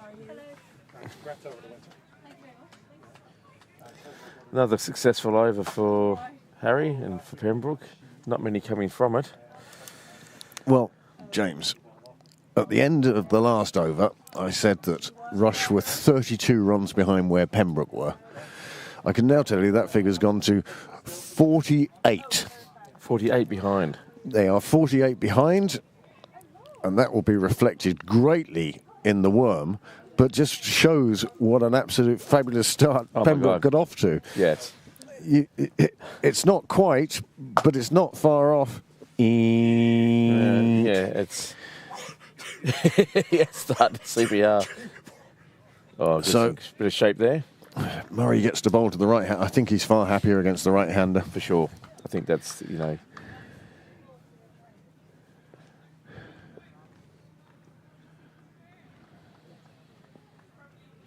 if he keeps getting a bit of shape like that, I wonder if it's worth sticking in another slip. Just for 2 soft- in there at the moment. He is only a young lad. Oh! He's causing enough problems as it is. I'd leave a couple in front of the bat in case he has that Yeah. bad ball that gets Of dropped course. short or whatever. No, it's almost and like- that could bring McDowell into play or JJ into play on the leg side. I'm happy enough with just the 2 slips. I know, it's more like just a messing with your mind sort of thing to do for 3 or 4 balls. But no need to do anything really silly now. Just keep doing the metronome bowling. Another one goes through to Tucker. And this really is a fine opening spell by Murray. He'll be delighted, but more than that, his side will be delighted. If you're only just breaking into the side, the best thing you can do is perform well Yep. to gain acceptance. No matter how welcoming a dressing room is, players often go into a first-team dressing room or into an international dressing room and think, do I belong here? And you're starting with doubt. Absolutely you are. And, it takes you a game or your first half century or your first wicket even, or even your first over, just to turn that around and say, yes, I do. Well, nothing like having people you look up to come and congratulate you for taking wickets or getting a good score, is there? It's a great confidence booster. That one slips down the leg side. Pat Carthy stretches out the arms and also tells his fellow umpire there still remain 2 balls in this over.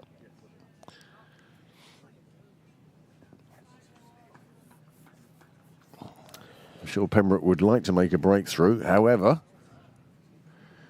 These two have been very watchful. seen the score at 10 after nearly 7 overs. You'd be just as happy, I think.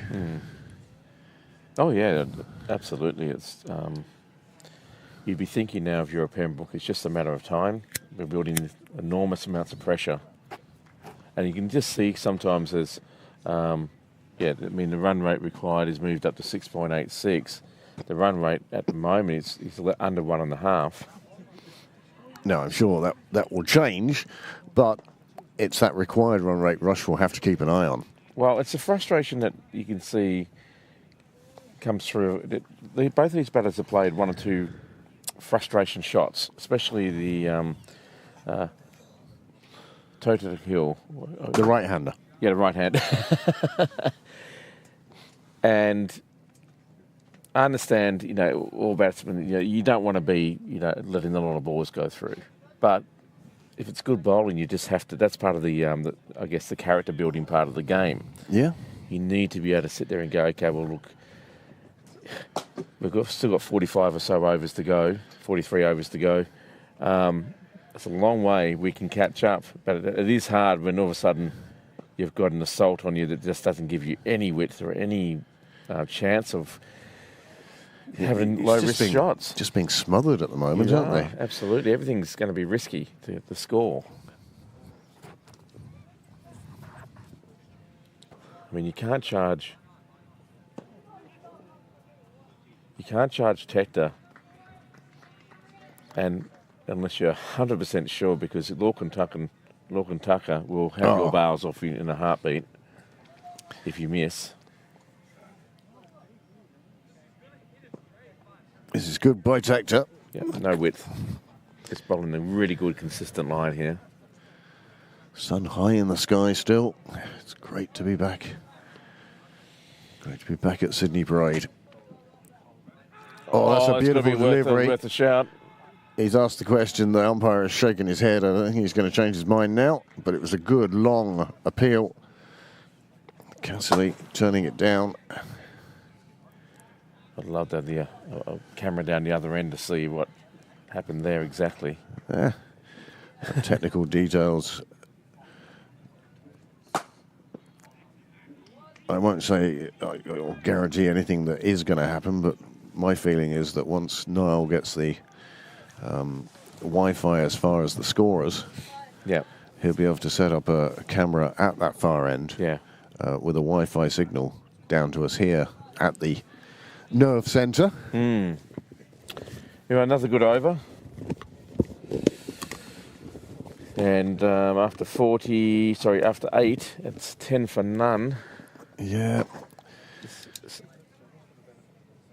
Maiden again. And now they're 53 runs behind. I know it's probably irritating, but it does give an idea of how quick the Pembroke innings got going this morning. Yeah. 12 o'clock start, this afternoon. But, after 8 overs, Pembroke was 63 without loss, and people were saying, I'd better nip down to Pembroke now. But at the moment, they are just strangling the life out of this Rush reply. They haven't looked like taking a wicket either. There's been no close calls, no close LBWs, or no catches put down. So Rush are keeping them at bay. Oh, you're going to have to think twice. You can see that that's the frustration. The pressure is building. Rush have seen the required run rate now slip over 7. Now, I don't mind 7, I don't mind 8, but 8 and over for 40-odd overs is an awful lot. You know, it's a boundary every third ball. Exactly. And when they start batting like they're looking for that boundary... Well, that's a bit of a pressure release shot. But it's, again, I feel that's an absolute rash show of exactly what we're saying about the pressure. He threw the bat at one that was wide. It came off the toe and went up into the air for an awful long time. But it does bring a welcome couple of runs. Well, this is the thing, isn't it? If you get yourself in this position, it's a difference between saying, okay, we're 20 behind, 30 behind, whatever. But when you start to get 50 plus behind, you must be thinking, oh, geez, we're going to have to do something here. Otherwise, this hole's going to get so big that, you know, no matter what we do, like you say, we'd have to get 2 boundaries every over and then some, just to stay in touch. And that's a big ask for any team. Well, we know Rush can bat. They scored 371 on Saturday in their defeat of North County. But that was batting first and setting a target. That was a nice shot, actually. And dare I also say it was in Rush. Yeah. And Rush is, you know, it's a great ground, but it's not the biggest ground in the world, especially from end to end. Straight boundaries, quite small there. Yeah, you can actually edge a 6, probably. I remember Finton McAllister as probably 9-year-old, hooking me over his shoulder 3 times. They weren't deliberately, but well, the first 2 weren't deliberately bouncers. The third one was, and he dispatched that one as well. Yeah, he's a talented fine player, Finton was. He certainly was. Well, he's one of the development officers now. Yeah. Finally, a nice shot from Archer. Flicked it off his toes.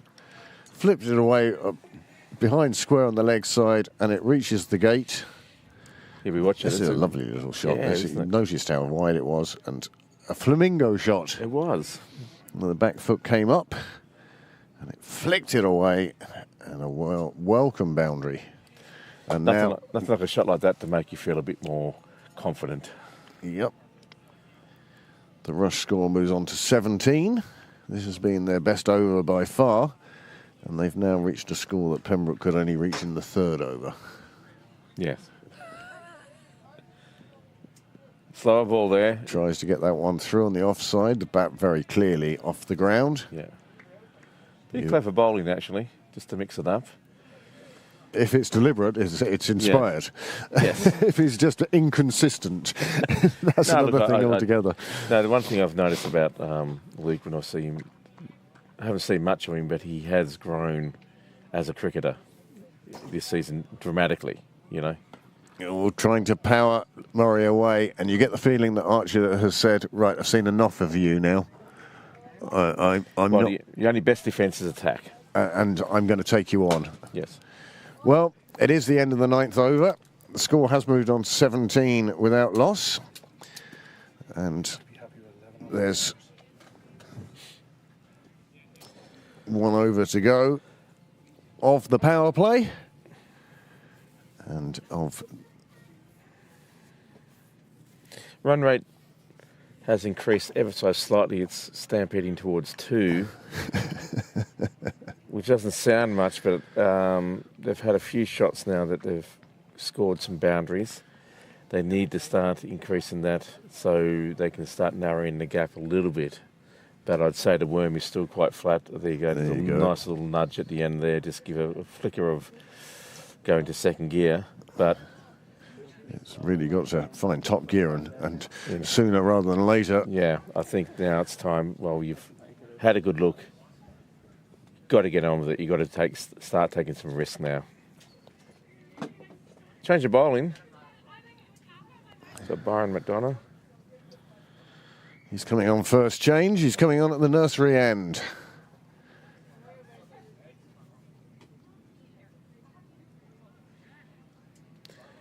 I think they need to have that 45.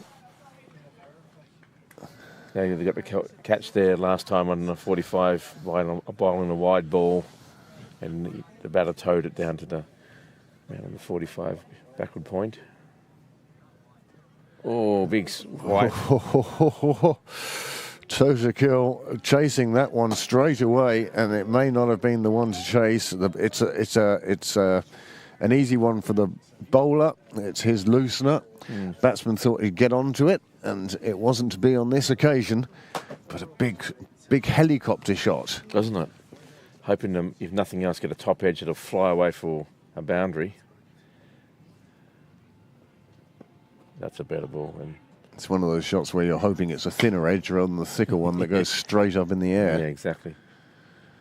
Well defended there. Just played it away to square leg for a dot ball.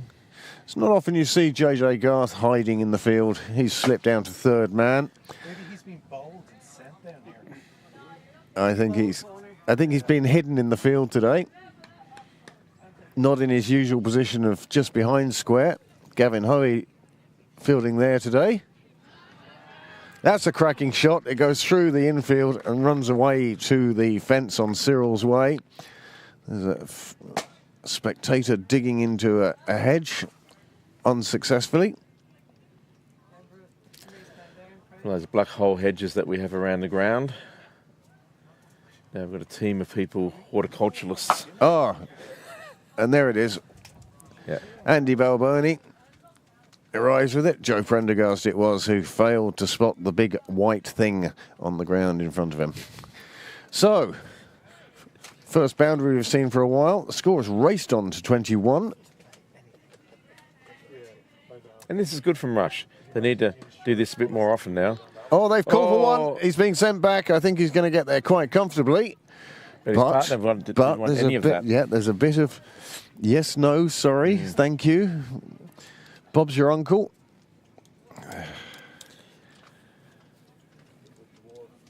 again, that's pressure.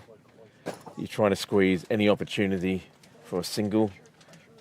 Well, again, you see we're into the 10th over, just 2 balls away from the end of this power play. And Rush's score still not equal to that of Pembroke after 3 overs. One of the Tectors have come out of slip and they've gone into the cover sort of region, extra cover.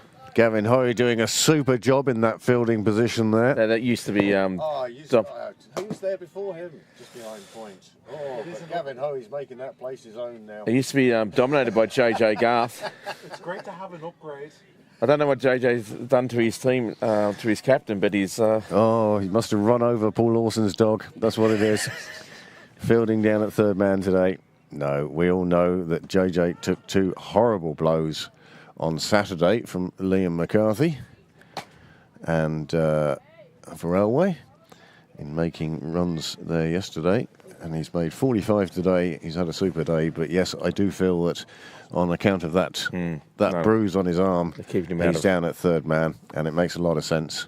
So, James, thanks for the moment. Thank you. I'll see you soon. There you go. I thought it was you. I wanted you to talk to this guy here who wanted to do the competition. Oh, actually, we had a slight change of plan. I'm going to stay with you for a few more overs. And we'll welcome Graham Mooney to the microphone.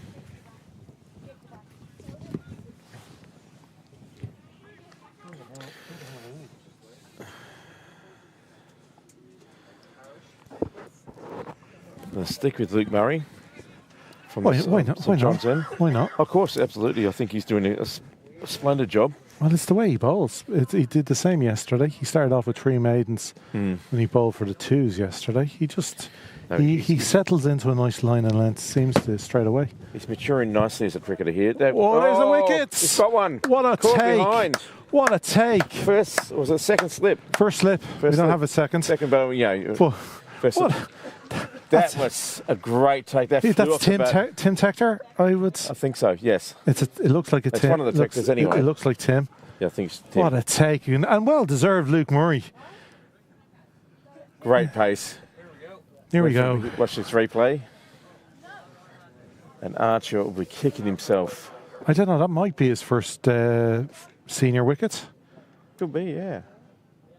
He just angled across. He went after bit the of luck, loose one. But brilliant, what a take. Oh. The bowlers need that, considering it's a batter's world. You need that bit of luck sometimes. It did push it wide. It did entice the shots. No, it's a shot of frustration. It was wide. I've got to go over anything wide. It might have been. Actually, it reminds a couple of weeks ago, he's playing on the 2s against Marion. His first delivery of the match, of the innings, he opened the bowling, and his first delivery was the umpire was about to give wide, but the batsman for some reason chased it, bottom edge, taken by the wicket.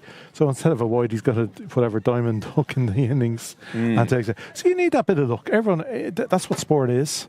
It's if you make the most of it. And luckily for Pembroke, with that superb catch, they did make the most of it. That's right. Chance given, chance taken. So the partnership broken now. Partnership of 21. It's been tough going out there for the Rush batsmen. Archer played some nice shots, and looks like he was getting quite settled, but just went after one a bit too wide. Well, edged it to the to the first slip. So the job is on there for the 2 players, Tokill and Maguire, who did great work for Rush in the first innings with the ball in hand, both spinners. Now it's their job to do it with the bats. Well, the trouble is, at the same time, Pembroke was 78 for naught. Yeah, but the only thing to remember is Pembroke did have a slow last 10. They did, that's true. So there is time, but is time running away at you could argue if the batsmen get themselves in and both batsmen get sets and both get going, the damage can be done in the last 10. It wasn't done by Pembroke in the last 10, so we always hope. We've spoken about it before in the with Craig that Rush obviously can bat. Yeah. They've got some big scores. Yeah. They like I said, Tokill here got a ton there on Saturday. This could be a challenge that they need at the start of their season to maybe, if they pull this off. Yeah, and like that, it's their first time up at this level in 7 years. 2018, I think, was the last time they played. Oh, okay, right. Yeah. So no, it is a step up. It's another experience.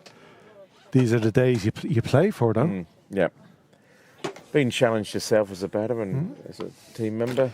What? Like, I know some players like to go and bully teams below their level, and look, mammy, I got a ton today in Division 50 against an under 13. but proper cricketers want to play above themselves. They want to go to the next level. They want to see Be challenged. Yeah, like that Maguire today, Neary today. They were bowling against internationals. You know, people have broken into first class crickets, and that's the challenge, to step up. The toe to kill. It's a good opportunity for him to sort of, can he bat the whole way through? This would be a brilliant opportunity. Look, and it's a really hard thing to do. Why waste a day like today? But again, that should be out. And it is, after all that. Murray's come up with 2 in this over. And Maguire's gone, Maguire goes for a 4-ball duck. He'll be really disappointed. It was a nothing shot. It wasn't going deep. Dismissal. It was like he was given a little bit of catch and practice. Pembroke could be delighted. Murray is static, into his 6th over, and he's got 2 for 11. This is tremendous figures from the young lad. Well, this will, So much for JJ hiding. Yeah. He takes a catch. JJ Garth with the catch at mid-on. Although that's very, like that, it's a very he just nothing. took his hand off the... It's a nothing shot. Oh, no. Yeah. Yeah, no, it's a real shame. I was hoping he'd actually go on and get a good score. Fielded brilliantly, bowled great. The cricketing gods weren't with him for the bat today. And so far, it's a double wicket Maiden. over. Well, one ball to go. How things can change. Russia now find themselves 21 for 2 and in a heap of trouble. Well hidden. Yeah, well done, JJ. It's amazing what he can do injured. Well, I did dive on him a bit there, and he had to get down low. But lucky he's a fit young man, he can do that. I would have just let that one fall in front of me. And the bowler would have shot you. No, look, obviously, the task is massive now for Rush, but it is 40 overs to get 280 runs. Well, they have a set batsman there. Yeah, it's about the key for them now is in the next 10 overs not to lose the wickets and to get the 1s and 2s going. They haven't actually managed. Forget about the boundaries. Try to get the ball working around the field. You can't live on boundaries alone.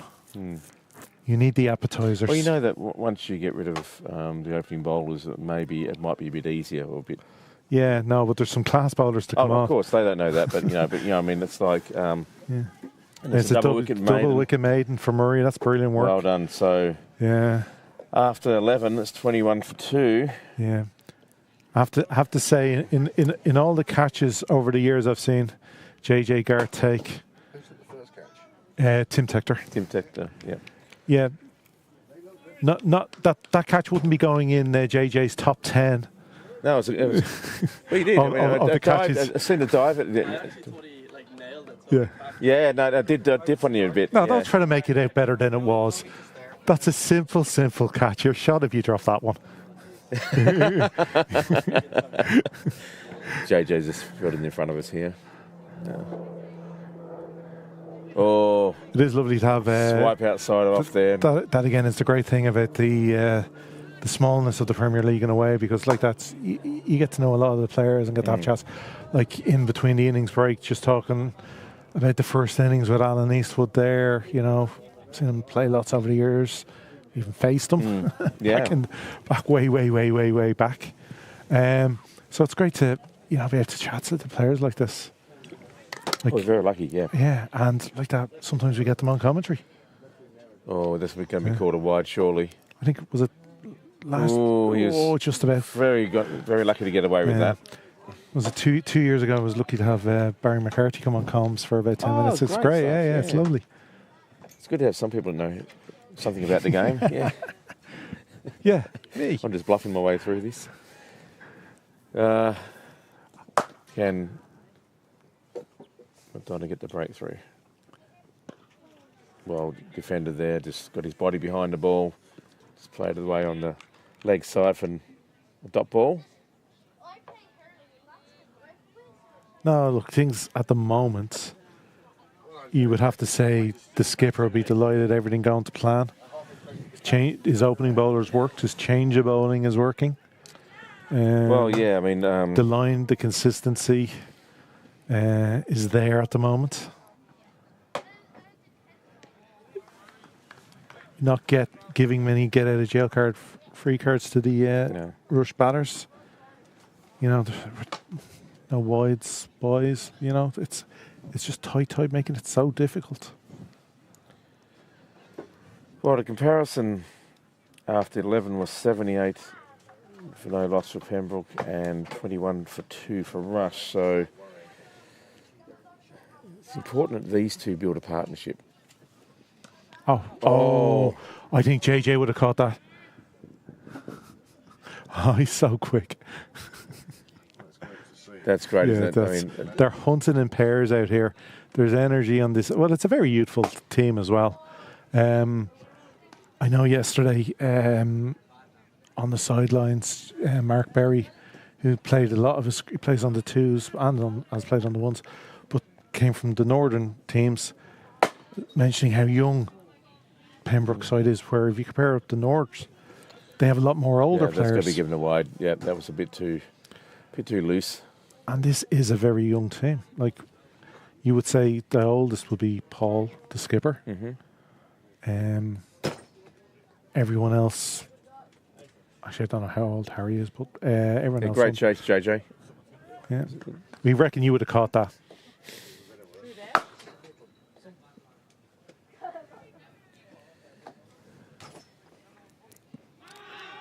Probably a bit high, I'd say. high.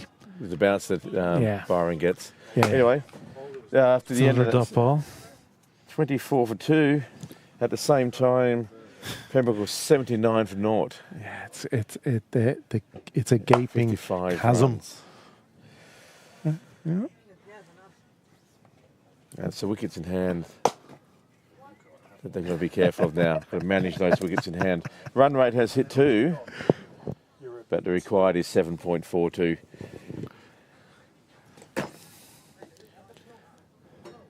So, Anyway, Luke Murray, to Tony- continue, and why wouldn't you Oh, you just keep him going. keep him going? Well, Well, maybe keep 2 up your sleeve at the end, but I'd like to keep him going. And when especially you're after hot, a double wicket well, maiden. when you're hot, you're hot. Yeah. You know. Well, the adrenaline again. He's 17. He'll be pumped. And it's great that they backed him, let him I open think the it'd be bowler. almost like you try and get the ball off me, I dare you. Yeah. And again, he's just bowling that lovely length. It's good shape that moves away from him, from the batter. Yeah.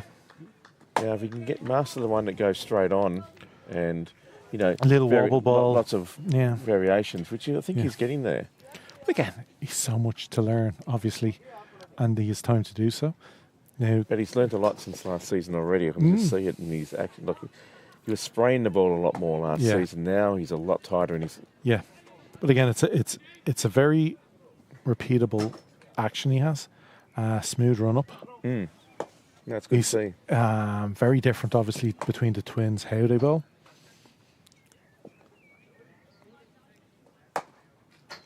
I would definitely say, argue Luke is the more out-and-out bowler of the pair. Yeah, I think you're right there. And obviously that's what they were looking for today, hence Luke. Dan had a game 2 games ago. Dan would argue he's the better batter. But I'll leave that between, they can fight amongst themselves over who's who.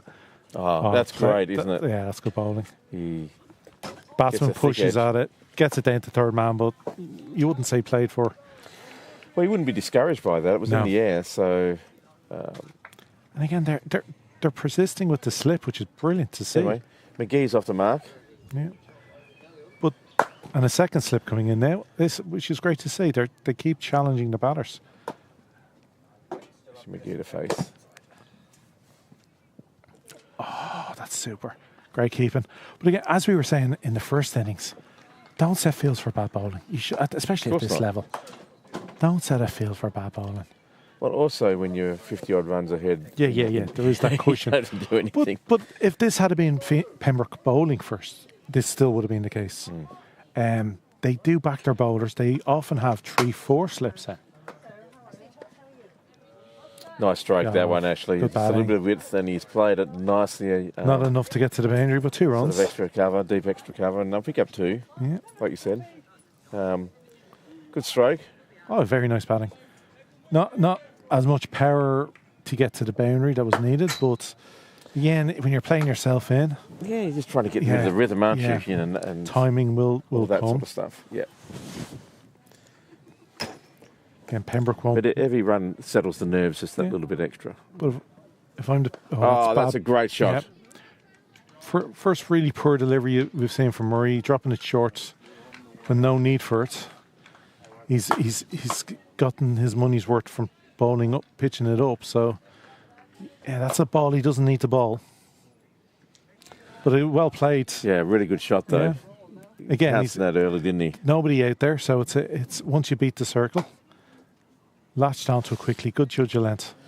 Anyway, up to 13, Russia 32 for 2. No, we wanted 22 for 2. I know. I'm sure Russia'd like us to be saying 222 for 2. Jeez, would you ever? Now that that lead is stretching. At this time, Yeah, equivalent was. I would suggest we will see Gavin Hoey. This is from the St John's Road end. He does prefer bowling from what I've seen over there. He does seem to bowl a lot of his overs from the St John's Road end, but he's coming from the nursery. They've switched out Byron. Okay, I thought Byron was continuing.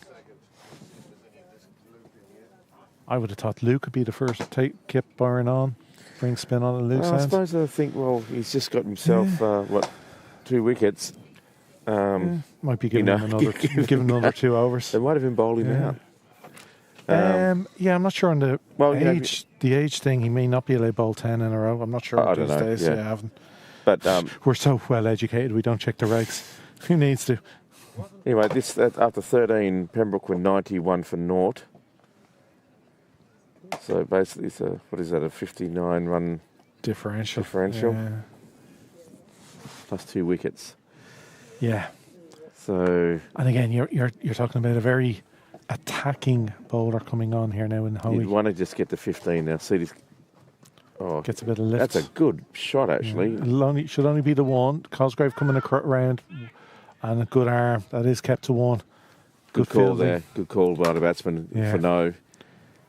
But we'll see how he attacking the I stumps thought a this was lot. a great shot. I thought he Yeah, no, got up on his toes, rode the ball well. That was lifting up. Took that down. Yeah. No, it was good batting.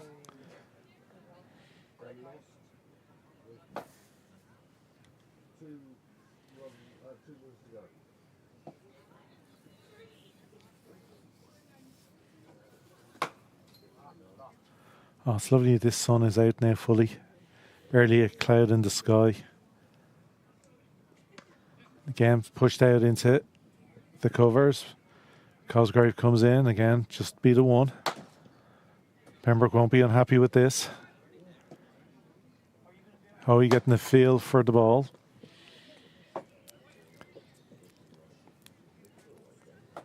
It's got quite a wide field, lots of gaps. Oh, that's Super fielding. That's way to back up your bowler.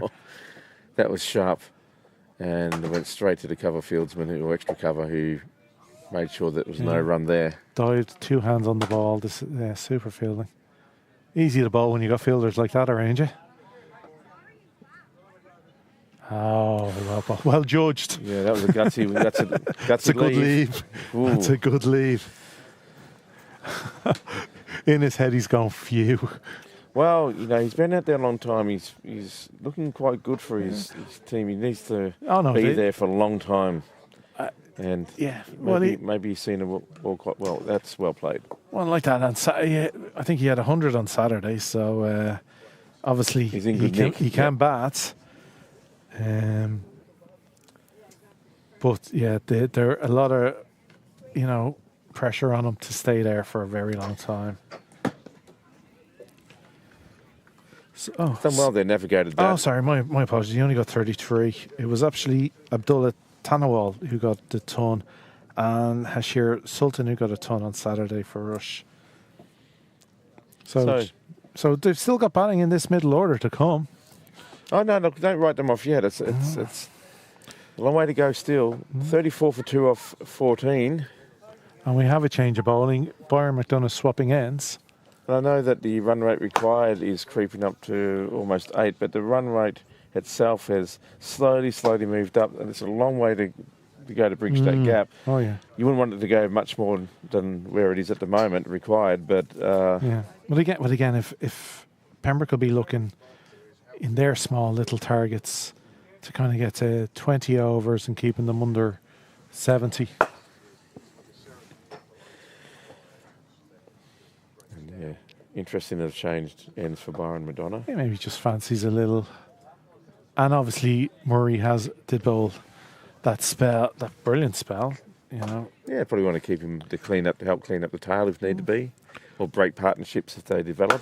Well, you are also restricted by his age on how many overs he Yeah, can bowl. I think so too. Yeah. Just he still is just well, I think he's classified as under 19, but just still only 17.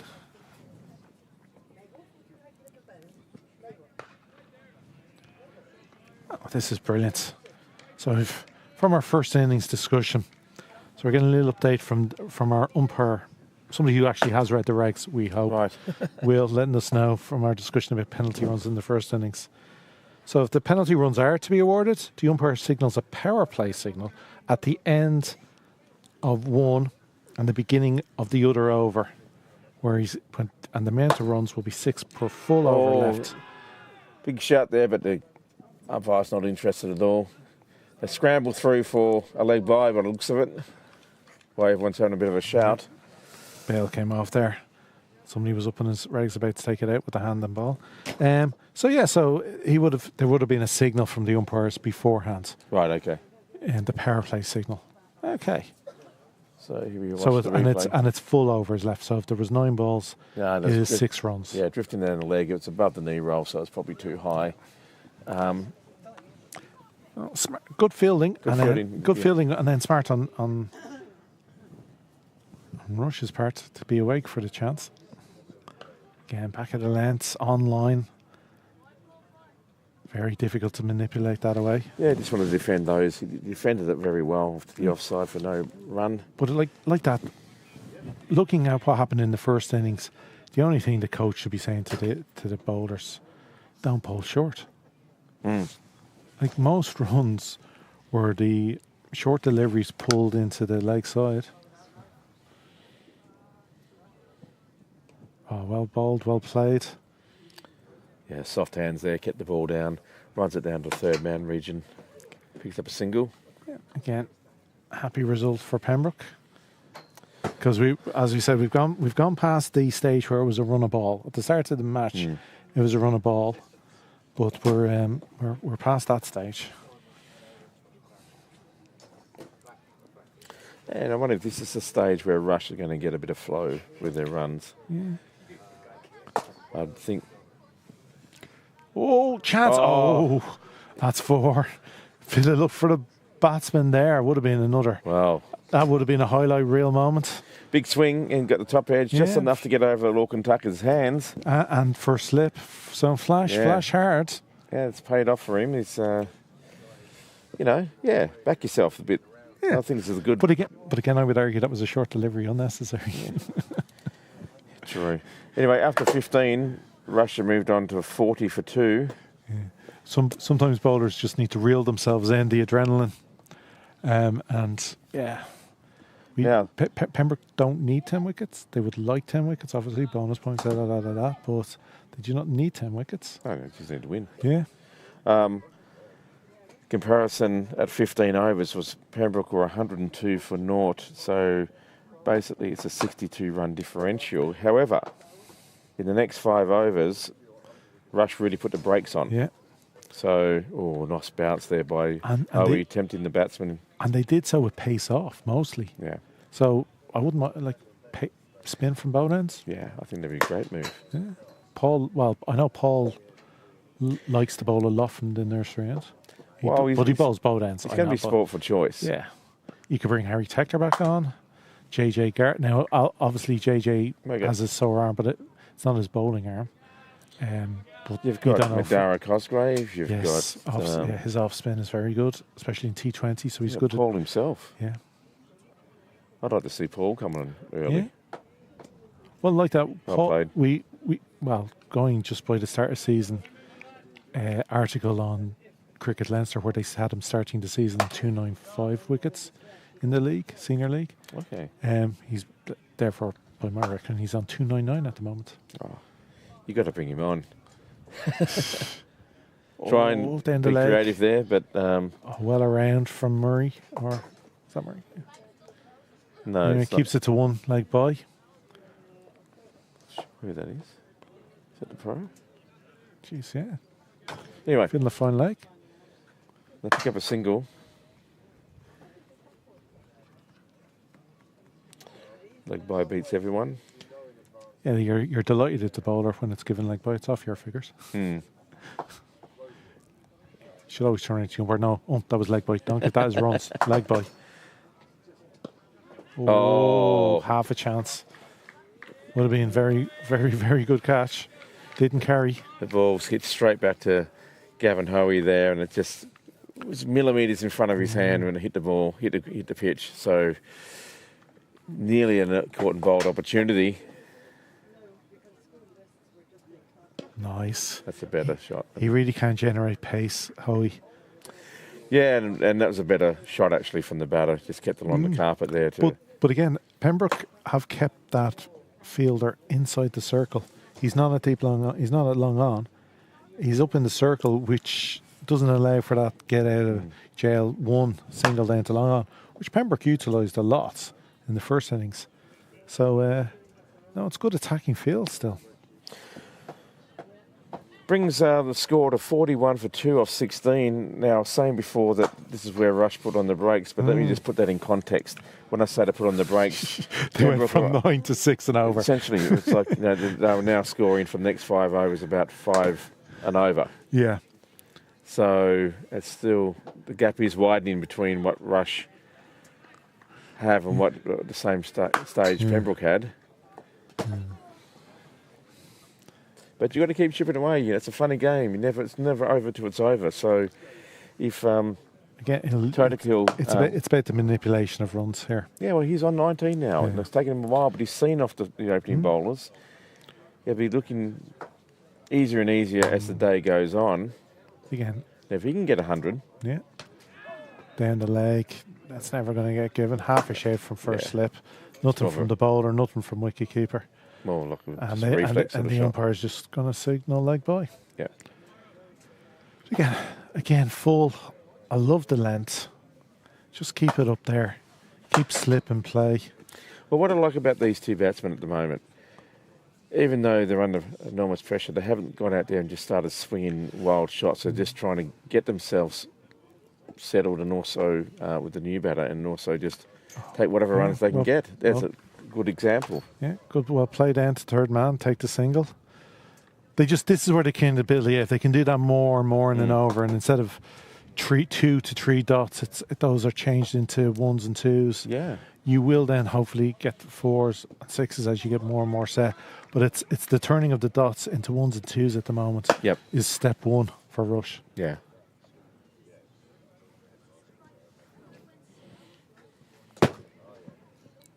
Oh, big Good take. There's no point in having a smashed boundary followed by 5 dots. No.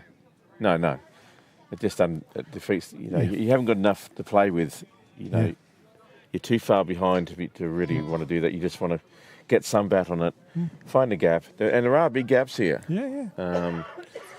Surface is lovely. So Again, it's playing just as well in the second innings as it did in the first. If you've got soft enough hands, you'll be able to pick up some. But Yeah. the bowling's been very good. Yeah, you have to give credit Look to at the that, bowlers look at here. That was a bit of a squirt of that edge. Picks up a single. Wouldn't mind that. Yeah. But And again, full.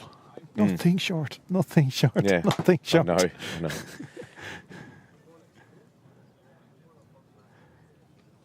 Maybe 2 bouncers in your entire spell.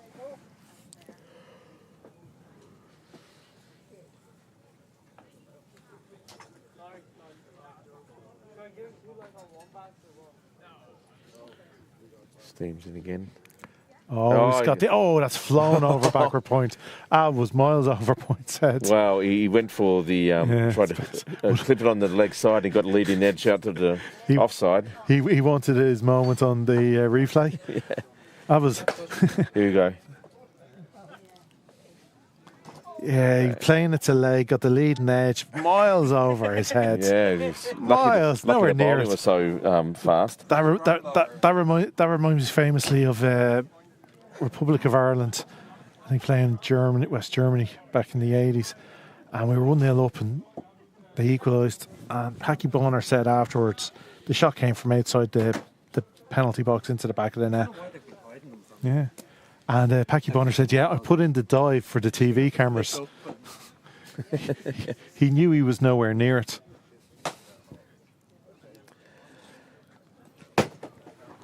So, after 17, after 17, Russia 45 for 2. So, a bit short there by Hoey, and it's dispatched around the corner there behind a square leg, but there is a man out there in the deep. Got away with that one. Just keeps it to 1. Yeah, Hoey will be happy. He did very well to not get a boundary off that. That was a good bit of fielding. Yeah, you can see the batsman's disappointment. He knows there was 3 runs missed there.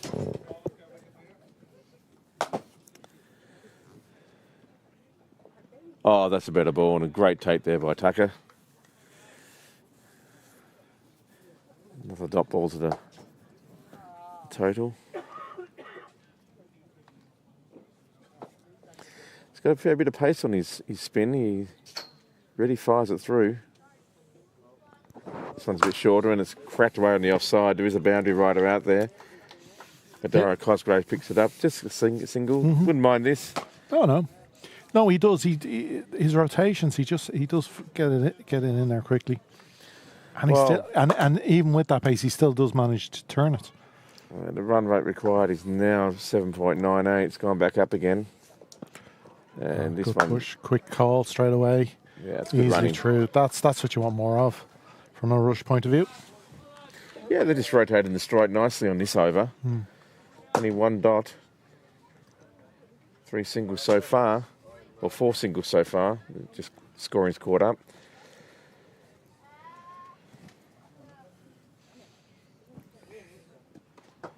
So again, cracked out on the offside. Easy single. So 5 from the over. Good over there from Russia's point of view. That's where they need to step one. Get those 5. And that brings up to 50. Brings up to 50 for them. And small targets are the key. Don't look at the big board. Try to create yourself a small target. Next 5 overs, 30 runs. Yeah. Well, you might have. You may have to start thinking even more aggressively than that, but that'll help. Yeah. At the moment, though, because you could go next 5, 30. The 5 after that, 60 or 50. Well, the comparison is after 18, though. Pembroke were 115 at this stage. They were 65 runs ahead with a wicket in hand. But the way things are going, they're not going to suddenly be. That's huge. What are you appealing for? That was. They're not going to suddenly go from 0 to, they're not a Ferrari at the moment. They're not going to go from 0 to 60. No, and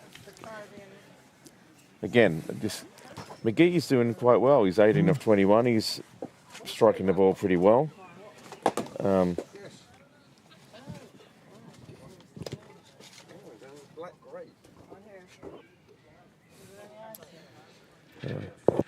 Madonna's got a. And then when you flick it up, you're off. Yep, you're off. Yep, it's muted. Yep. Drifting out leg, and that's a lovely shot. But there is a man down there, and it bounces well for him. He picks it up, fires it in, and it's only going to be a single. But lovely shot. Yeah, I suppose a few of those rush batters are like, how come they're finding the fielder? The first innings they were hitting the rope. It's just sometimes it's not with you.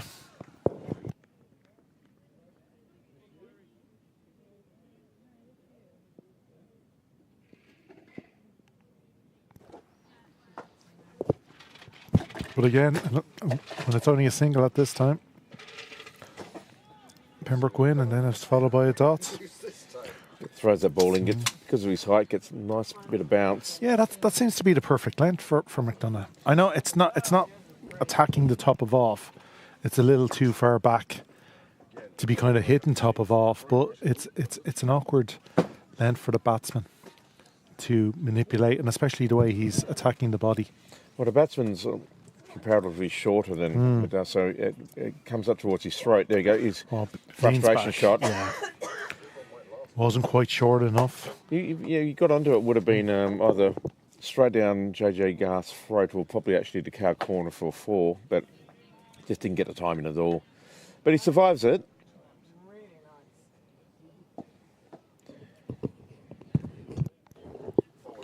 I'll have to time this little break in between at the moment. We're also enjoying refreshments.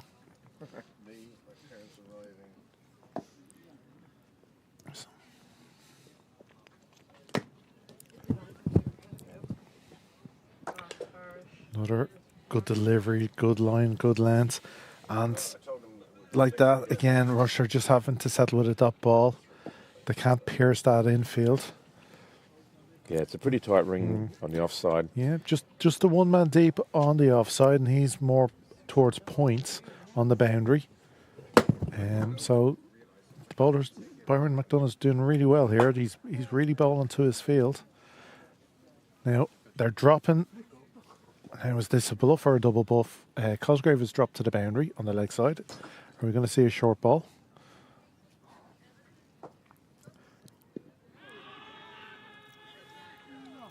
Again, height, you would suspect, is the main thing there.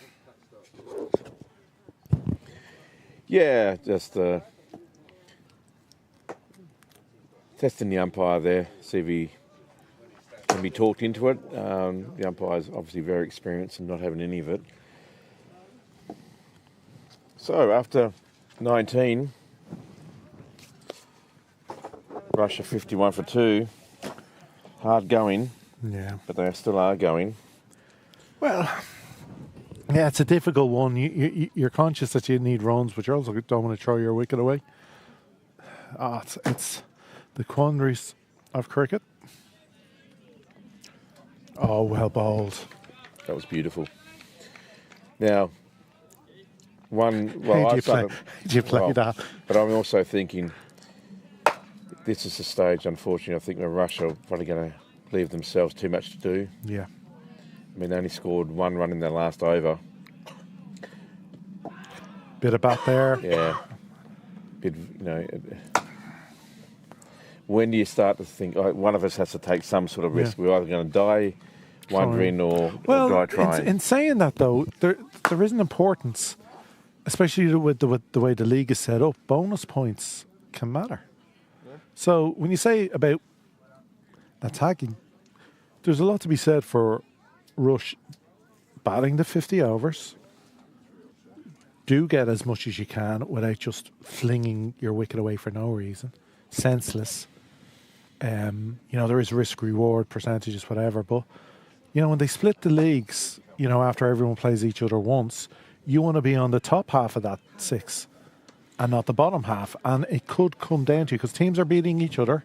Like that, North County beat Pembroke. Rush beat North County. A percentage point here or there could make all the difference. True. But at the same time, when you've still got 8 wickets in the shed, should you just maybe go over it, still chase down the total? I mean, that's he's trying now. Slipping, it's a 4. Unfortunately, McDonough there on the boundary slipped over at the crucial moment. And it went down past him, conceded a 4. Not from a lack of trying, but just is. Here we watch it. No, we don't. Here we go. Yep, there we go. So it just slipped at the crucial moment. Yeah, anyway, he just overran it, and he couldn't react quick enough. Or that's a simpler one for him. No, shooting up to your face.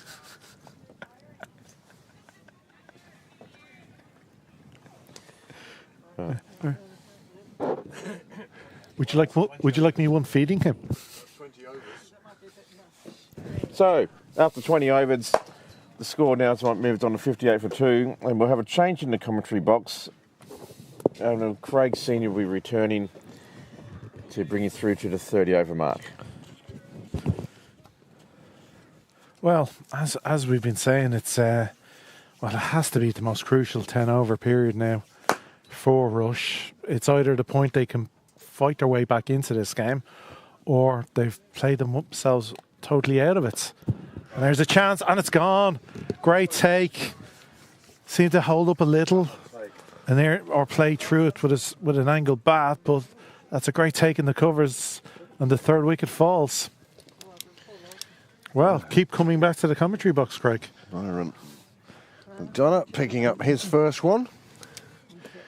And yes, well, Russia sort of subsiding here, really. They've done well, this partnership. Run rate up to 2.9, but that's just a nothing shot. Comes off the edge of the bat and flies away on the offside. Played the wrong line on that one. And McDonough picks up his first, 17 for 1. And Rush still require the guts of 250 runs in these 30 overs. The only thing, 8 and a third. Yeah, the only thing you could say in Rush is, for Rush is, it was their middle order that scored the runs on Saturday. It was batters 5 and 6 with the hundreds. Oh, I'm sure you've got to play in the Premier League. You've got to have strength down your batting lineup. 5, 6, 7, perhaps. We'll wait and see what Rush come forward with. They did score 371 on Saturday in defeating North County, who have defeated Pembroke.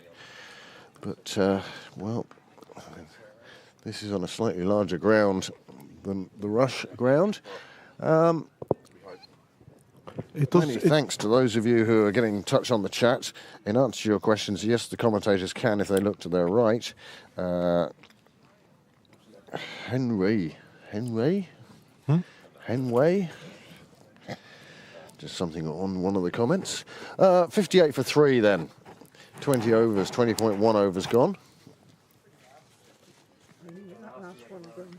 Well, not for me, thanks. Okay, I'll have it. There will be a chicken burger for me in 19.5 overs time. Byron into his 6th over now. He opened up at the nursery end after, well, not opened up, came on after Harry Tector. Now been switched to the St John's end, and with good effect. Yeah, he's bowling really well. Again, the only time he's been hit really to the boundary is that short delivery that doesn't quite get up on the batsman, and they spot the length well. And again, this pitch is playing so well, you can trust the bounce and trust how it's going to rise as a batter. Well, just a little movement, obviously, for the. So annoying as a bowler, you're just about to go in your delivery stride, and the batsman pulls away. Annoying. Well, if you're chasing, you've scored 58 runs in the first 20 overs, and you have another 30 overs to go, and you were talking about points, etc. Where are you going to pick up these points? Yeah. No, it's really hard to see where Rush is going to do it. Now, great keeping from Tucker, saved 4 wides there. It is given as 1 wide, but he definitely saved the boundary. Maybe this left-hand, right-hand combination will make a difference. It's the first time we've seen one today for Rush. Oftentimes that can put a bowler off. Left-hand, right-hand up at the start with Archer. But apart from the opening partnership, no, there haven't been too many left-handers around. 2 out of 5 batsmen we've seen. Oh, only 40%. Fair enough. I missed it. Good short ball from McDonough. I don't know what prompted that. Was it just to show the batsman? Hey, I can do that too, Tony well, of course, opened the bowling earlier. Important player for Rush. Important for them that he stick around today.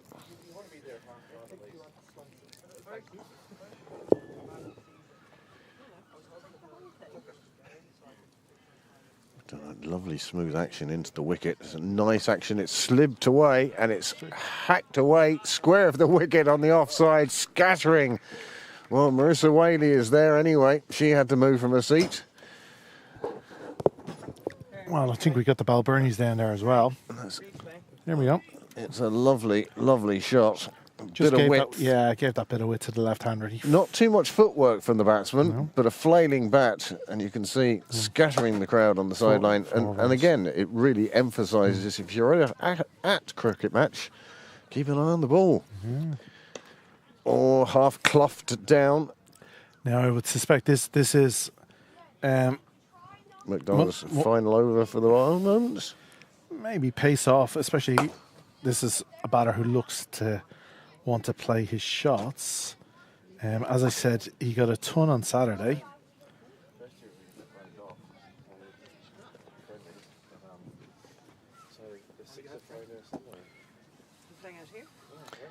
Evening to Mr. McElwain. He's down in Saudi Arabia watching this game as that one gets off the edge and flies down towards the boundary, and it will reach the boundary.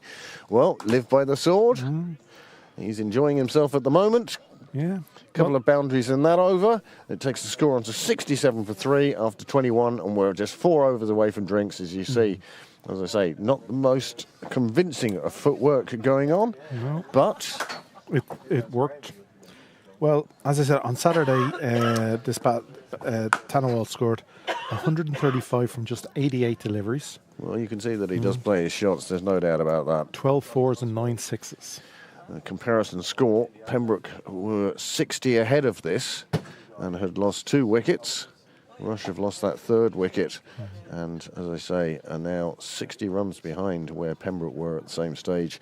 And, well, he may be chancing his arm, Tannewell, but I think it may be the way to go for at least one of the Rush players. And if it comes off, then you may find suddenly that the situation changes. Hoey to continue then from the nursery end. Well, I would suspect he only plays one way. This is his style.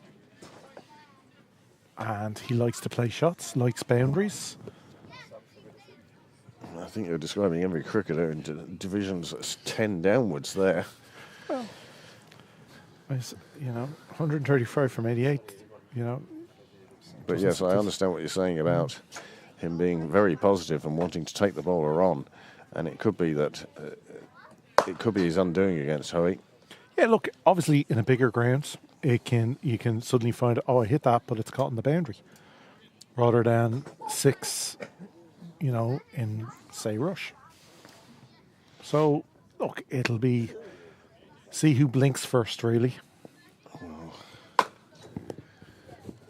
If it comes down to a matter of patience, I have a lot more faith in Gavin Hoey, just being patient and tossing it up there, throwing it to him, and if he gets hit for a few runs, so what? But that's the certainly he has the runs to play with right here, right now. And that's the beautiful thing about the opening 10 overs from the Pembroke bowlers. They've given the middle over bowlers that opportunity. A lot of leeway for them at the moment. Spaces around the ground at Sydney Parade today. And yet the Rush batsman finds one of the fielders straight away. Luke Murray now in the covers. Just goes to show you there's no really many weak leaks allowed in the fielding side. They're not trying to hide an opening bowler. That one pushed through a bit quicker by Hoey. Played down the ground. They'll get the single for it. Nice throw back to the keeper. Very good fielding. And the score has moved on. The score has moved on to 69 for 3. Afternoon, James.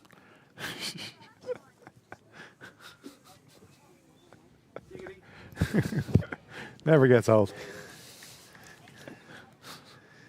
Unlike our jokes. Yes, as I say, Ian McElwain, his temperature is probably a little bit higher than here, and it's probably dark in Saudi Arabia now. Yes. It's so much nicer than yesterday, though. Like we're in a little bit of cover here under the gazebo and still got a bit of heat in us. Well, that's because you're sat on that side. Oh, okay, yeah. I'm still in a t-shirt here. Yesterday I was under a blanket and the couch hoodie. Hoey into bowl.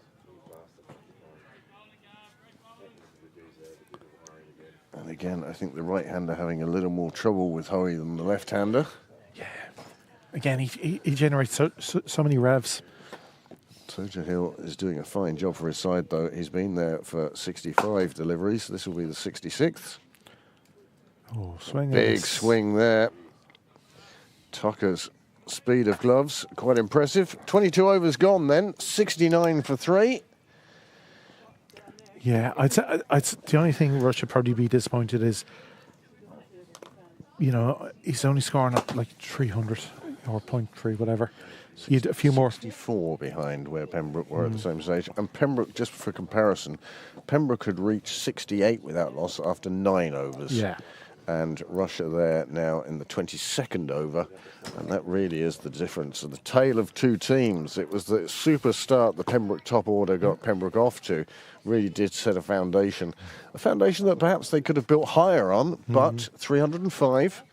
They'd have been happy enough with that. They'd have taken it before the start. Change of bowling now at the St John's end. Paul Lawson coming on with his off-spin. The skipper bringing himself on to the left-hander. And possibly a wise move. Pace off, yeah. I think, well, not so much the pace off, but the off-spinner will be taking it away from the left-hander. We know he wants to play his shots. Short third may be the position here for this gentleman. Yeah, he generally gets wickets either short extra cover or just that backward point third, as you said. Guys not getting to the pitch quite, and the ball turns on them and miss hits. Just miss hits. Huh? Just miss hits. He's very good at disguising different paces. And he drops the ball. Whatever way his flight is, it can often just drop on a batter. Yeah. As I said on Saturday, and I'll reiterate it now in case some of our viewers were not listening. But Paul Lawson had the best figures in the club last year, 7 for 43. I had the pleasure of seeing it live in Rat Mines. Yes, just Riyadh, 34 degrees and dark. Oh, lovely. I'm guessing that's centigrade, Celsius. Nobody says centigrade anymore. There we go. Just chopped on the inside edge from the first delivery. A false shot. They will pick up 2 runs. Oh, well covered. So when he says dark, does he mean the Guinness? No, he means temperature. Yeah, not in Riyadh.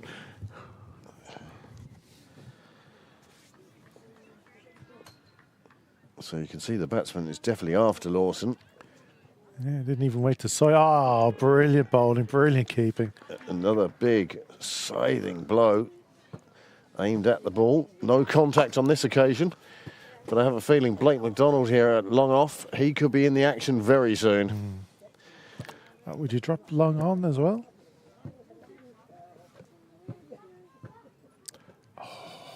That one just bouncing over the stumps. Again, the batsman having a wild swipe, really. He's not using his, as you said, not using his feet enough. Well, he's not using the top 2 inches at the moment, would be my... He hasn't even had a look at the bowler. He's just gone straight away for it. Oh, well tossed up again. Well, finally, the batsman deciding that's not one to have a big swipe at. The ball before, I think, gave him a little bit of a fright. Well, will you? Oh, again. This one cut square. Probably a little too much width, but... On the offside. Some fine fielding again from Cosgrave on the boundary. This has been a good over from Lawson. Just the 3 runs from it. No doubt brother Theo still online. Might actually be turning his head towards the TV just to watch his brother give it a go. The run rate required really is starting to creep up now. 8.6. And it's just getting, well, I don't know whether to say the mountain's getting bigger or the hole's getting deeper. Depends which way you're going, really. That one just played nicely out in the offside. Plenty of cover there. That's the end of the over. 23 overs go, 2 to drinks, and the score now 72 for 3. So the run rate now 8.67. This is getting into, as you said, it's not just the 8.67. It's the number of overs you have to do it for. If it was in the last 5, you'd say that's a nothing Well, these days, you know, Yeah. 5 to 7 overs at a high rate, you can sort of think of doing, Yeah. but they were needing to do 40 overs at over Yeah. 8 and over, and that is very tough to do. Yeah. You can see there that mainly the red graph is a shadow of the blue graph. Every so often there's an over where that they are definitely ahead, but overall you can see that the red is very definitely lower than the Good shots. And Carved it's the away. covers, but again, it'll just be the one. Again, a victory for Pembroke. Every ball with a single is, you would say, is a win at this stage. Well, Hoey then into his 6th over here. And what I love again is the skipper has backed every bowler with attacking fields. Well, yeah, again, it's the advantage of having Yeah. those runs in the No. on the board. But again, it's all too often. 233 required. Oh, that's That's chips. in the air. There is a fielder down there. Yeah, Jack the Tector it is, who will follow the ball to the rope and intercept it after the rope. And that's Well played. 4 runs. Came across his line. Came Yeah. very much across, Yeah. and he had to make contact with it. He did, Actually, and he got a boundary out of it. Yeah, funny enough, the fielder being Jack Tector, that was similar to how Jack Tector got out, coming across his crease to manipulate it to the leg side, except Jack missed it. This batter didn't. He made a good enough connection to get it down to the boundary. Thank you. Could I see the dessert menu now, please? Played away on the offside, another single, and the score just creeping along really now. It's not doing much with regards to Rush's pursuit of the 306 they need for victory, but perhaps they're taking a longer season-long view on this now. And perhaps the batsmen have just decided that, look, I'm just going to occupy the middle and get my practice time done. Well, nobody likes to be hammered, so you don't want to come away after spending 50 overs in the field and then be bowled out in 30 overs. Great to see such a big crowd down here today. The wall pretty much full at this stage. A few regulars down there. Best wishes as well. He's not here today. Pete Prendergast. Kind of missed the Prendergast weather forecast this morning.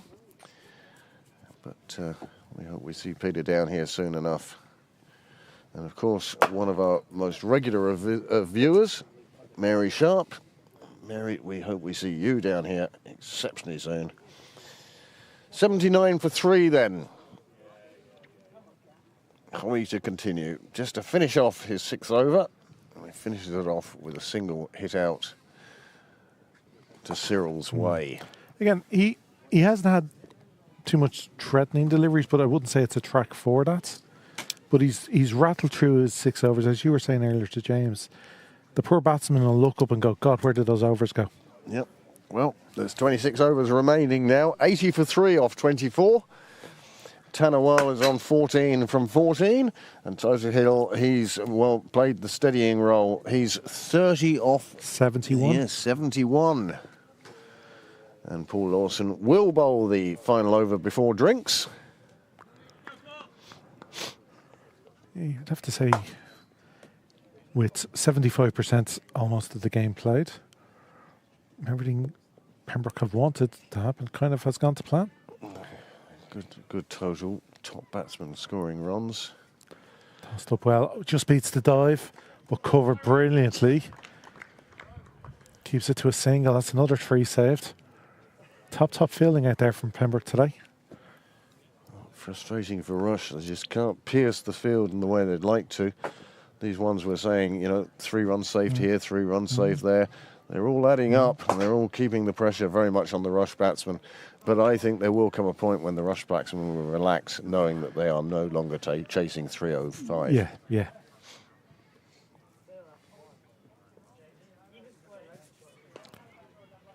And to be honest with you, they shouldn't be chasing 305. They No. should be chasing 150 Yes. by, Yes. 200 by. Yes. That way around.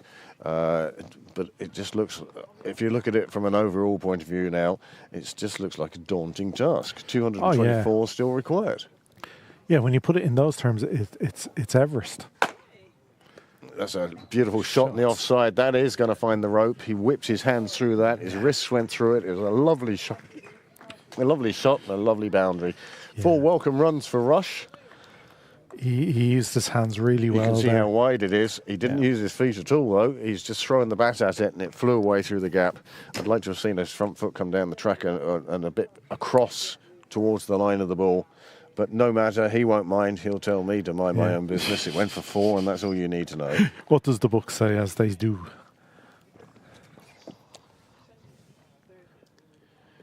Oh, bit This one ball. just down got leg. slipping down the leg side. Tucker doing a good job to get round there. The batsman, he saw how wide it was and wanted just to paddle it. He missed it, but they'll take the wide anyway. Wow. That's a much better ball from Lawson. It gets clubbed down the ground. That's all you can say about it. We're talking about good opening over spells. Tyrone Kane today for Phoenix. 5 for 21 off 7, opening the bowling. Yep. Helping to reduce Balbriggan to 49 for 6. He's a good bowler, is Tyrone Kane. We know that. We've come up against him a few times in Pembroke. And I've also seen him at the Interprovincial Series, and he has looked very good. He looked very, very good last year. I think he'd improved. This one driven down the ground. The fielder in the ring gets enough on it, but can't stop the single. And there'll just be 1 ball left before drinks, and we'll take a break from you, and you can take a break from us. It's great to see Mary Sharp on the YouTube chat. As that one gets cut away on the offside, it will be a single. It will be 90 for 3 at drinks. Nice round number. Makes all the calculations that much easier. I say calculations, it's all on your screen. They still need 216 from 25 overs, and that will be at 8.6. The important thing as far as Pembroke are concerned is they have removed 3 of the Rush bats. And pressure and scoreboard pressure, they hopefully do the rest for them. We'll take a break as the players take drinks. We hope you enjoy the picture of the square. You can see just how well Niall has lined that up. But for now, we'll take a break, and thank you, and we'll see you in a few minutes.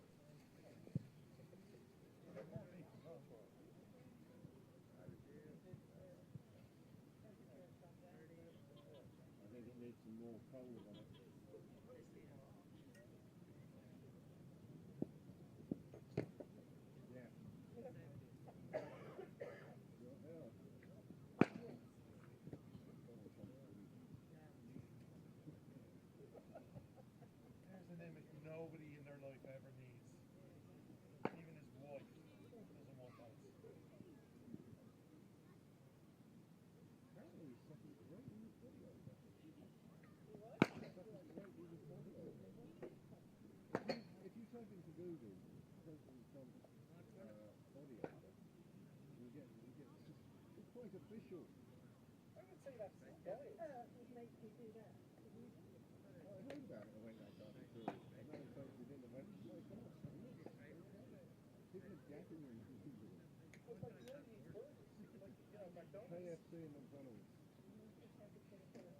Yeah, well, that's the trouble. There's too many preservatives in it. Yeah, he'll be like Lennon in the mausoleum.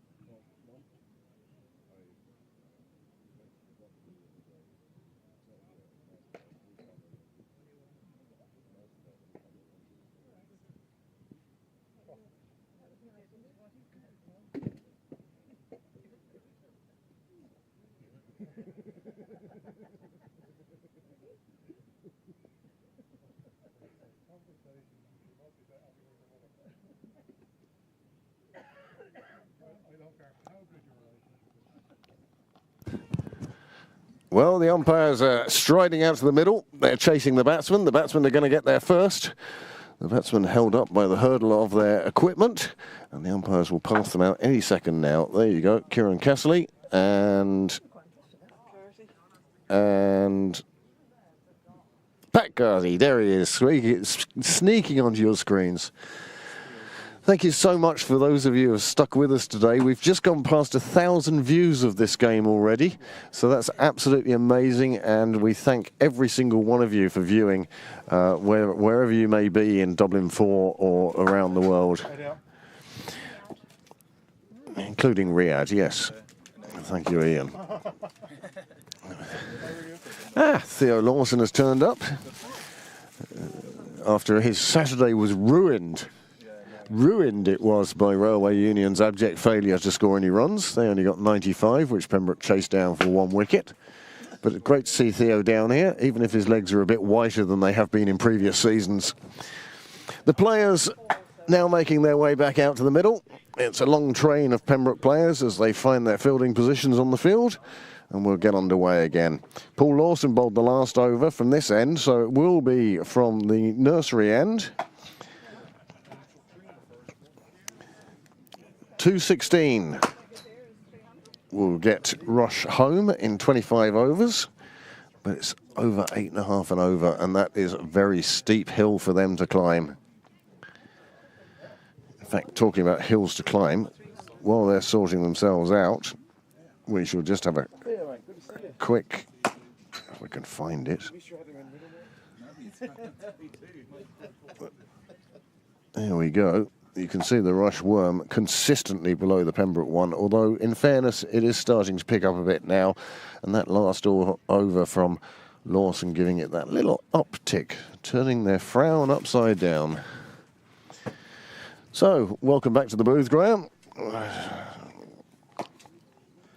We're not expecting too much in the way of fireworks from Rush, really, are we?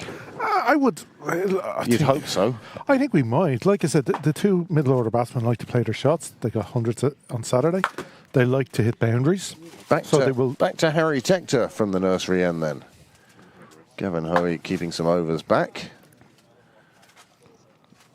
And he starts with a wide. Popping down the leg side. Tucker doing the tidying up. JP. There's the ice cream man. Rob Kelly came down with ice creams today. There'll be no run there. Oh, that's well fielded by JJ Garth. We had a little fun at his expense earlier, but we all know how good he is. Reverse, missed everything. Lots of appeal. I say lots of appeal because it was singular, but there were lots of it. I think I heard deep fine or deep mid-wicket say something, but... Tony, you'd remember Alan Eastwood, wouldn't you? Just a little dab into the leg side. Tector looked quickly onto it, no single, no chance of it. Again, three, apart from the wide, nothing so far in this over for the batters. Oh, big swing at that one outside the off stick. And again, Tector gets through his over so quickly. Well, this could be very good for Pembroke. He is getting through his over quickly. The wide doesn't help in that regard, No. of course. But even if the Rush batsman had had a chat on the sideline saying we're going to be a lot more positive now, We've changed the bowler. well, when you get an over that starts like Yeah. this, and there it is. Yeah. Just the one Boom, boom, wide boom, boom, boom, conceded. boom. Yeah. The over is done. 91 for 3. And Rush really, they're not even treading water at the moment. The required run rate is just an absolute Formula One difference away from 9 and over. It will take the spectacular at this stage. 91. But don't stop watching. So, in fact, yes. Pembroke were 91 without loss at the end of 13 overs and double the amount of overs, and Rush for themselves 91 for 3. So they are behind the H ball. They are well and truly snookered at the moment. Cracked away. Gavin Hoey, instantly recognisable with the towel tail. Tucked into the back of the strides.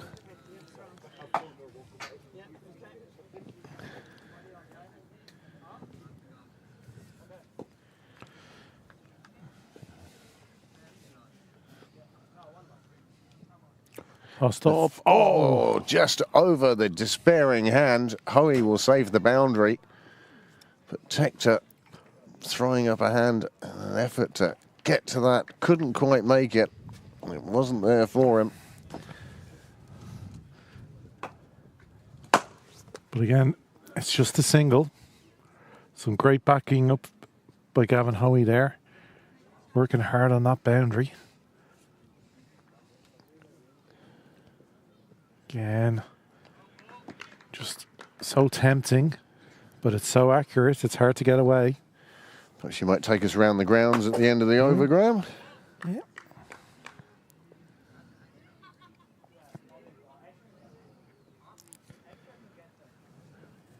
Oh, the reverse comes out, trying to manufacture something, but gets a wide. It's going down leg. A little bit of a query. Hang on. It's just Lorcan Tucker asking about, did he not turn around to hit the other way? Yeah. These two came together when the score was 58. When the score was 58. So they're taking it on 30-odd runs. It's what Rush have needed, but it's what Rush needed up top with batting to come behind it. But at the moment, as you can see, that required run rate has now reached 9. Yeah.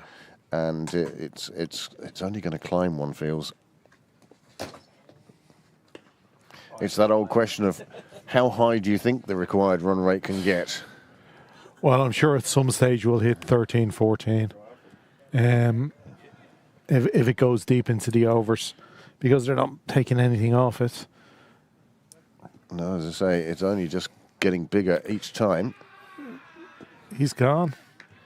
He is gone. And he's, I presume, That's 300, and that's 300. If Cricket Leinster were correct.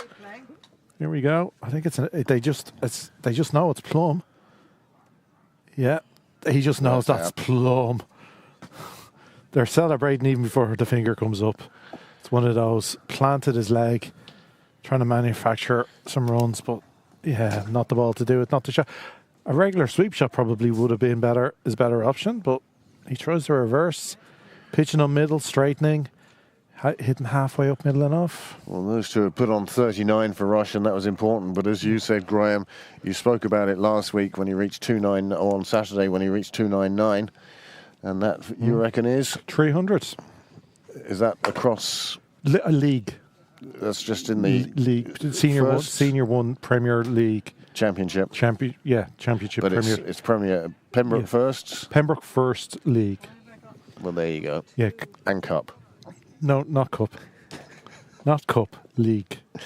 Well, either way, many congratulations, Paul Lawson. He's got a well load of deserved. he's got a load of wickets. And he's actually managed to do it with his brother on the ground, so his brother can't deny that he got there. He can deny he saw it, but he can't deny he got there. Are you watching the replay? Replay at the moment, Yeah. and that's out. That's it. That ain't going down leg. Back onto your camera now. My camera. Yep. Still on your camera. Yeah. Say hello. Yeah, now. Your camera. There we go. That's the other one. Yeah, that's the one I want. Yeah, and there you have it. It's the one I want. Here comes Spielberg back again. Important question. Who was that you got America's reserve for? One's for me. Right, cool. I've had my one, so I would say work away. I'm going to have a bun, that's You're going to have a what? a bun. Oh, bun. Okay. There's cheese, ketchup in the cooler if you need it. Tector. Yeah, he generates such pace from such a small run-up. It's his height. It's his levers.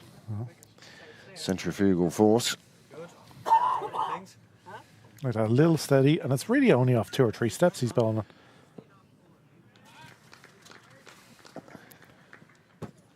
Again, dots. Rush just finding difficulty to get to triple figures. They're close now, 97. Do you want to squash it on there? Oh, no, not that. And that will bring them a further one. All right. Harry Tector's 5.2 overs. Just 7 runs, or 8 runs now coming from it. 33 deliveries, 8 runs, Yeah. which when you're defending 305 is a big, big help to a captain. Yeah. And especially opening the bowling. Yeah, and I think he's had at least one wide, maybe more, maybe 2. He's certainly had a couple. Sultan is the new batsman. He's going to get to feast upon Tector's bowling now. This was Rush's other century maker from Saturday. Always nice when you make a century early in the season. Maybank holiday, the perfect time. McDarragh did it yesterday for the seconds, and one can only imagine the confidence that brought him. This one is hit out on the offside. Dot ball. Again, excellent standard of fielding from Pembroke today. You just saw it in the warm-up this morning. They just look very professional. That one pops up in front of the batsman. He didn't really know what he was doing there. He sort of just dropped his bat on top of it, and it still popped up and away from him. He looks like a big unit from here. He looks like if he does get hold of it, it will go. Oh, half a shot, nearly a chance of a catch. Bounce squeaked past the fielder in the inside ring, and just was taken after a single. End of the over, 99 for 4 from 28. So I'll give you a couple of quick scores just in between. The spinners don't give you much of a chance. So, Railway versus Clontarf, we think is happening in Castle Avenue. Railway posting 280. Clontarf for 136 for 2 in reply so far. Leinster v Malahide up in Malahide Demond. Leinster 232 all out. Malahide 115 for 4. Phoenix all over Balbriggan today. Phoenix posted 267 on the back of a George Dockrell ton. Balbriggan are 65 for 8, and that's on the back of a Tyrone Kane fifer in his opening spell. Let's leave it there for the moment. Paul Lawson has taken up his spot. He's about to begin his 4th over. And Rush looking to reach 3 figures. Oh, that one gets past the fielder at square leg. It is going to run down to the boundary. It is going to be that century of runs for Rush. 103 for 4 now. And that Sultan showing some positive intent. One gets the feeling that he sat on the sidelines watching the previous stand thinking, let me out there and let me out there now. He's got his chance, and let's see what he can do. And again, it's a great batting track. It's a great batting outfield. It just shows you that how well Pembroke have bowled today. They haven't given the opportunity. Well, one would say this has been, so far for Pembroke, a very polished performance. There's not too much that you would quibble about. Well, sorry, there's not too much normal people would quibble about, Graham. Thank you. Is that a reference to I always look No, for? that's just a reference to you, Graham. That's all it was. You can take that any way you want it. I have high standards. For what? Food, Steady. love, Man that feeds you, Graham. life. Fashion? Oh, definitely not fashion. Unless somebody else is picking out the clothes. Alcohol? No, I don't have high standards there. Driven away, and that's a nice bit of fielding in the infield. It might not have saved 4 because I think that one of the other fielders would have got there, but nice bit of fielding to keep it just to the single. But it's been brilliant how there And if has. I was Paul Lawson at the moment, I'd want to be bowling to Sultan. Oh yes, I think he's being very, very positive here. I think he's really looking to score runs, and he will give opportunities. There we go. It's in the air. It's driven. There's no fielder. He's managed to split the 2 fielders. It's running down towards the boundary. It won't reach it. just the 2. But they'll just take the 2. But do you see what I mean about Sultan? Yeah. You, Oh, no, sometimes you want to bowl to the Yeah. guy who's scoring loads of runs because he's the one who's going to give you the best chance of taking the wicket.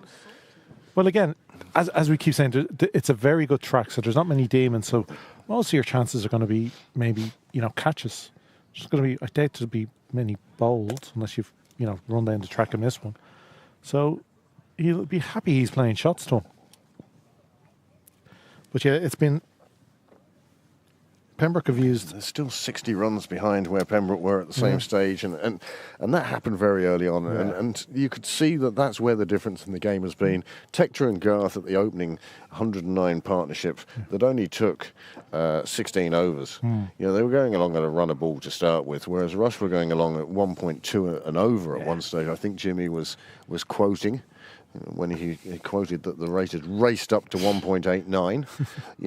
So it's the difference between the 2 starts. Yeah. Pembroke were, let's see, Pembroke were 57 without loss, and Rush were 9 without loss, both after 6 overs. Yeah. And there's your difference right, in this game. Yeah, right there.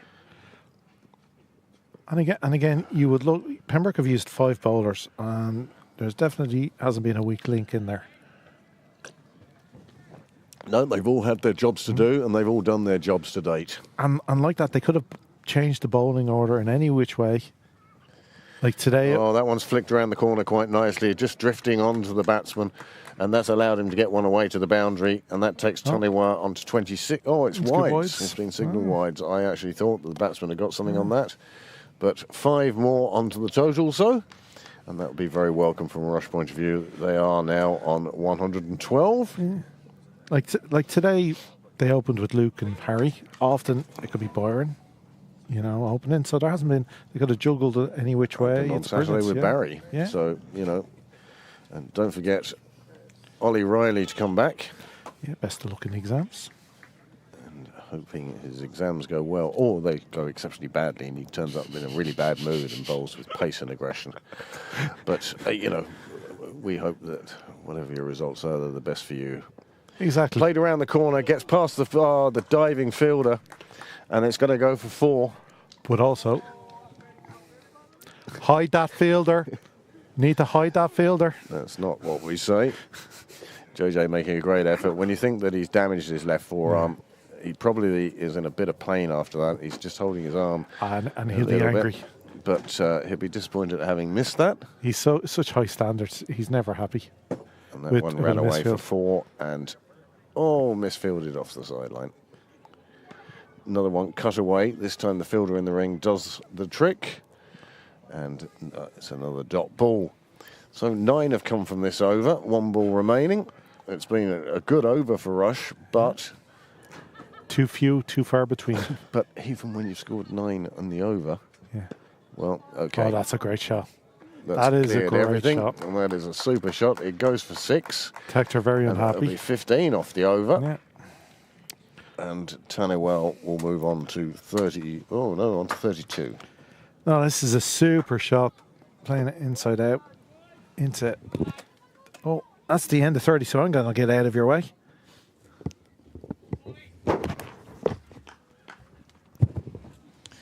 Thanks very much to Graham. We'll see him again in another 10 overs. At the moment, the score is 122 for 4, and I'm now joined once again by our Australian correspondent, James Cresswell. Good afternoon, James. G'day, mate. How you doing? Welcome back. Welcome back. Thank you. Is there a distinct Sydney accent and Queensland accent, or are you just all Not really. I mean, Australians? Queenslanders tend to finish their sentences with the words going up like that. Oh, That's about it. It's always a delight. Yeah. Every But no. sentence is a question. Yeah. Not really, though. That's about all.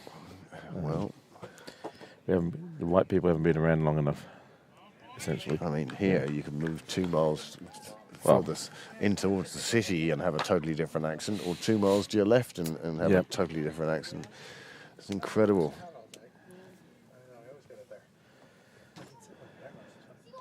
Played away on the offside. They will just pick up a single.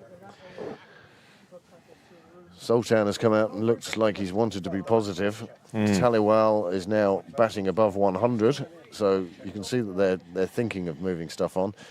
But that run rate just climbing and climbing. 9.31 now. Look, you've got to admire the intent, but I think you need a Sherpa. Yeah. You know, that's a hell of a mountain to climb. I was saying to Graham earlier, I don't know if they've got a big mountain climber or digging a deeper hole. Yeah. But either way, it's not looking good for Rush in terms of winning this game. They still need 183. But what they need to do is salvage what you can out of a game. So have a few batters who last the distance, or put on some runs. Tell your batsmen, go and enjoy yourselves. Absolutely. It's an extended net if needs be. Yep. But go and have some time in the middle so that when we play our next league game, you're in touch. And also, just realise that you're probably playing the best side that you'll see this season. Arguably, anyway. Well, I mean, that's arguably, certainly. Yeah. So Certainly the most heavily representative side yes. in terms of internationals, etc. Oh, without a doubt. I was just trying to be a bit Diplomatic. diplomatic. But again, the two batters out there at the moment, Taniwal and Sultan, they're doing quite well for their team. So if Taniwal can get to the half century, that's going to do wonders for his confidence going into the next games, etc. Yep. And if Sultan can do that too, like work as a good partnership, work the singles, get the odd boundary, all the usual sort of cliches, and all of a sudden they put on a good partnership of 50 plus or 80 plus or 100, then you know that, okay, well, then we're set up pretty well for the next couple of games. We should be able to be very competitive. Well, 125 for 4 after 31 overs. Tector to continue, despite getting a bit of tap in his last over. Well, when you sort of have a required run rate of 9.5, it gives you the freedom to put that behind you and say, okay, that doesn't really matter. Every dot ball now increasing that run rate by 1/10 of a run. I don't know how telling that is, but it sounds dramatic. There we go. It's gone from 5-3 to 6-1. And now it's going to go up to 7-0. Can it get to the double digits in this over? No. Oh, no. Good fielding out on the fence, just patting it down. It was a good shot. You'd be disappointed that he didn't find a rope. And even with one run, the required rate goes up. It's got to be. It's got to be more than that now. 1.5 a ball, which would result in a run out. Anyway, Tector gets another dot ball. It's a good over from him so far. Again, you can redeem yourself. Yeah, because 62 runs wasn't enough. Get on with it. Contribute. Yeah. JJ Garth comes around to pick that one up. You can see he's just not entirely comfortable with his left arm, and I don't blame him at all. They were two very firm blows he took on Saturday. Yeah. you know it hurts when a batsman actually does throw the bat away and has to crouch down. We all know that one. Yep. And for some reason, crouching down helps pain. I don't know why. But if you get sudden pain, crouching down, I suppose it's the standing in a fetal position, really, isn't it, crouching down? So, yeah, you know you're in pain when that happens. Oh, doesn't let go of the ball. Batsman just asking for something. Harry Tector asking for something else. Kieran Castley saying to the scorers, just ignore that. Didn't happen. Yeah, that's it.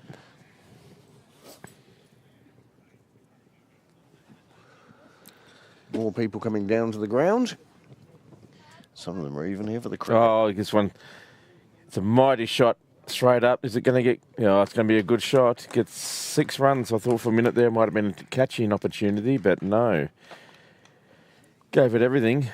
Well, this is what the crowd want to see at this stage. If Rush are going to make a fist of this and chase down Pembroke's total, they're going to need a lot more big blows, and the crowd like to see the big blows.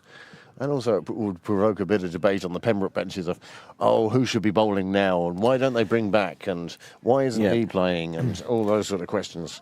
But at the moment, it's just quite comfortable for Pembroke.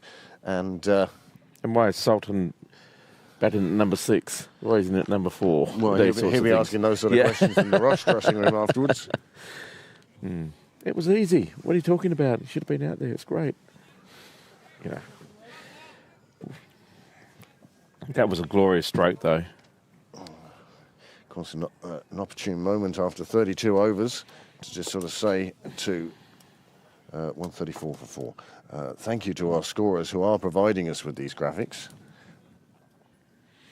I know it's vital for the broadcasters, and it makes it so much clearer for everyone involved and those at home, etc. Well, Rush starting to push the go button now. These two have decided to be very positive, taking on the spinners. This one played away on the offside, just to the edge of the ring. The umpire, square leg umpire, could have done that job quite handily. No, I like the way they're playing at the moment, these two. They've decided, obviously, to play your natural game. Just a controlled aggression.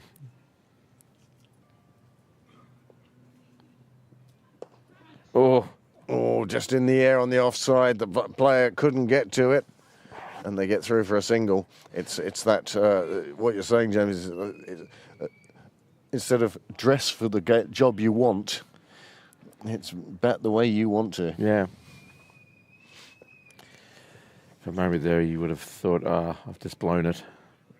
But there you go. Big shot down the ground. There's a fielder down there. All he can do is watch it go over his head. It's another full bunger. It's another 6 runs. And suddenly Rush have burst into life. And they needed to. This is a lovely shot. Straight down the ground. I love this. Look at this. Bang. Full front foot goes forward. Nicely balanced. Blake perfectly positioned to watch it go over his head. Yeah.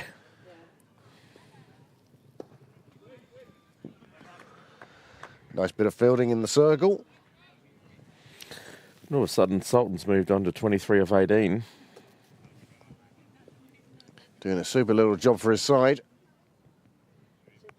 But also having great fun doing it. This one's in the air. It's Gavin Hoey underneath it. Safe hands there. Oh, no. And live by the sword, die by the sword. Yep.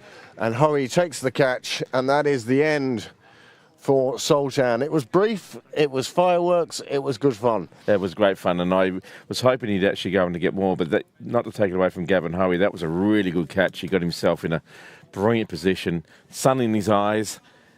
And he still was balanced and caught that ball quite easily in the end, you'd say.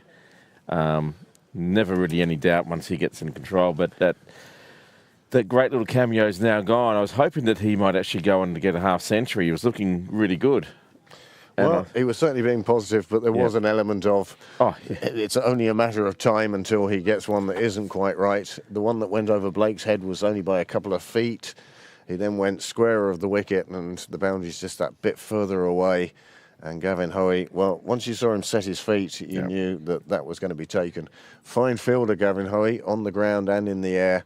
and he proved it there. Paul Lawson picks up a second wicket. He has 2 for 39 now from 6 overs, and after 33 overs, the score 145 for 5, and, well, we'll see how much further Rush will take this game into these 50 overs.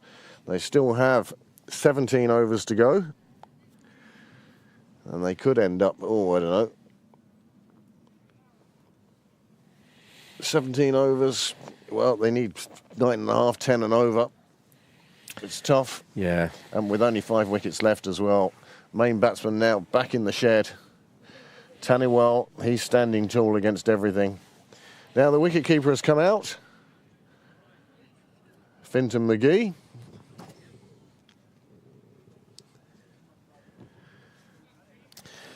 And Hoey comes back on in place of Tector at the nursery end. I think this is a good move.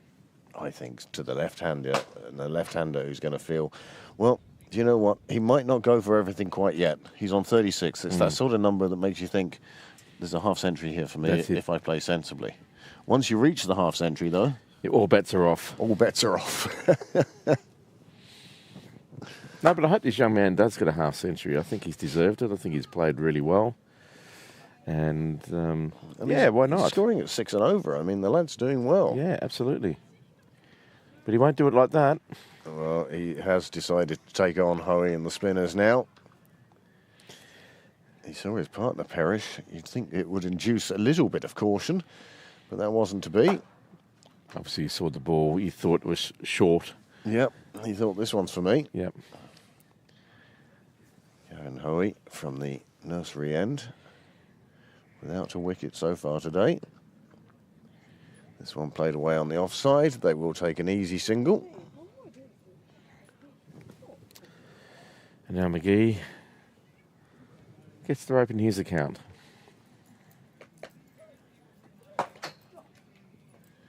Made a good job. Did a good job as wicketkeeper today.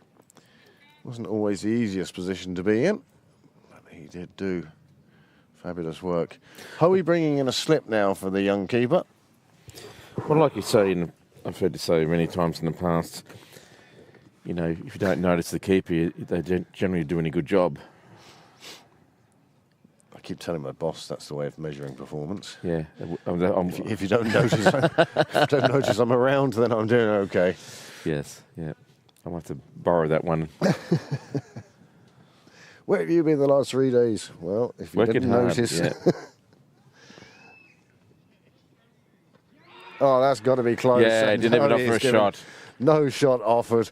McGee just stood there. It wrapped him on the pads, and that's a 6 wicket goes down, and that is unfortunate. McGee, well, he didn't really show much, and he didn't play a shot to a Gavin Hoey. I think it was the other one. It came back in and pinned him on the crease, and that was it. Here it is now, James. Yeah, you can see that he expected it to go away from him. At the back of the hand, and he just stood there and it crashed into, it was going to take off stump. Well, it was going to crash into all 3 of them, really, wasn't it? Yeah, could have taken a whole lot out. Anyone. And that's unfortunate for McGee. But I think the more disappointing is when you've walked off and you've just left one like that. I know. You haven't even tried to play a shot. If you try and play a shot and it's the wrong shot, that's your fault. But not to even try something and to leave the bat out of the way and get hit on the pads. Yep. That's a horrible feeling. I've never done it myself. I left one that went to a left-arm spinner who was bowling around the wicket, and I left it, and it came in and hit the off stump. And as I left it, as it went past me, I went, oh, that's a bit close. Yeah. Oh, it was awful. And I don't think I've left another one since, to be honest. Oh. No, I don't need to leave them. I'm well and truly capable of playing over the ball or dragging it on. Yeah, there's more than 9 ways of getting me out, that's for sure. So Gavin Hoey picks up his first wicket in his 7th over. And he was almost looking for 2 in 2. Jared Barnes, it is come out to the middle. It's a big, tall man, big, strong man by the looks of it. So I wonder if he's going to look for the ropes. Look for the ropes and add some fireworks to proceedings. Very experienced batsman, though, Jared Barnes. He'll know which good balls to keep out. And Hoey completes his over. 34 gone. Score has moved on to 144 for 6. For the first time, the run rate required has crept over 10. At a comparable rate, well, Pembroke 80 runs ahead of where Rush are now. And that is a big difference. As I say, the biggest difference really was at the start when Pembroke suddenly were 60 runs ahead. And Rush have never really caught up on that. It's been drifting, and now it's out as far as 80. And Pembroke had reached 144 in the 25th over. And here we are with a further 9 overs. Yeah, it's like at the time you would have thought they could allow between maybe 5 and 10 overs to go at a very low rate, but then they had to really get on with it. And unfortunately, too many wickets fell, too many dot balls came around. Oh, there we go. So Big swipe at that on the offside. It bounces in front of the fielder, who fires it back in. And his captain won't be thrilled about that. Every turn was too good. Just about broke his fingers on the ground, but I think that's Harry, isn't it? One of the a bit like I was about to say Theodoson. It was a bit like Gavin Hoey, very good in the deep. They're both out there now.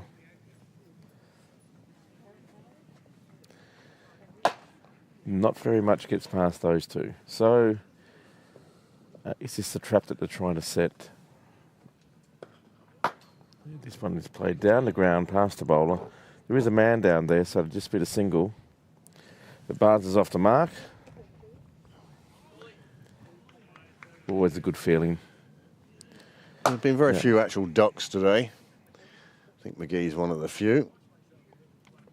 Everyone seems to have got a run, which is always nice early season. We had one on the Pembroke side. I remember Max McNamara one year celebrating after the last game like mad, and we were all sort of, well, what are you celebrating? Yeah, he hadn't had a duck all season. And it's amazing the little victories we take.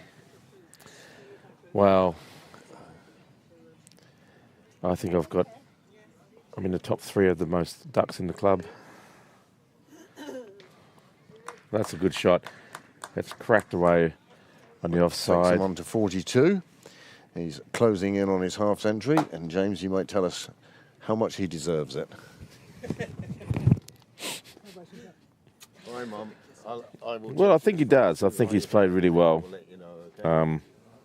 So thanks very much for coming down. It's always tough when you're behind the 8 ball and you've got people falling around you and you're trying to keep your concentration. But no, I think he's done really well here, and he only needs 8 more. And then I think he's got license to do whatever he likes. Gets through the next 8 runs, then really have some fun. I think you're exactly right, James. I think from a personal landmark point of view, he's going to want to get to that half century. He's worked really hard to get there, and yet he's still scoring at a run a ball. Yeah. So it's not like he's just dragging down an end. He has really done a good job for Rush first today. He's still there on 42. He's accompanied at the moment by number 8 batsman Jared Barnes. As I say, Jared used to ply his trade up in Claremont Road for YMCA before he joined Rush a good few years ago now. So, yeah, interesting times. I wonder how long they'll stay with Paul Lawson and Pembroke will stay with spin, whether they'll bowl out Luke Murray, for instance. I think it would be no harm to give Luke another run. I mean, I'm not too concerned about Byron. I think he's had a few overs and he'll feel good. But no, I'm quite happy with the spin, and Lawson trying to keep it to just the 5 bowlers today. Maybe 6. 1, 2, 3. But either way, I 5. think it'd be a shame for Murray not to finish out his quota. He'd like to, playing for the first today. Yeah. You know, I think you have to say that the smart money is that you won't concede too many runs. Yep. Well, he's not going to concede 80. Tanawir on his 7th different batting partner. Came out up at the top. Still there now, 6 down. He's the number 5 batsman. Was he number 5? Yeah. Oh, I thought he was one of the ones up at the top. Anyway, he should be. Well, the way he's applied himself anyway, it's certainly Based on shown Yeah. something today.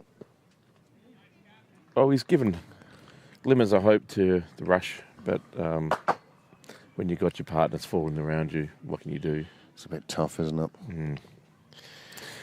Anyway, he's still there, grinding out an innings, facing some really good bowling, so he's doing well. This one clubbed away on the offside. It goes straight to the fielder's hand, and Tucker's back flip doesn't quite make it to the stumps, and the batsman was home anyway. Yeah. But in an effort to stop you turning over to the golf. 36 overs gone, 152 for 6. And the run rate seems to have slowed again after the assault of Sultan for the last wicket. He came in, hit a few, and went on his way. So 36 overs gone now, 14 to go. Jared Barnes, I think, maybe swapping headgear. Somebody seems to be coming out with something for him. And it could be that Pembroke are returning to pace, just as you said. Just as you said, James, they needed to. They've listened to your advice, and Byron McDonough is going to come back from the St John's end, and that's why Jared Barnes was heading over there. He'd actually asked for a helmet. Yeah, well, I think it's good to spice things up. I'm not sure if I would have gone to Byron. He's done very well. I just think for the young man, it would have been nice. Anyway, it's good to be sport for choice when you're a captain about what options you've got. And I suppose if there's no breakthrough very soon, then other options will come into play. Yeah. I mean, that's what it's about now. It's just about taking these wickets for Pembroke. The game is in the bag. Yep. It's just a matter of how many are Rush going to get. Paul Lawson just coming over for a last-minute chat with Byron McDonough.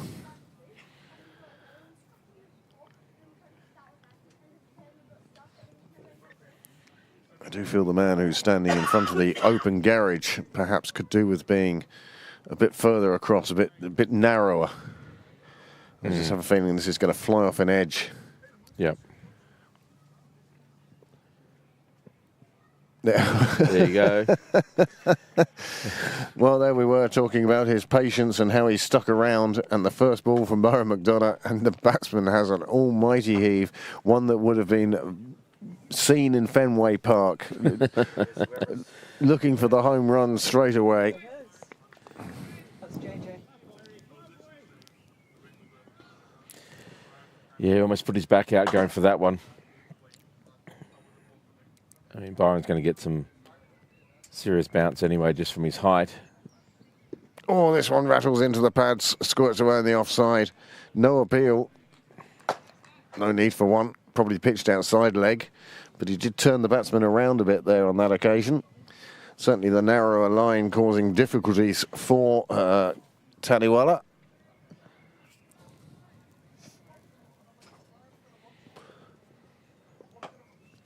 Two dot balls.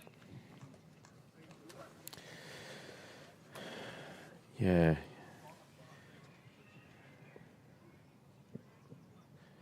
Another one he sort of waves the bat at. You could see him pull out of the big shot, and all he wanted to do was deflect it down to third, because there was enough pace Yeah, in he's the just ball. trying to lift it off, isn't he? Yep. He's just trying to get it away from the keeper, really. And you can see Barnes is practicing the same shots at the non-striker's end. So they were obviously recognising the extra pace of McDonough. But I want to be careful, because there is a man... There's a couple of men down there behind square, and one square of the wicket as well. So you have to get that shot right. There's one of them.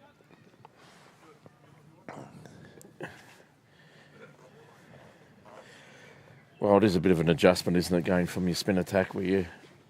Yeah. Back onto, or, you know, any time facing Paul Lawson, I wouldn't mind doing. No, he'd get me out. I'll get me out, but I don't mind. There's no threat to my life. Well, that's right. Byron's bowling, I'm thinking I'm not wearing enough equipment. I'm not wearing my Browns. Big swing, straight down the ground. He's going to get 4 for that, and that's going to take him to 47. He's now on the brink of that half century that we were discussing earlier. And again, it was a baseball shot that went straight through second base. Yeah, he'd had enough. Anything that's remotely going to be up and going to have a go of it would be his mindset. Opened up the stance, cracked it over his head, the bowler's head, and no one down there. So he picks up a boundary. I wonder if he's going to get a sand shoe crusher now. Nope. Another one. Good pace for McDonough. He really is bowling with menace. Yeah, he's got venom in it, hasn't he? The umpire gives him his hat. That's 37 overs gone, and that was an impressive over, I thought, from McDonough. He's come back into a game where, really, Pembroke are, well, home and dry, I'd say, at this stage. I mean, obviously a dangerous thing to say. Well, the required run rate is now virtually 11.5. I mean, it's nearly 2 a ball, isn't it? Yeah, I mean, that's the truth of the matter. So, but he's still running in with menace and with fire and really putting it up to the batsman. Super pace he was bowling at. Now, from the far end, Gavin Hoey will be going once more. About 50 points or 50 runs for bonus.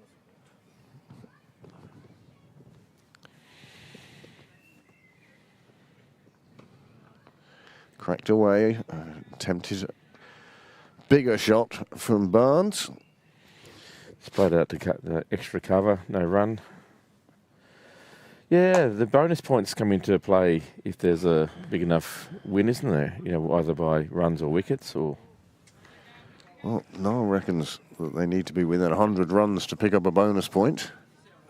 And then every 20 after that, is it? I think that goes back to the Michael Sharp days. Surely that regulation's been changed. However, we'll go with that. So another 50 runs required to pick up the first bonus point as Hoey makes one squirt past the edge of Barnes's bat, and Tucker takes it so cleanly. Really has become a good keeper, Lorcan Tucker. Came up through the teams as a seamer. It's funny how their careers morph and they specialise. Well, Gavin Hoey was a good pace seam bowler. Oh, he was. And then suffered a stress fracture and decided during his recovery that leg spin bowling might be a better option, and it has proved to be, and it's seen him captain the Wolves now. Well, even JJ Garth was a phenomenal spin bowler. Yep. When he was in his 13, 14 years of age sort of mark.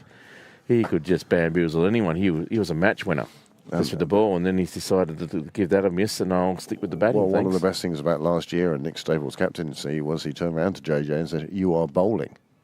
Yeah. And he didn't really have much choice in the matter. And the more he bowled, the better he looked. Yeah. I suppose once you've got those skills, it will come back to you. Well, we're getting close now. Yep, 38 done. Here is the Rush reply. You can see bits and pieces, some people coming in and getting themselves out, and nobody really getting settled. A couple of ducks in there as well. And Byron McDonough will continue now into what I think is his 8th over. That's correct. Run rate now 12.5. Run rate required, that is. It's just going up, isn't it? Yeah, just slipping out of reach. Oh, he didn't get it, and he was so disappointed. I thought he was going to whack the stumps down there. Yeah, I think he thought he was as well. He decided against it. His bat did touch the stumps, and I don't know if the umpires will write that down as, but all it was frustration on his part. He was on 47. He was one shot away, and McDonough has scattered his castle, and that's it. This is a lovely delivery. You've got a guy who's trying to take you on, who's on 47. You know he's looking for a big shot, and then you just put one right up there on the stumps and straight into middle stump, curving away, and you can see, well, the disappointment is there. Yeah, it's that shot that you get for the rest of the afternoon, and tomorrow you'll be thinking, why did they play that shot? Why didn't I just defend that away and get to my half century? Even if it's singles, you just kick yourself with a bad choice. Where did I lose 3 runs? Anyway, Another wicket down. Madonna gets his second. 156 for 7 now. And you'd have to think that the door is pretty much, if it's not firmly shut, it's welded shut. And they put a barricade in front of it as well. And a brick wall. Yeah. Defended by a tank. That's right. Yeah, the door seems to have been slammed very firmly in Rush's face at this stage. Pembroke will be looking at a second win over the bank holiday weekend, somewhat mitigating the defeat to North County in round 1, but in rounds 2 and 3 they've come back and shown that they are actually a very good team.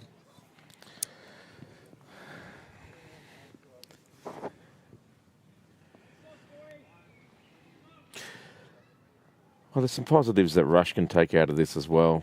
Took you a while to think of that, though, didn't it? No, certainly some of their batting, and oh, that's got to be close. Pat Carthy starts walking straight away. He's walked away. He says not out. But, well, there were a few people keen there. Let's have a look at this one again. James? Where's the pitch? Nah, it's It's going down leg, yeah. No, that's miles away. Wasn't even close. Why'd you even appeal? Yeah, exactly. Should know better. No, look, you know, was it Neary? I can't remember now. Or no, it wasn't Neary. One of the brush bowlers. It's in the air. It's over the fielder. It's going to be runs. Hoey had an eye on it and thought, oh, this could be mine. And as it turned out, it wasn't. It fell safely to terra firma, and they pick up another run. The Bassi off the mark. No, one of their bowlers got a fifer, so that's positive. Yep, Neary bowled very well, actually. And there's and he made a mess of our was it predictions. McGovern? Neary or McGovern? I can't remember who got the. Neary got the fifer. Oh yeah. And made a mess of our predictions for the final score, allowing Manda to be closest with 310. Driven out in the offside, but there's a fielder there. And I just get the feeling we're waiting for 3 wickets now. Would you be setting any targets now, or was it just survive? Well, if you're a Rush.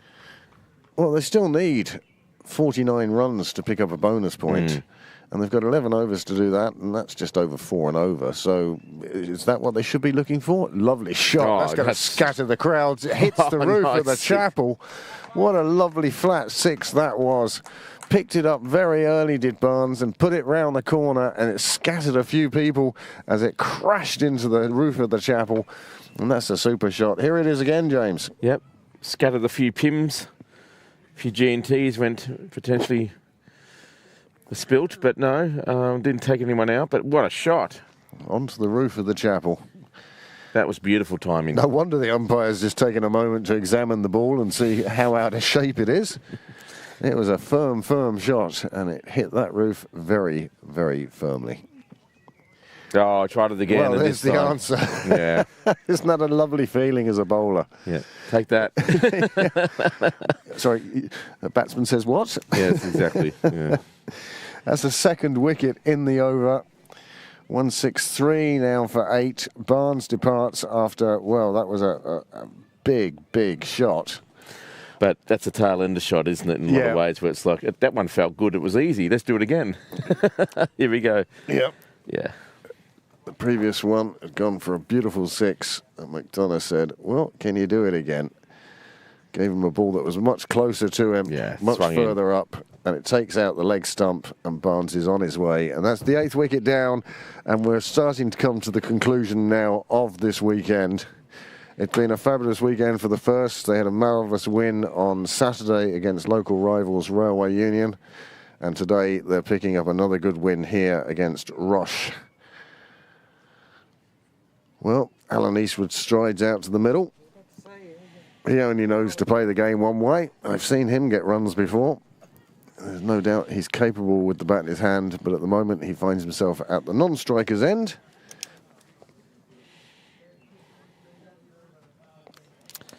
Yeah, 2 fresh batsmen out there.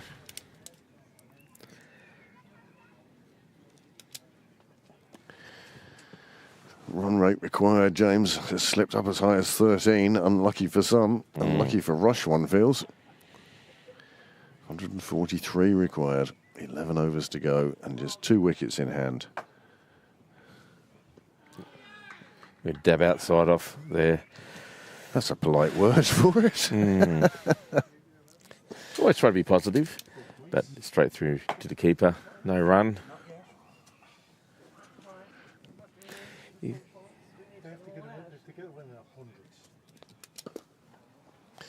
does bowl at a decent old pace, Gavin Hoey. He pushes it through. Does. He doesn't let the batsman settle. There's no sort of floating it up there. Here, have a go at that one.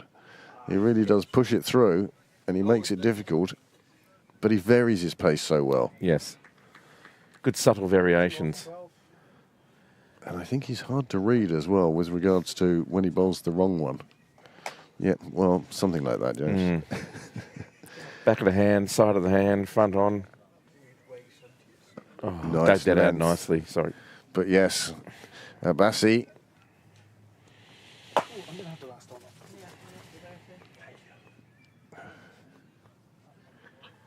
And Hoey with 2 balls left in his spell. He's done a super day's work. 3 and over he's been going for. Could not believe that missed everything. Just got enough to bounce over the top, one feels. And his last chance now to pick up a second.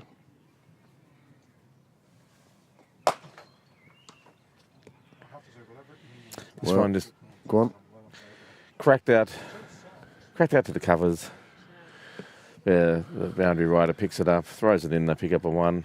And that's Gavin Hoey's spell. 28 for 1 off 10. Very good for a spinner. And after 40, it's 164 for 8. And at this stage, James, I will take my leave of you for the moment and, in fact, for the day. Thank you very much to everyone concerned, and we'll talk to you again soon. But I'm going to hand over to Graham Mooney and to take you to the close, him and James Cresswell. Well, that run rate is just skyrocketing. Run rate required, 14.2. It's not even part of the equation anymore. I think it's just a matter of now treating this as a netting session. Well, it's also about bonus points.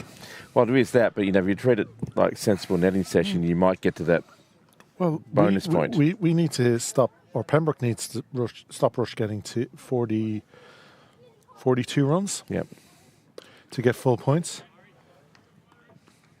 And that would be the aim, to get full points. Again, it's such a tight league. Teams are beating each other. I think the only a couple of unbeaten teams so far Yeah, I know, in the 3 absolutely. games. So, but I think in the scheme of this game, Oh yeah. to have the tail enders basically come in there and trying to get those sorts of Oh, runs. it's not going to happen. The odds against you, never say never, but Yeah, like 4 and over considering the whole game, the way it's gone. Yeah. yeah, And again, the bowling's too strong. Pembroke haven't shown a weak link in the bowling all day. No, that's right.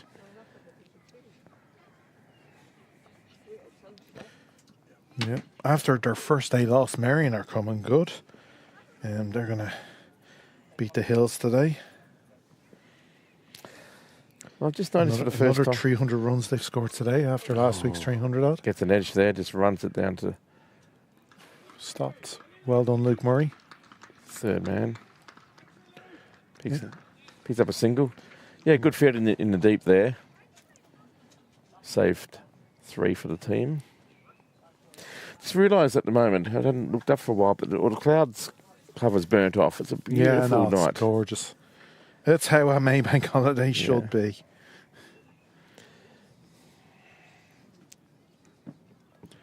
Still a decent crowd down here watching the end of this game. Allow the players to enjoy an after game lemonade.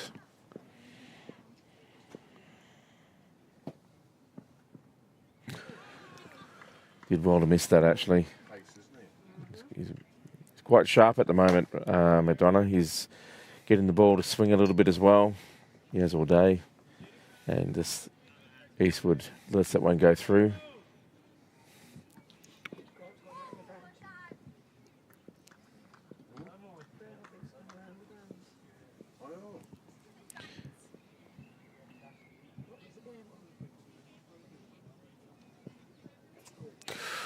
That one was even tighter. He had the shot but missed it. It was a lot closer to the stumps that time around. I wonder if it's worth just trying to drop in a Yorker. He's a big man, Alan. Yeah, no, there's nothing wrong with a toe crusher at any stage of any game. You know, it's a great delivery if you've mastered it. If it's in your armory, use it. What's that, especially against tall players? Yeah, find it hard to get the bat down because most of them, funny enough, like I would say, he's using the same length bats that any of the other guys are. He's not using a long handle, so yeah, harder to get the knees bent. So after 41, Russia 165 for 8. Yeah, so it looks like. So just looking at some other scores quickly, it looks like Railway are on the way to winning today. They posted 280. They have Clontarf 178 for 7. Is that played at Railway? We think it's played in Clontarf. Oh, okay. A switch of grounds. So Clontarf, they still have 16 overs. However, like that, if to get 100 runs, but it's the 3 wickets in hand that's going to hurt them. Well, just to interrupt you here at the moment, we're going to change a bowling, and it's going to be the first over for JJ Garth. His leg, bit of lag. Yeah, so I'm liking this. Bit of fun. Yeah. He's, as I say, back in the day, he used to be the most formidable spinner in the club. He was unbelievable. Well, he and Dermot Tucker, actually, they both went on to be top-class batsmen. Something like that. That's another option. They haven't even used McDara today, so there's another spin option. Maybe he'll get a ball at the other end. Well, maybe Paul Lawson's thinking, well, I'll just test him out when there's no risk, and that way we can see if I need to drag him off later, when bring him in later on in the series. Yeah, well, I wouldn't exactly say with JJ, he knows what he has. JJ's often bowled on the ones. It's just about getting a rhythm for himself. Yeah, just a full toss to start with. Just play it away on the leg side. So this is the time to get back that rhythm. It's his first bowl of the season.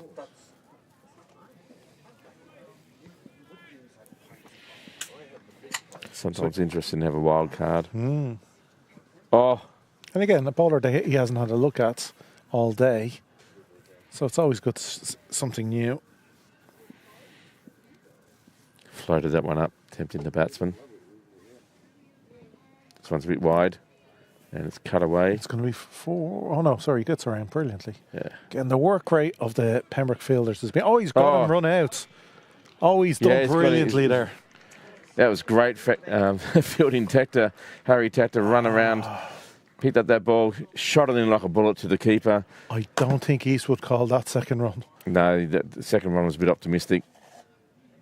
But yeah, like from that position on the pitch, you can throw from either end, just the same with the arms that these guys have.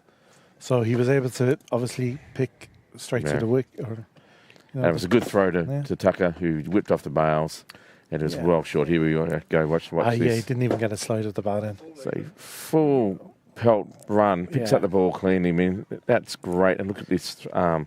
Flat, hard. Yeah. And then bang, bang. Yeah, it's not even in the picture, as they would say. Umpires love those. No doubt whatsoever. Yeah. So, 9 down. And poor old Eastwood didn't trouble the score. There was one run partnership, that's all. So, just waiting for live scoring to catch up. Yeah. The only real close game today, in a way, is still ongoing. Malahide against Leinster. Malahide are winning 50 of Leinster's total of 232.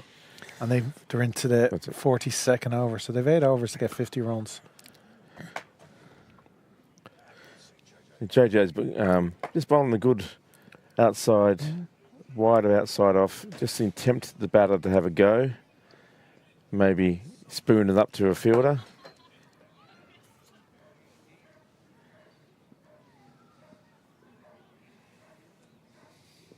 Oh, there he goes. And goes straight up in the air. Will it get away with Luke it? Murray underneath. No, it's going to fall safe. Yeah.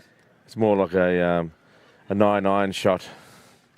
He just towed it a bit too much, but it was a good idea. Tried to trap him, but good start for JJ's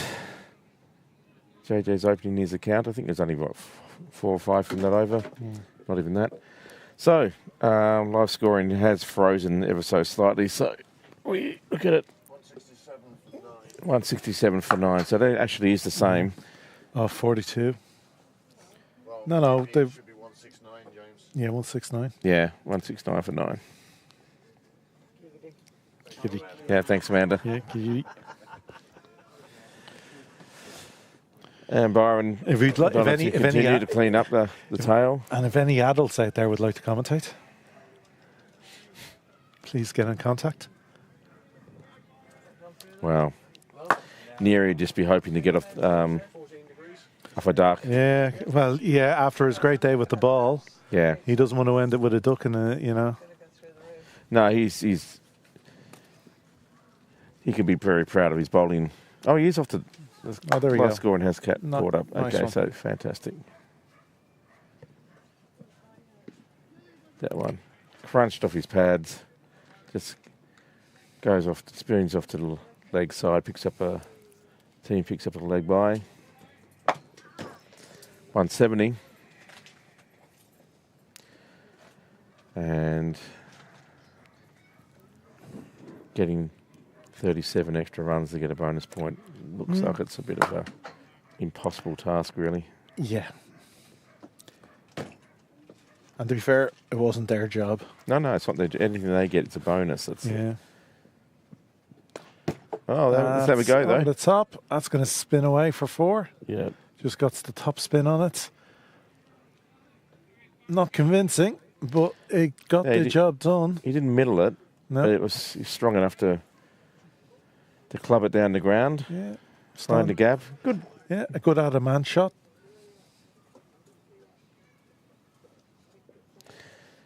Brings him under 5 off 3, so his strike rate's very healthy. Neary to face again. Whoa, quick. Oh, He's going to get turn a him 6. inside out. He's got a 6 though. Wow. That's How good for did the that replay. happen? I've got to watch the this hell? again. The end of the bat. I know, it was like, He towed it. That shows the pace that McDonough's generating. yeah, he turned him inside out, but he got a bit of bat on Yeah. it, and whether it was the back of the bat, 6 over the scoreboard. 6 over. That's that should be on some YouTube spiel of Very Good Village. Are we waiting for it? We can watch it. Anyway, he's 11 off 4. And he's just Here we go. a little bit of he needs a helmet change because he's obviously landed and something's broke. Yeah, he's got the edge of his bat. Yeah. You'll see it just hit the top of the side screen. Bang. You can zoom in on YouTube if need be. Mm-hmm. What? But it hit the side screen. Yeah. Yeah. Oh, there's a big clang.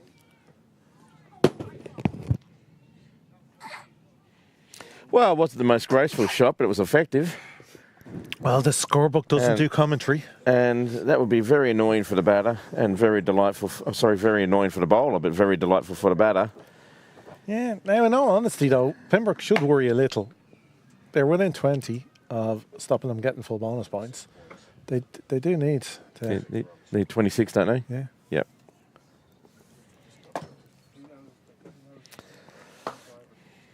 You'd have to think his luck would run out sooner or later. Yeah. That's the line of lengths. Yeah. Don't need to go too short. Top of off. Top of off. I think it's 100. So they need 25. 25 for a point.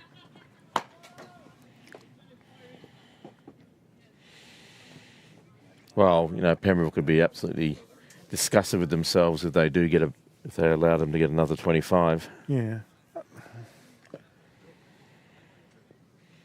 Only one good ball away from getting the wicket. Shots. Oh, well, That's there you a go. lovely cricket shot. There you go. Yeah, that's where get spin on both ends. Race through the overs, pace off. That's instant. Give himself room. Oh, beautiful. Yeah, it was very nice. Yeah. And you should, Good shot. when you hit a shot like that, especially if you're number 11, hold the pose. You deserve it. Well, and all of a sudden, his batting's looking pretty good, isn't he? He's 15 off 6. Well, he's probably in the top scorers at the moment. So, a 43, Russia 184 for 9. Yeah, but we learn from experience as well. It's easier to take layers off than it's Well, I've been putting them on all day to get to this. That's another big one. We've got a 6. Wow, Well, all of a again. sudden, All of a sudden, 190's on the board. Only Yeah. 16 to go to get a bonus point. that's a lovely clean strike. Sounded good. That's a lovely crack. Yeah. Not got any sun protection on you, no. Oh, that's a no ball. What's it? No, No, what's he signal? You can't signal wide. I think the batsman's saying that Yeah, no, Yeah. it's now. Square leg has said no ball. free hit.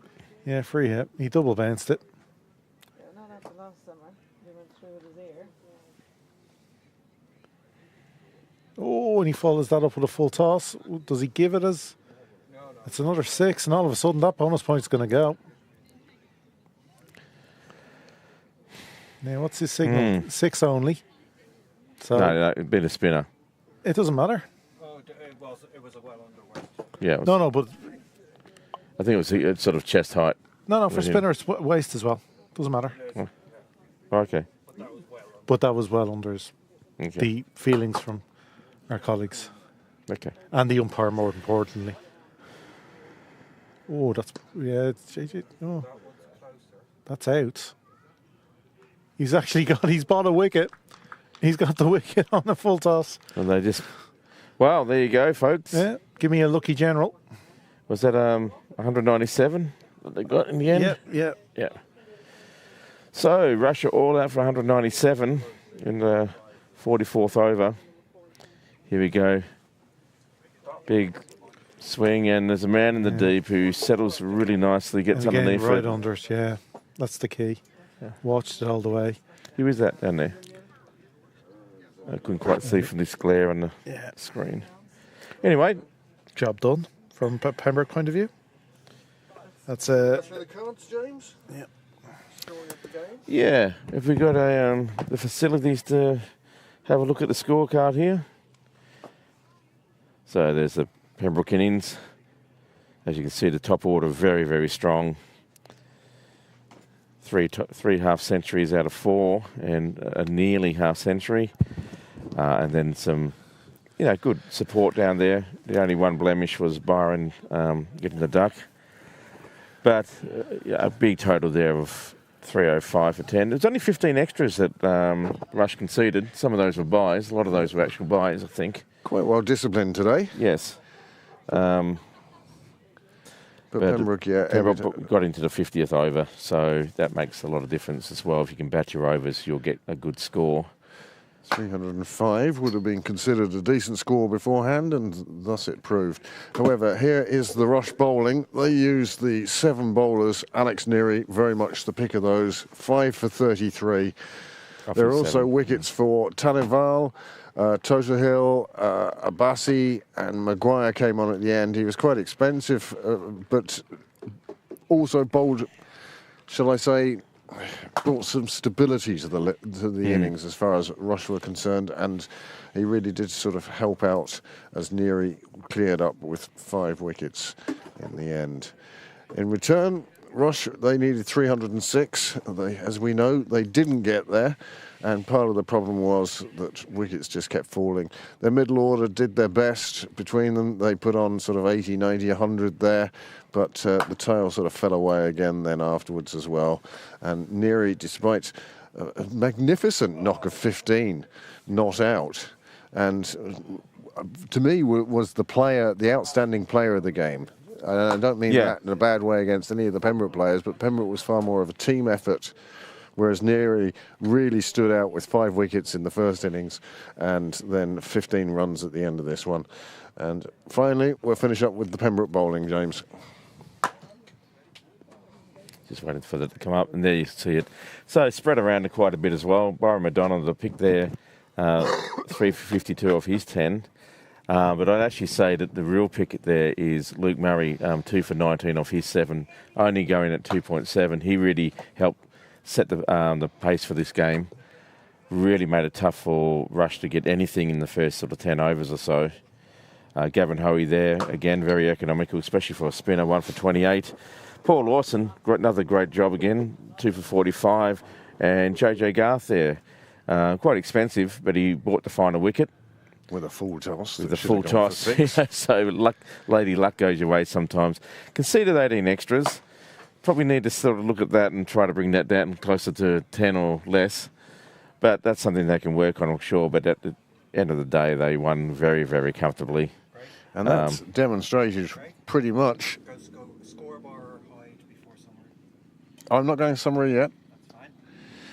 We'll just have a quick look at the worm, and that will show its own tail, and the blue line of Pembroke will be above and remain above Rush's line all the way through. Yeah, they never really closed that gap, did they? You could see that bit at the end for the last wicket for Rush, where Neary came in and bashed a few big hits, and it turned it up there, and it was aiming in the right direction, but still probably would have fallen short of that Pembroke total of 305. So, Niall, there is the score bar for you. And it should show that Pembroke won by 108 runs as Neary's partner, rather. Abassi, I think his name was. Abassi went for the big one and was pulled up just inside the rope. I don't know that I've ever seen the rope that far back. Who caught it? I didn't quite recognise from the... Anyway, it is what it is. Someone will tell us. Yep. So there. Pembroke first won by 108 runs. Very, very convincing. That's all right. It's a result. Jack Tector took the final catch. Jack Tector, okay. A good catch it was too. So there you go. There you have it. It's the end of a bank holiday weekend in Pembroke. We've had 3 good games of cricket. 2 good wins for the first and a narrow defeat for the fourth on Sunday. It's been great fun. We've had Sid making his debut in the commentary box, James, Charlie and Graham joining me here, and we've had a great fun, and we owe it all to Niall Walsh with his technical knowledge and his ability to point a camera. Amen. You can just see the shadow of Dale McDonough blowing the pitch clean. So many thanks to those of you who joined in. If you have enjoyed this, please like the channel, please subscribe to the channel, and hopefully we'll see you again. The next game is on Thursday evening. The women's firsts are playing here. I can't remember who they're playing.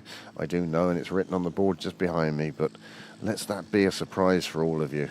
So do tune in on Thursday. I've just heard the word Clontarf in my ear. Clontarf on Thursday against the women's firsts, and then next weekend again, I think we see the 5th and the 6th. Yes, so exciting times. Myself and James will be appearing on the pitch on next Sunday, and we'll be looking for somebody else to be doing the talking. So hopefully more than one ball will get to face. Yes, hopefully so. Hopefully so. Otherwise, there's a fear of ending up in the end of year compilation. So from James, from myself, from Graham, from Niall, from Amanda, and we'd like to say thank you very much for joining us this weekend, and we will see you soon. Good night. Good night. Good night.